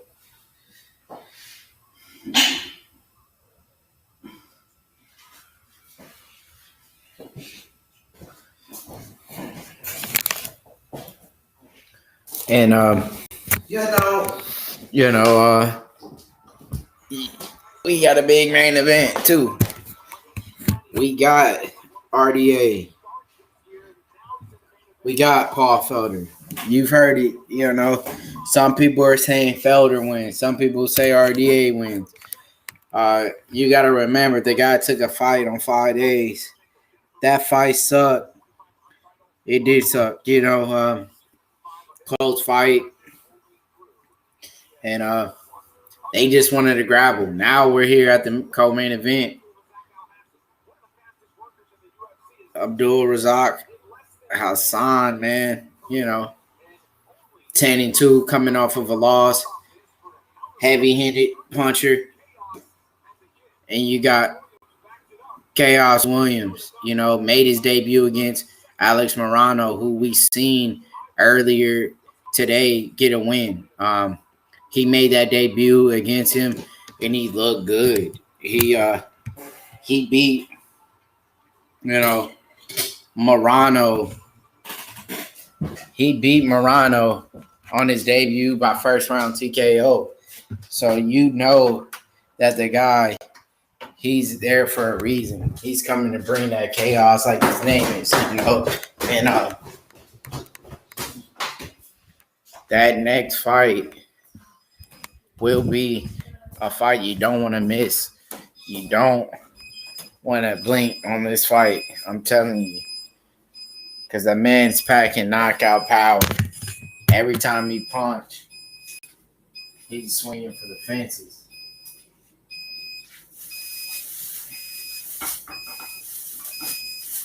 And that's what we want to see here tonight.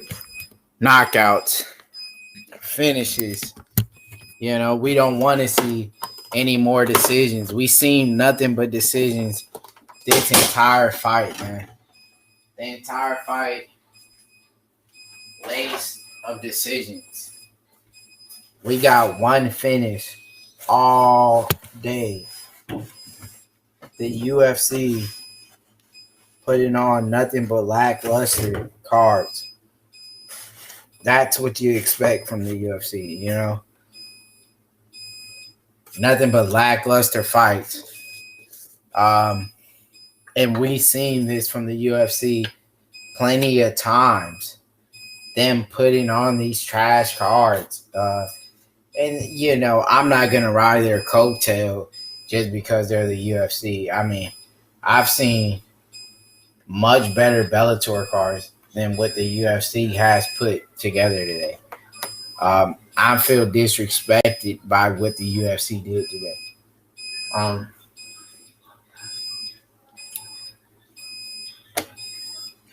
Paul Felder on a main event. Come on now.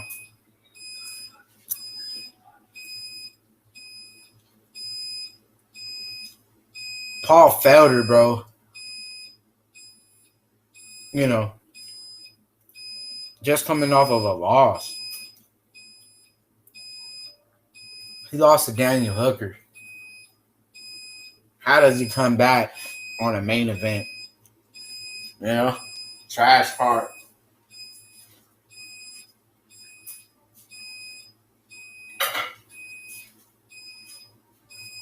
UFC does nothing but sell their fans short. Bellator had a better card, I feel like, compared to this.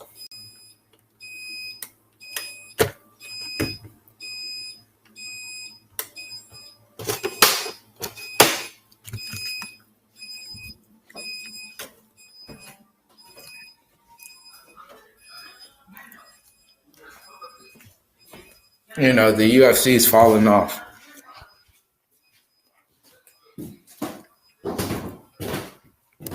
Yes, he does, man. He does have heavy hands. The man throw bombs. And this is the moment we've been waiting for. The good fights to start.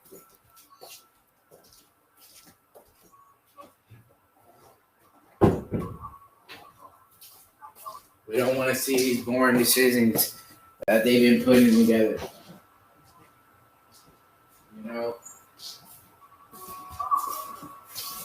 They putting on lackluster performance here today. Bellator is where it's really at,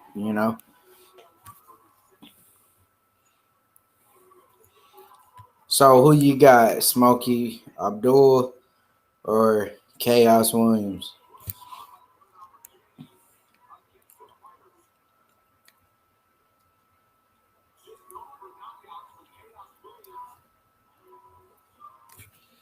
This is a big fight. If Chaos Williams gets a win here, it would mean a lot for him. That's a big name to have on his resume. He could go on and go off and do great things. He's a young fighter. The sky's the limit for him. And if he fights a perfect fight here, this could set him up for a big fight down the road. And Chaos, in my opinion, I would have to say has better cardio, better conditioned fighter. We've seen Abdul overthrow. If you keep eat his shot and stay in the fight, by round 2 he'll be gassed out.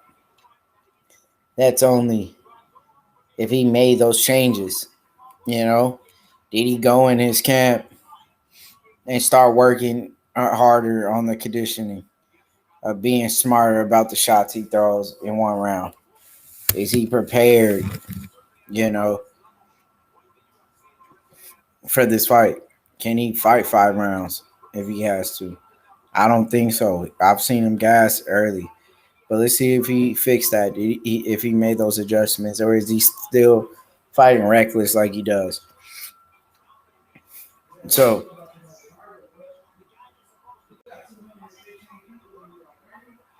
Abdul Razak Hassan is a great addition to this co-main event. When you want to see a knockout or see someone who's really fighting at the next level, this is the man we want to see. We want to see finishes, and this is what this man brings, and he's trying to get it in. To his first video. I'm about to share that link. Send him where you at. And try to get him to get this win. Co-main event. Al-Razak Hassan.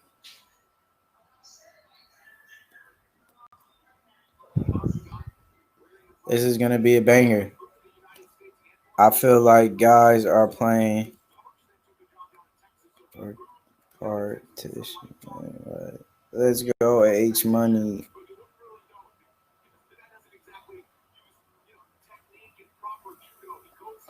And that's what we do there. Great fights.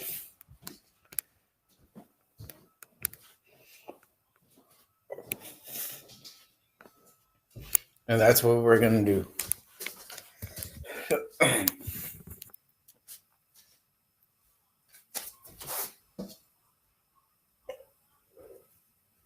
It's a great fight, and it made a lot of sense, to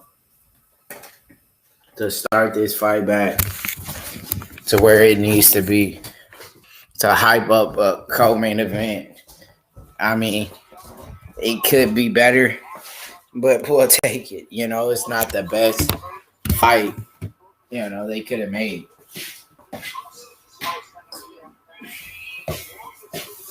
I feel like they could have put a better fight together, in my opinion. I feel like they could have made a better fight, just to be honest. We might be in for another lackluster fight. What else has been good out of this card? They had good fights, but it wasn't nothing, special. They all went to a decision, but one fight. And this is it. This fight needs to be big for this event. If not, we just got lackluster fights. And, we need something big. Chaos Williams, he is the bigger fighter. He's 6 foot. And Abdul's only 5'10", man. He's going to have that reach advantage. He's the underdog. He's fighting out of Detroit, Michigan. And he's going to be able to use that reach advantage. This is a good fight. This is the co-main event. I shared it. It should be coming. And, we got the monk in here. Yes, this card isn't the best. You're right. I got Abdul. I got to go with, because from Africa is stopped. cuz from Africa stock. I got Abdul. He is stocky, man. But you know, that dude, you know, I gotta go with Chaos Williams, man. I think on that yellow thing, on that thing you sitting on. And Chaos Williams, they touch gloves. The round kicks off. Big leg kick from Chaos Williams. Nice jab by Chaos. Nice leg kick. Nice leg kick again. Nice head kick return by Hassan. I got Williams. Oh, let's go. I told you. Whoa, wow. Told you Chaos Williams was going to get it done. I told you.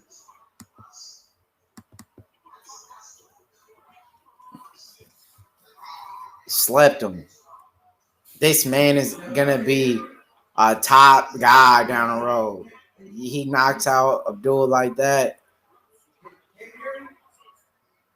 He's going to have a bright future. This man KOs him. Stiff. You know. That was it. And that's how you end a fight on a co-main event. You know, you had nothing but boring fights besides two, and that's how you deliver on a co-main event. He delivered for this card. He saved this card, this event. He saved it. You know? Yeah, no. And that's how you have it. You know, H Money, Mr. The Zone, live right here with the #1 signing of on this channel, the one and only MMA King, to give you this great feature tonight of this great UFC card, as you guys can see. It's raining.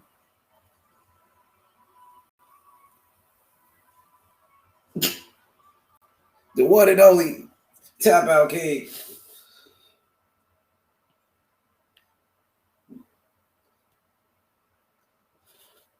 You know, we call them how we see them, you know. And he got it done, you know. Yeah, no.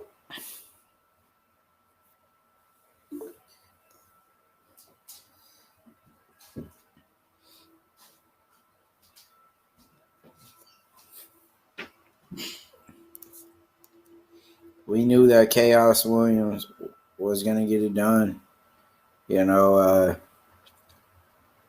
he was a better fighter, you know, all along. You know, he was ready to go 3 rounds. Abdul couldn't even go 3 rounds, you know.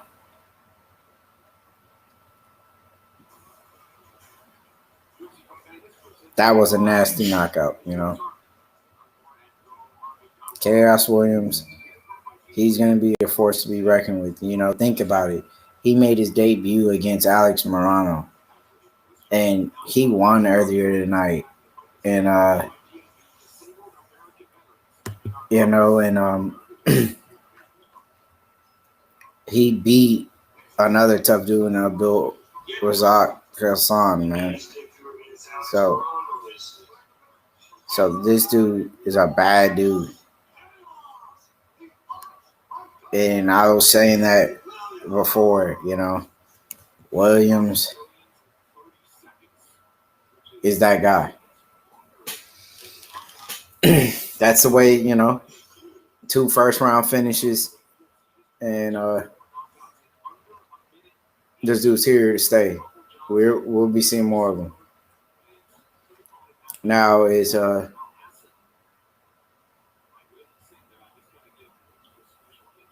you know, that's gonna definitely get knocked out of the night now. He's gonna get a bonus, you know that. And now he's a top guy, you know.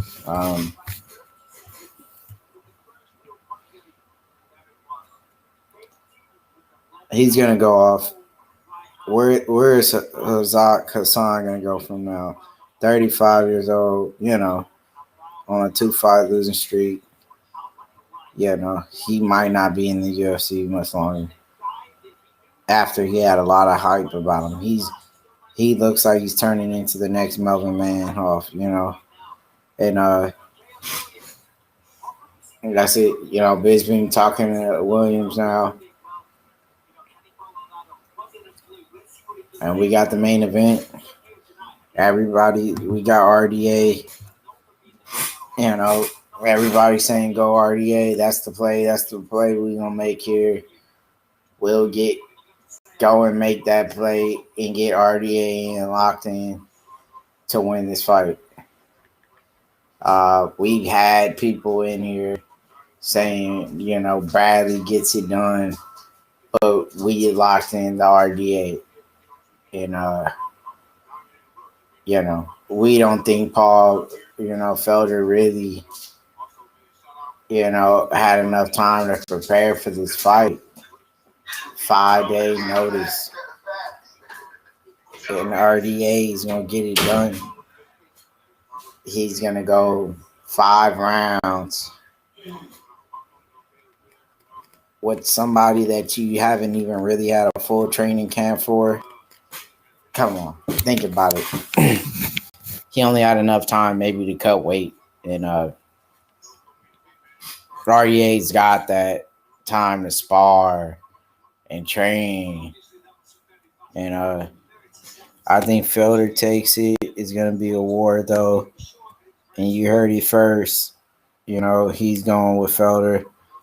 A lot of people was going with Felder as well. I've heard a lot of people saying that, But I think RDA, maybe him cutting back down to 155, maybe take a toll on him. He's been used to fighting at 170. Maybe the weight cut slows him down. We don't know. But it was a tough fight. Felder is probably going to be fresh. This fight, RDA really training hard, but for a grappler. Yeah. But, Felder, for a 5-day notice, man, that's a lot. That's quick, They're both the same age, too, so it's not even like Felder is a lot younger. They're both 35.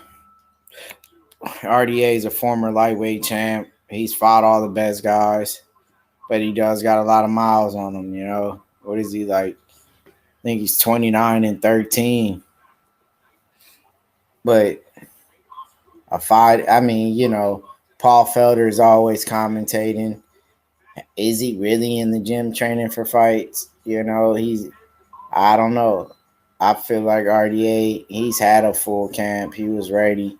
You're right. He was training for a grappler, but he still got a full camp, So, yeah, he's 29 and 13, RDA, a former lightweight champ, Felder, he's lost to Mike Perry. RDA look shriveled on 155 cuts.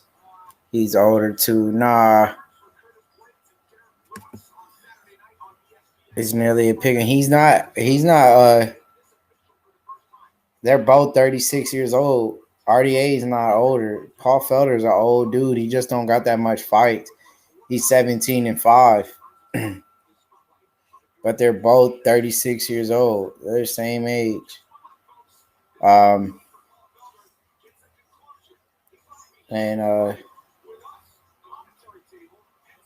Felder, he's lost to Mike Perry. He's lost to a lot of questionable guys, dude, He lost to Francisco Trinaldo, Ross Pearson, He's lost to a lot of questionable guys, dude.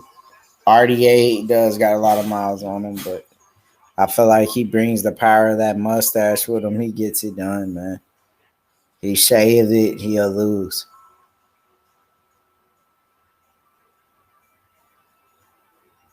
Yeah, him and Hooker was pretty close, but I felt like Hooker won. But Paul Felder, he lost to Edson too. They robbed him that last time. Well, they robbed Edson, but he won against Edson, and he did beat Charles Oliveira. So he beat some good guys too. Is the B side, but he loses like game bread. Yeah. Yeah, he's a good fighter, but he loses to like the top guys. I feel like RDA just wins. I don't know. RDA's old though, man. Even though they're the same age, he got a lot of fights on him. He just got too much fights on him. But I think RDA could, if RDA takes him down, he could give him trouble. Paul Felder got some good groundwork too, though. He did ground and pound Charles Oliveira. Oliveira is looking like a future Tony Ferguson. Yeah, that dude, he's a good jiu-jitsu fighter, man. He beat Kevin's Lee. It's pretty easy, you know. Charles Oliveira, he's good, but Paul Felder beat him. They finally gonna give us the main event. We had 2 finishes this entire card. The rest was all decisions, man. So hopefully we get the main event with a finish too. It'll be well worth it, man. All those decisions.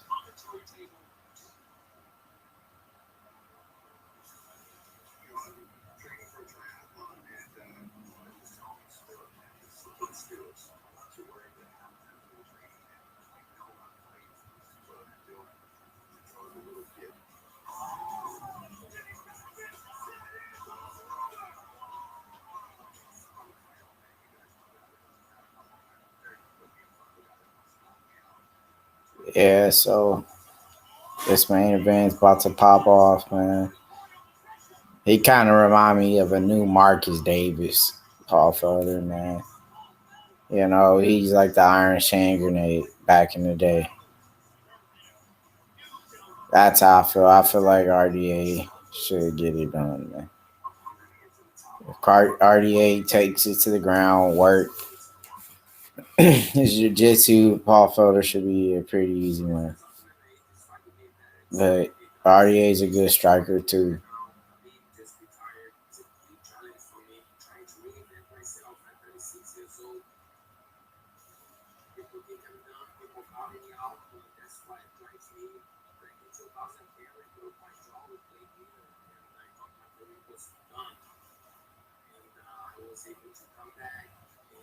So,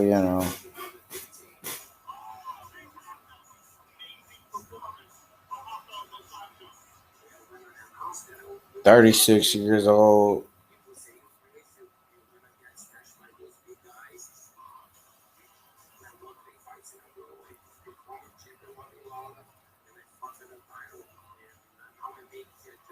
And this is gonna be a big main event, man. RDA. We closed them in on the pick, and now we'll be awaiting this outcome here. The money play was RDA, and the bet was well worth it. We got people going Felder. We're gonna see who's gonna win this fight. Is it Paul Felder, or was it gonna be the Dos Anjos?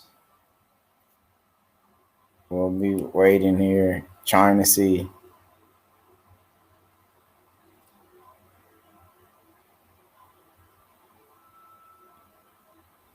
And here it goes.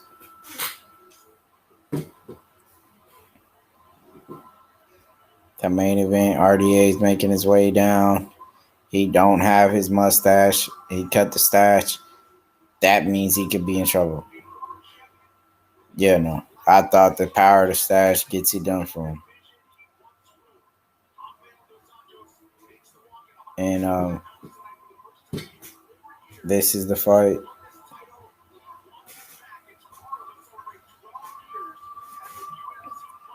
And he's making his way down to the octagon.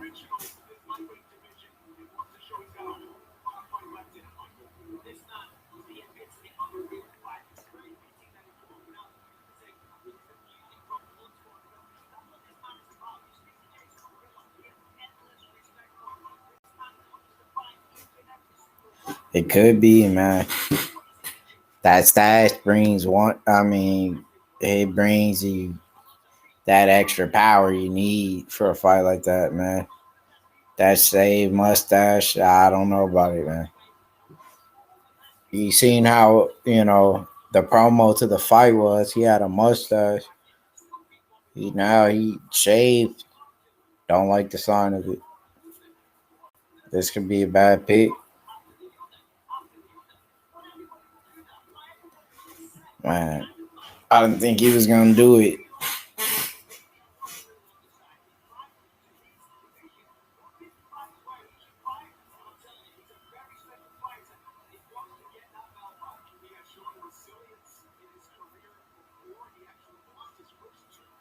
Yeah.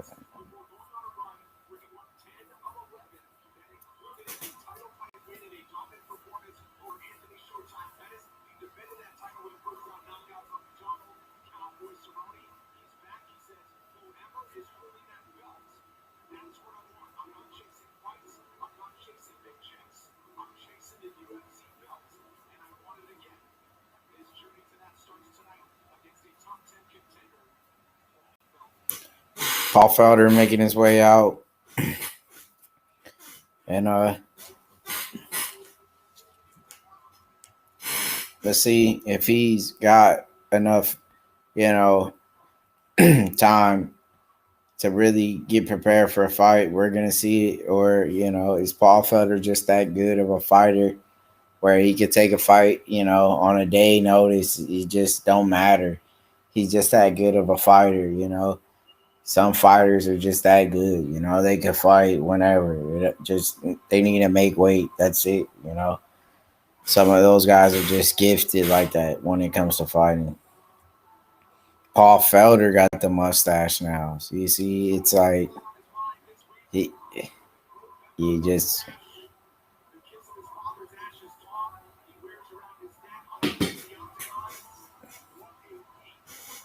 now he got the stash. I don't know, man. RDA don't got the stash. Felder is the one with the stash. Now that's a scary match now.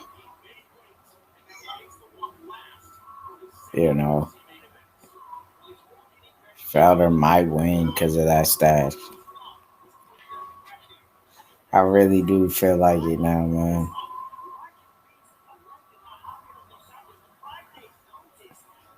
I feel like the stash just unleashed the power into the hands. It's like so excited for the fights. Yeah, man, this is it right here.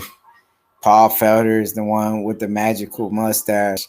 He might have, enough power now into the hands, the connection, the mustache hands connection to put this man to sleep, man. Oh, man, this is a big fight. RDA.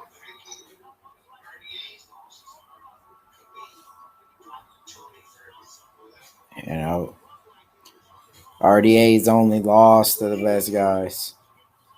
He's only lost to, the Leon Edwards, the Habibs, the Usmans, the Kobe Covingtons, the Michael Chieses.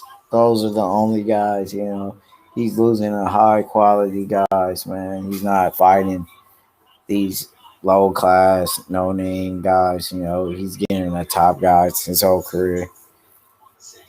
Paul Felder is coming off of a loss. They're both off of losses. They're trying to get back in the winning column here and get it done. We're going to see.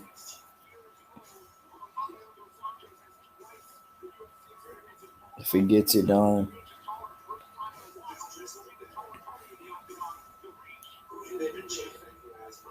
So, Paul Felder's 5'11". He's a taller fighter. RDA is only 5'8". Maybe he'll be able to use, the distance a little bit better. Maybe have more success on the feet, and he gets it done. This is a good fight. Moment we all been waiting for. Herb Dean will be refereeing for this fight. And you got to have the best referee when it's, the main event. It only makes sense. You don't want the fight stopped too early or something.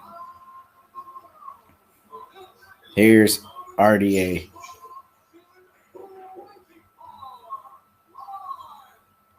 Bruce Buffer, the best in the business.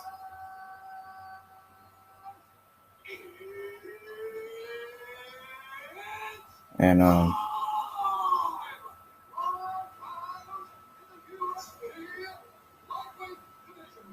this is it.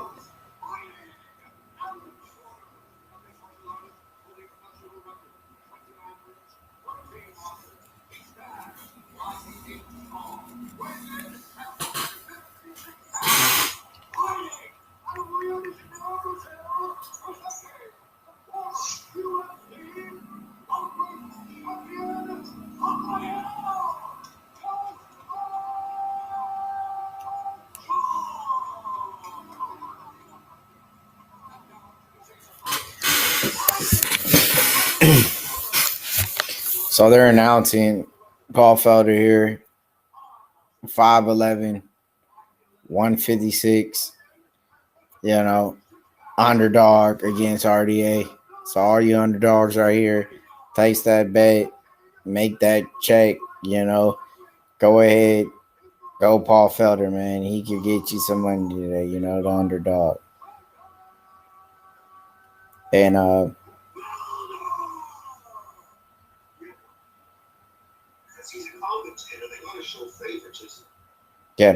Paul Felder, has he done enough to get ready?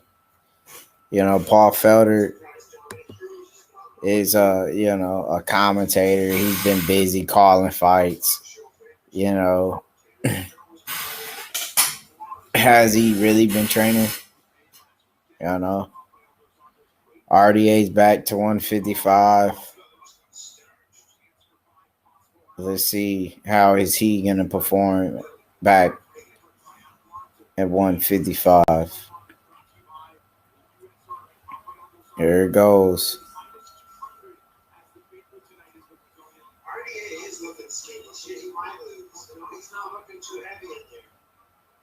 And RDA does look a lot smaller compared to Paul Felder at 155. He looked like he lost a lot of size in that weight cut. Nice body kick though by RDA. Nice one too by RDA.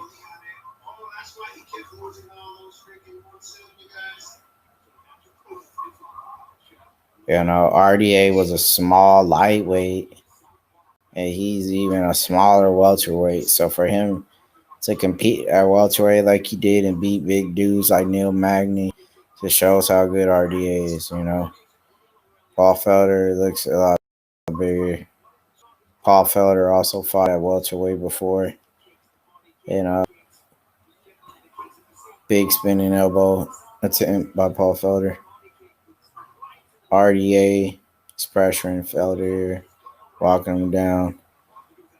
What card? This is UFC. RDA's cut. This is UFC Vegas 14. Big takedown by RDA. And RDA has a cut. I think maybe that elbow. Maybe Felder threw a spinning elbow. Maybe cut him.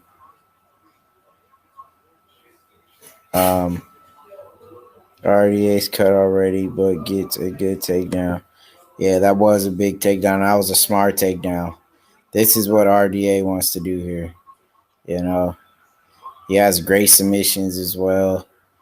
And, we seen him tap out Kevin Lee with an arm triangle. RDA is a monster on the ground. And, he mixes it up well with his hands as well. And he's on top here on Paul Felder, grinding him out. And he's, winning this round, in my opinion. Paul Felder gets back up. RDA has him in a standing arm, head and arm triangle, kind of. And he's trying to get it back to the ground here. I feel like if RDA, drags this fight, continue to drag it longer into the deep waters, third and fourth round, will have,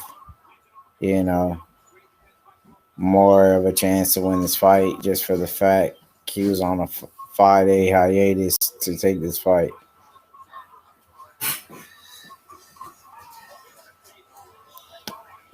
And, This is what I'm talking about, man. This great action right here in the UFC. When you got Paul Felder, a man takes a fight on a couple days' notice. And what do you think about Felder so far? Is he winning? No. It's a close round.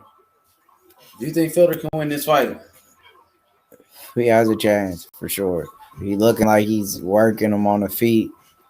Felder's landing the better strikes on the feet. Leg kick, good jab.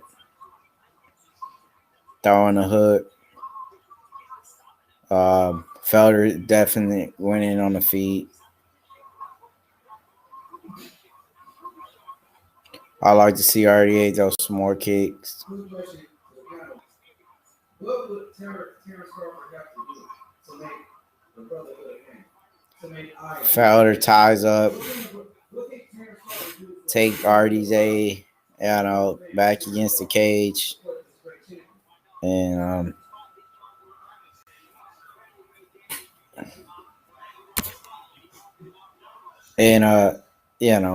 Paul's back on the ground.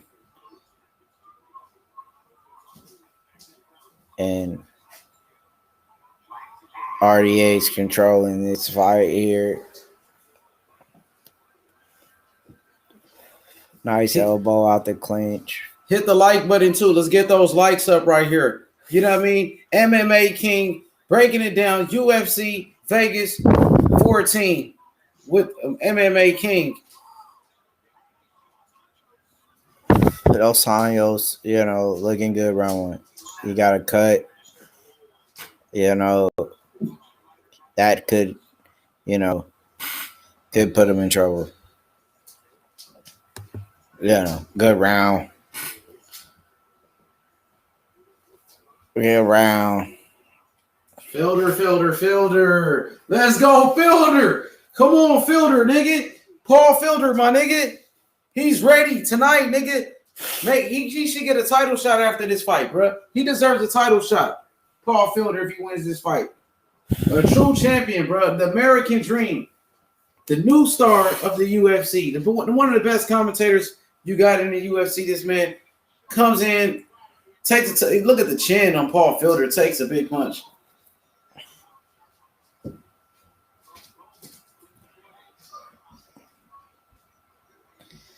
I got RDA winning round one. They're going into round two now.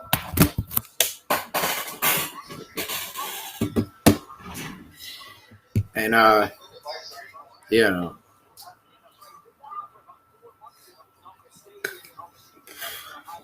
Come on, speak up, bro. Come on, speak up, chat. Listen. Harvard tonight. So RDA, Nick Baldwin has 10-9. RDA, everyone has RDA taking round one. And RDA shooting back in for the big takedown. Good takedown by Felder. Take down the fence.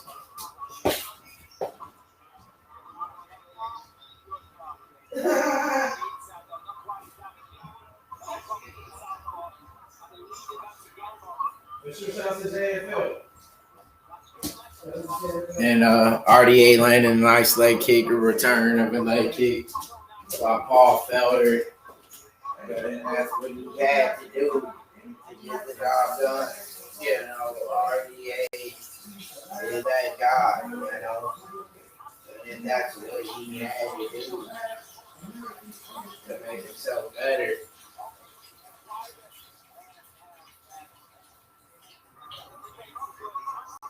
That's what he had to do.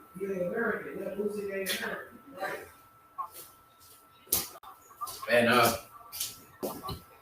RDA is really controlling this fight in the clinch for the majority of this round. He has the dominant position. He's landing the knees to the body. Shooting in for a single leg here, trying to get the takedown. And RDA lands a big elbow off the clinch. You know.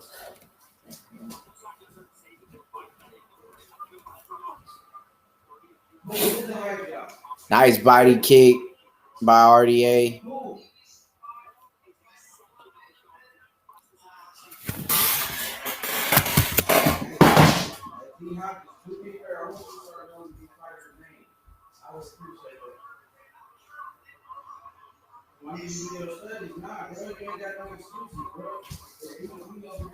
And he got it in.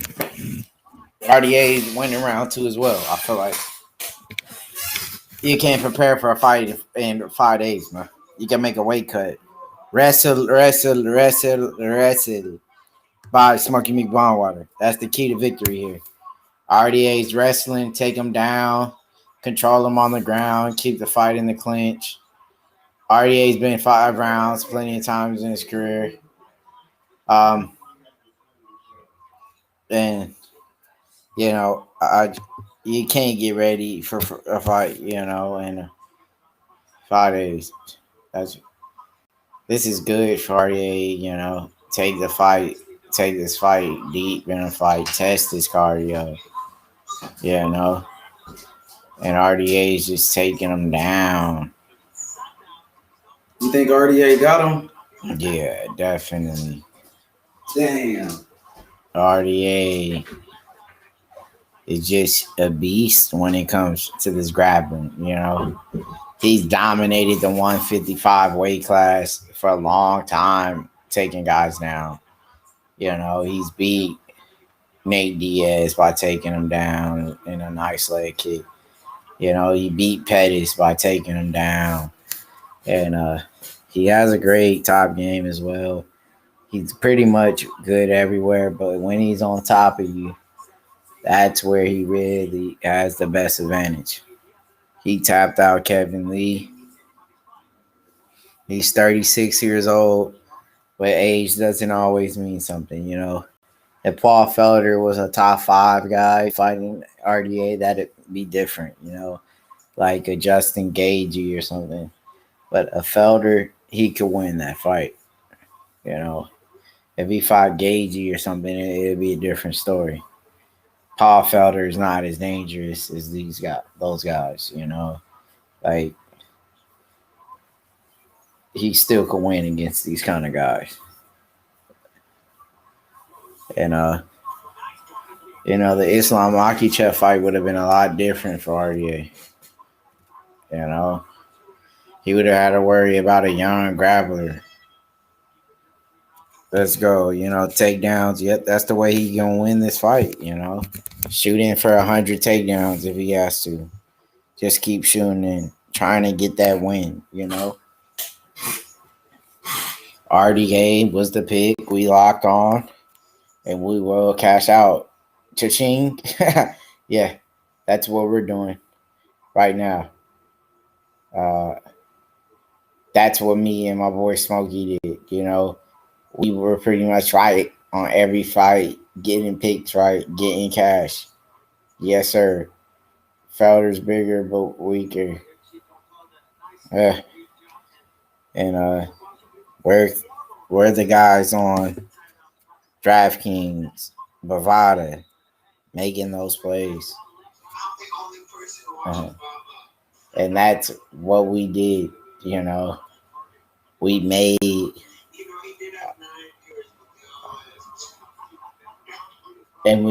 those plays.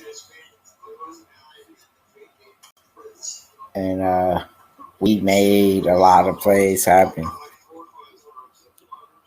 So that's what we're doing on this side. We're winning. We're making the big plays. And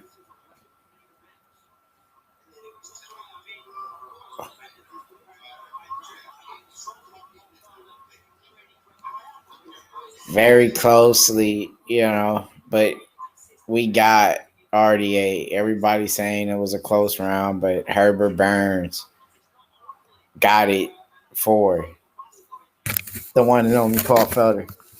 You know, they don't like to hear, you know, when we're winning picks. People, they don't like to hear that, you know.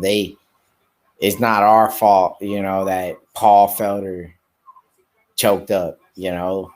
We knew RDA, the veteran, will win, and that's what's going to happen. You know, nice shot lands by Paul Felder. And that's what's going on. Just a lot of Paul Felder holding it down and winning, trying to win. He has the will, but did he train enough to win against a man on a full count? You know? So RDA is having a good performance. Paul Felder, he needs to catch up in this fight. Feel like he's down 2 rounds here, round 3. Paul Felder shoots in, gets stuff. RDA gets it down. RDA, again, what a big takedown. And RDA is grinding again. Let the man grind and get it done. So RDA is winning this fight. Once again, we knew that what was going to happen. He's trying to work an arm triangle choke here and trying to position himself in this mount. Paul Felder giving up his back. He gets up. Paul Felder backs up to his feet. And Paul Felder, you know, he's having a tough time out there. You know, it's just, you got to be smarter with your picks, with your bets, you know. How would you bet on a man on a 5-day notice, you know, to get prepared for a fight? 5 days. That's not a smart pick, you know. RDA is a favorite, and, you know, he was the reason, you know. That was a nice sweep, though. Yeah. RDA. Nice elbow off the clinch. They bang.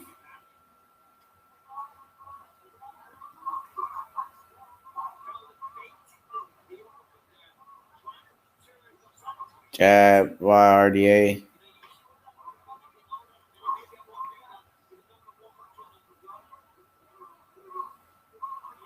RDA going in for another takedown. You know, Paul Felder, he's doing a good job, though, at stuffing most of the takedowns. It's just, you know, he chokes up and gets looking down. But he's done a good job. You know, RDA is a tough guy to stop from taking you down, you know. Paul Felder is a tough dude, but he gets dumped. Big takedown by RDA. Slammed him. That was a nasty slam. trying to work this arm, trying to choke against him. 27 seconds left in round 3. RDA's been dominating this entire fight.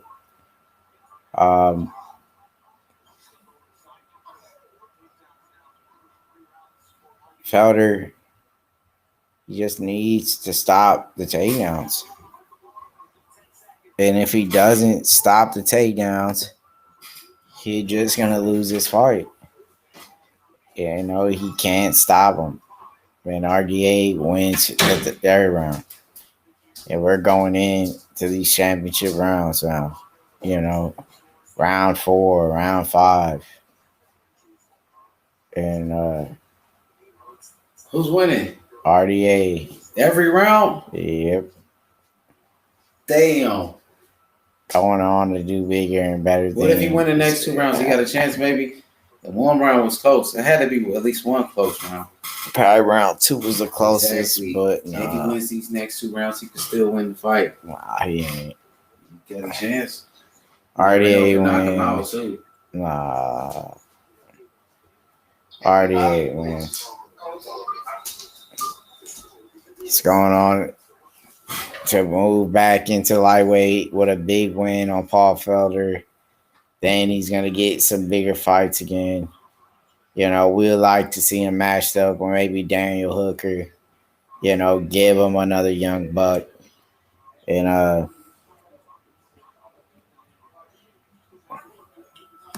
you can only find the fight, you know. You got to ask Smokey McWongwater. He might help you.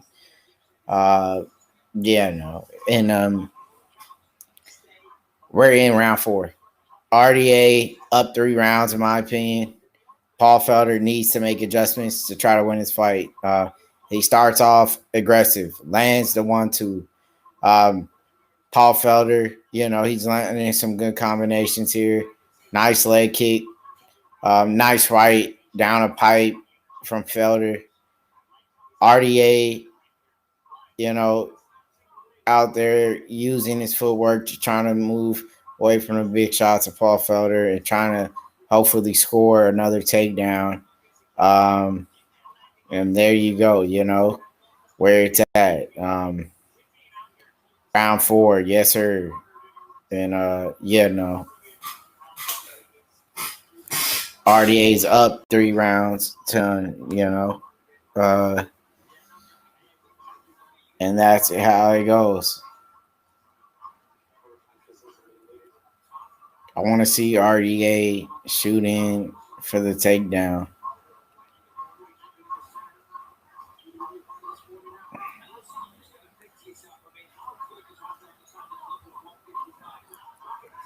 Yes.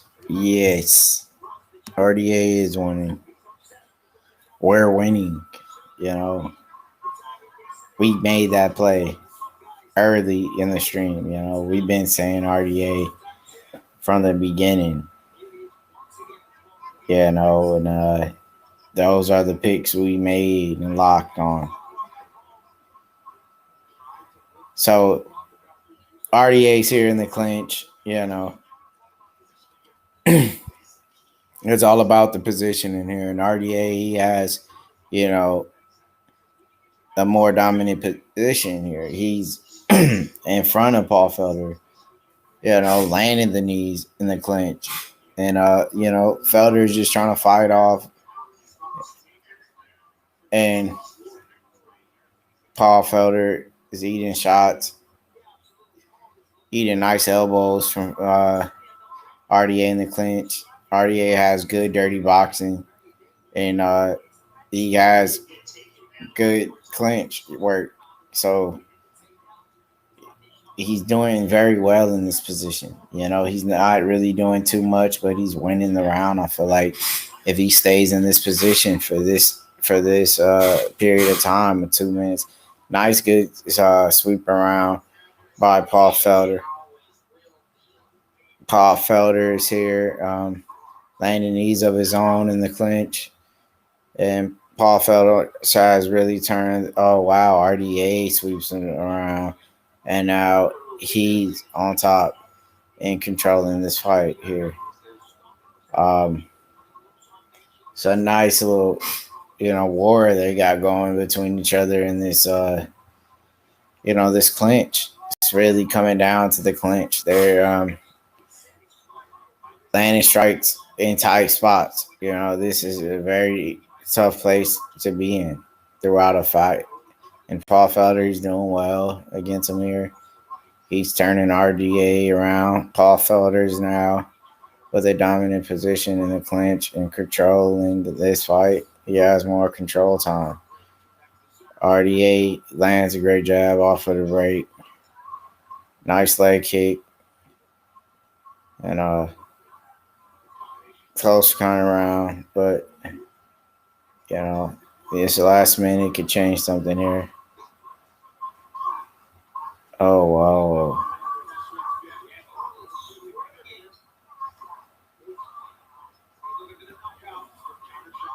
A nice spinning elbow attempt by Paul doesn't land. Nice body kick, RDA. RDA gets taken down now. Paul Felder lands a takedown of his own. Paul Felder is bleeding now. And RDA is popping up back to his feet after the takedown. See, RDA is like smacking him in the ribs. RDA has took his back now. He's trying to get a takedown on his own. 4 seconds left. That's the end of the round. Paul Felder's bleeding, pretty badly on his face now. We're going into the 5th round. I feel like RDA is winning this fight. He will win a decision. A fight card full of decisions and 2 finishes.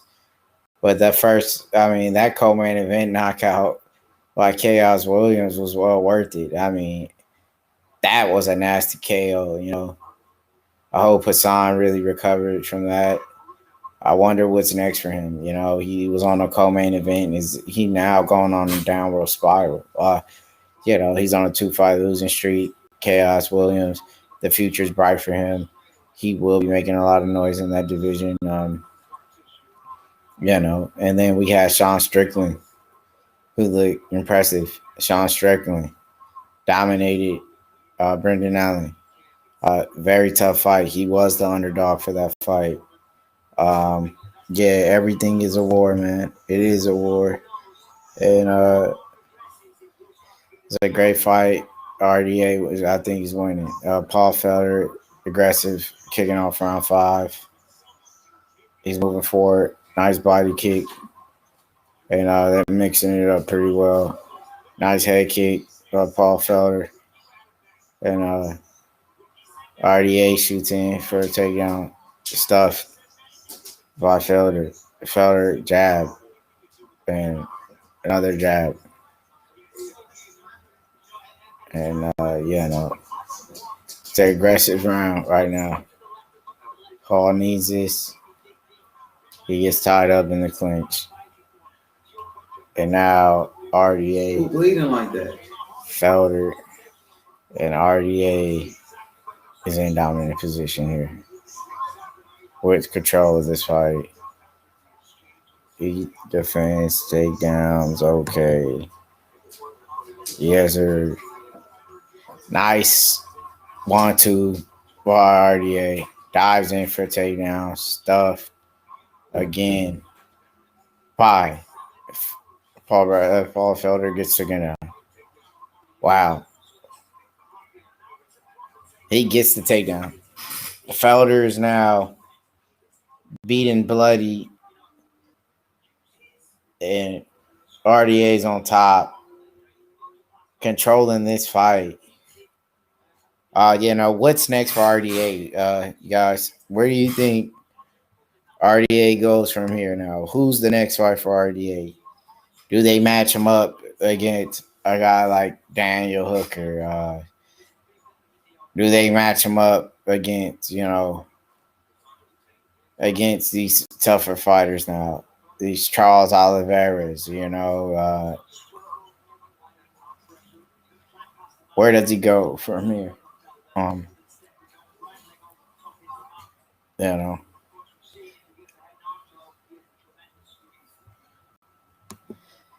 RDA is trying to get a late submission. He's trying to get that arm triangle. He's very, very good at that submission.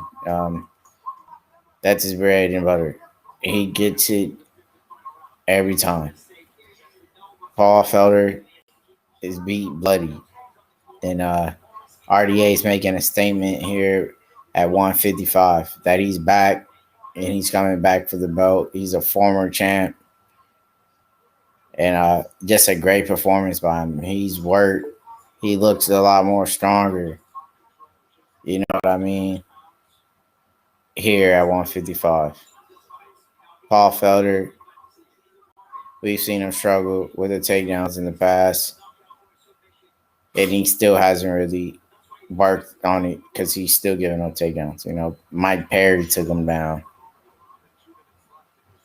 Yeah. Definitely, he will have. You see like this. What I'll do, drag that thing right there, that button on the side. Yeah. That's what. Yes, sir. And RDA doing what he has to do to get this W, and he had fought wonderful. Come on, let's go, Felder. Felder going for the upset. You think is a chance Felder can get an upset victory in this one? No way. He's down pretty much every round. He got 58 seconds to work. He keeps getting taken down. Is there anything that Felder did in this fight that made you feel like any positives from Felder that something good that he did in this fight? Yeah, he used good footwork. He was crisp on the feet. He landed good shots, but he couldn't stuff the takedown. He stuffed a few of them, but he didn't stuff them all. And, that's why he's here in this fight down. Absolutely. For RDA, it's the fifth and final round. And what do you think RDA has to do to finish strong? Oh, he's finishing strong here. There's only about 10 seconds left in the fifth. He's finishing on top, and that's a win. He's milking out the clock, and he will win this decision. Do you expect a unanimous decision in this fight? Yes. And this guy right here is looking sharp today, man. Are you impressed by RDA's performance? Who are you by? Of course I'm impressed. He finally dropped down to 155 again. He was up at welterweight. He came back down for the first time in a few years, and he looked good at 155. He was a former lightweight champ of the world.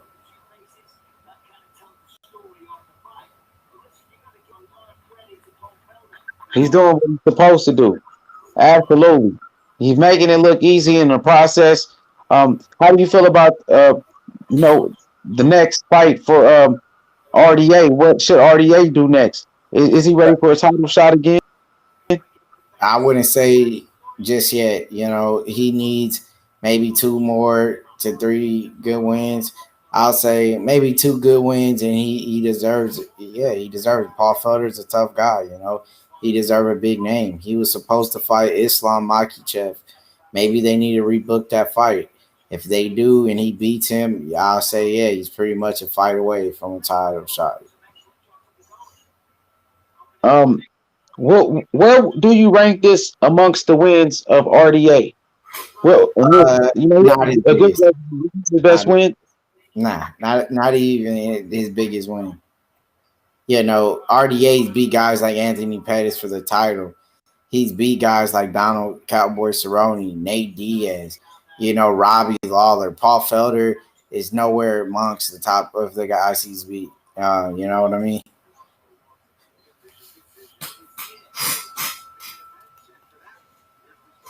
Absolutely, man. He looking sharp, though. That's for damn sure. He been looking good lately. He's been looking good, man. what's the next card on the UFC? What could we expect from you next? And you, You know, H Money, Mister the Zone platform. Now, you covering the MMA. People are talking about this Thursday. You got the big fight, AJ McKee on Bellator, the Grand Prix, man. The tournament is a great fight. What do you expect from this tournament? you know, it's a great fight. Darian Caldwell, he was a former Bellator bantamweight champ. He's moving up, to 145 to fight AJ McKee. And AJ McKee 16-0. His dad was also a fighter.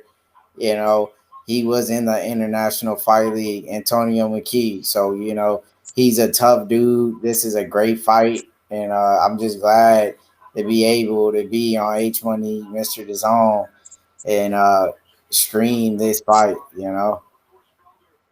Hey, so I want to know this. Will we see you on Thursday night for this Bellator card? Bellator they are subscribed to H Money Mr. DAZN's platform, and we looking forward to you taking over the mixed martial arts in the future. It's been in the talks. That could happen. But we'll let that happen on its own. When it does, it will play out for its best. You got Ben Henderson, Jason Jackson on the co-main event as well on that Bellator card. So that's definitely a fight to watch out on. A former UFC lightweight champ, Ben Henderson. Vincent Henderson, the man. For sure, man. Appreciate your time, man. Honestly, man, it's thanks having you a part of the team. I feel like we are the new dream team. And with Bellator, of course, UFC, ONE FC, PFL. There's a lot of great mixed martial arts that we could look forward to. What about bare knuckles? I mean, can we look forward to you covering the bare knuckles and glory kickboxing and things of that nature? I gotta look into it.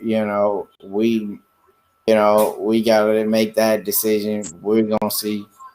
So, how was your first fight? Real quick, the final question covering your first fight on H Money, Mr. DAZN's platform. How would you, describe the experience? It's a great experience. We had some of the best, fans in the chats. These people were some of the best, most knowledgeable sport analysts for when it comes to, MMA and boxing. So it was a great time.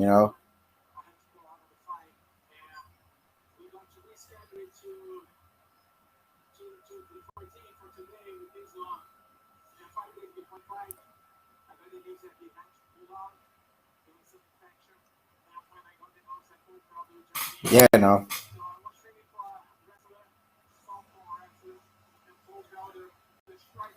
And RDA moves on. What another win. Talking about he wants Islam Makhachev. Moves on to 30-13. And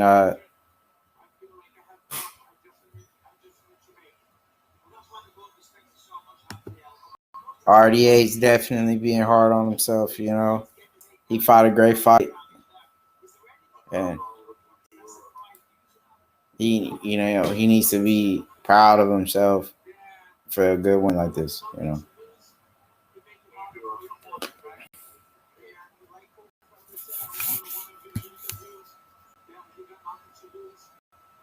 And RDA, he fought a perfect fight.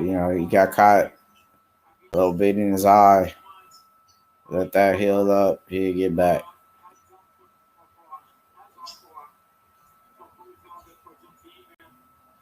Paul Felder, you got to respect him for taking the fight on short notice, man. That's a tough fight for anybody, He did that. He got a big win. He's going to get something better. Maybe Islam Makhachev rebooked the fight. That's how you have it. There you have it, the one and only. Hey man, MMA King, what a great show. Appreciate this guy, man. RDA got it done. Congratulations to RDA. Appreciate you guys.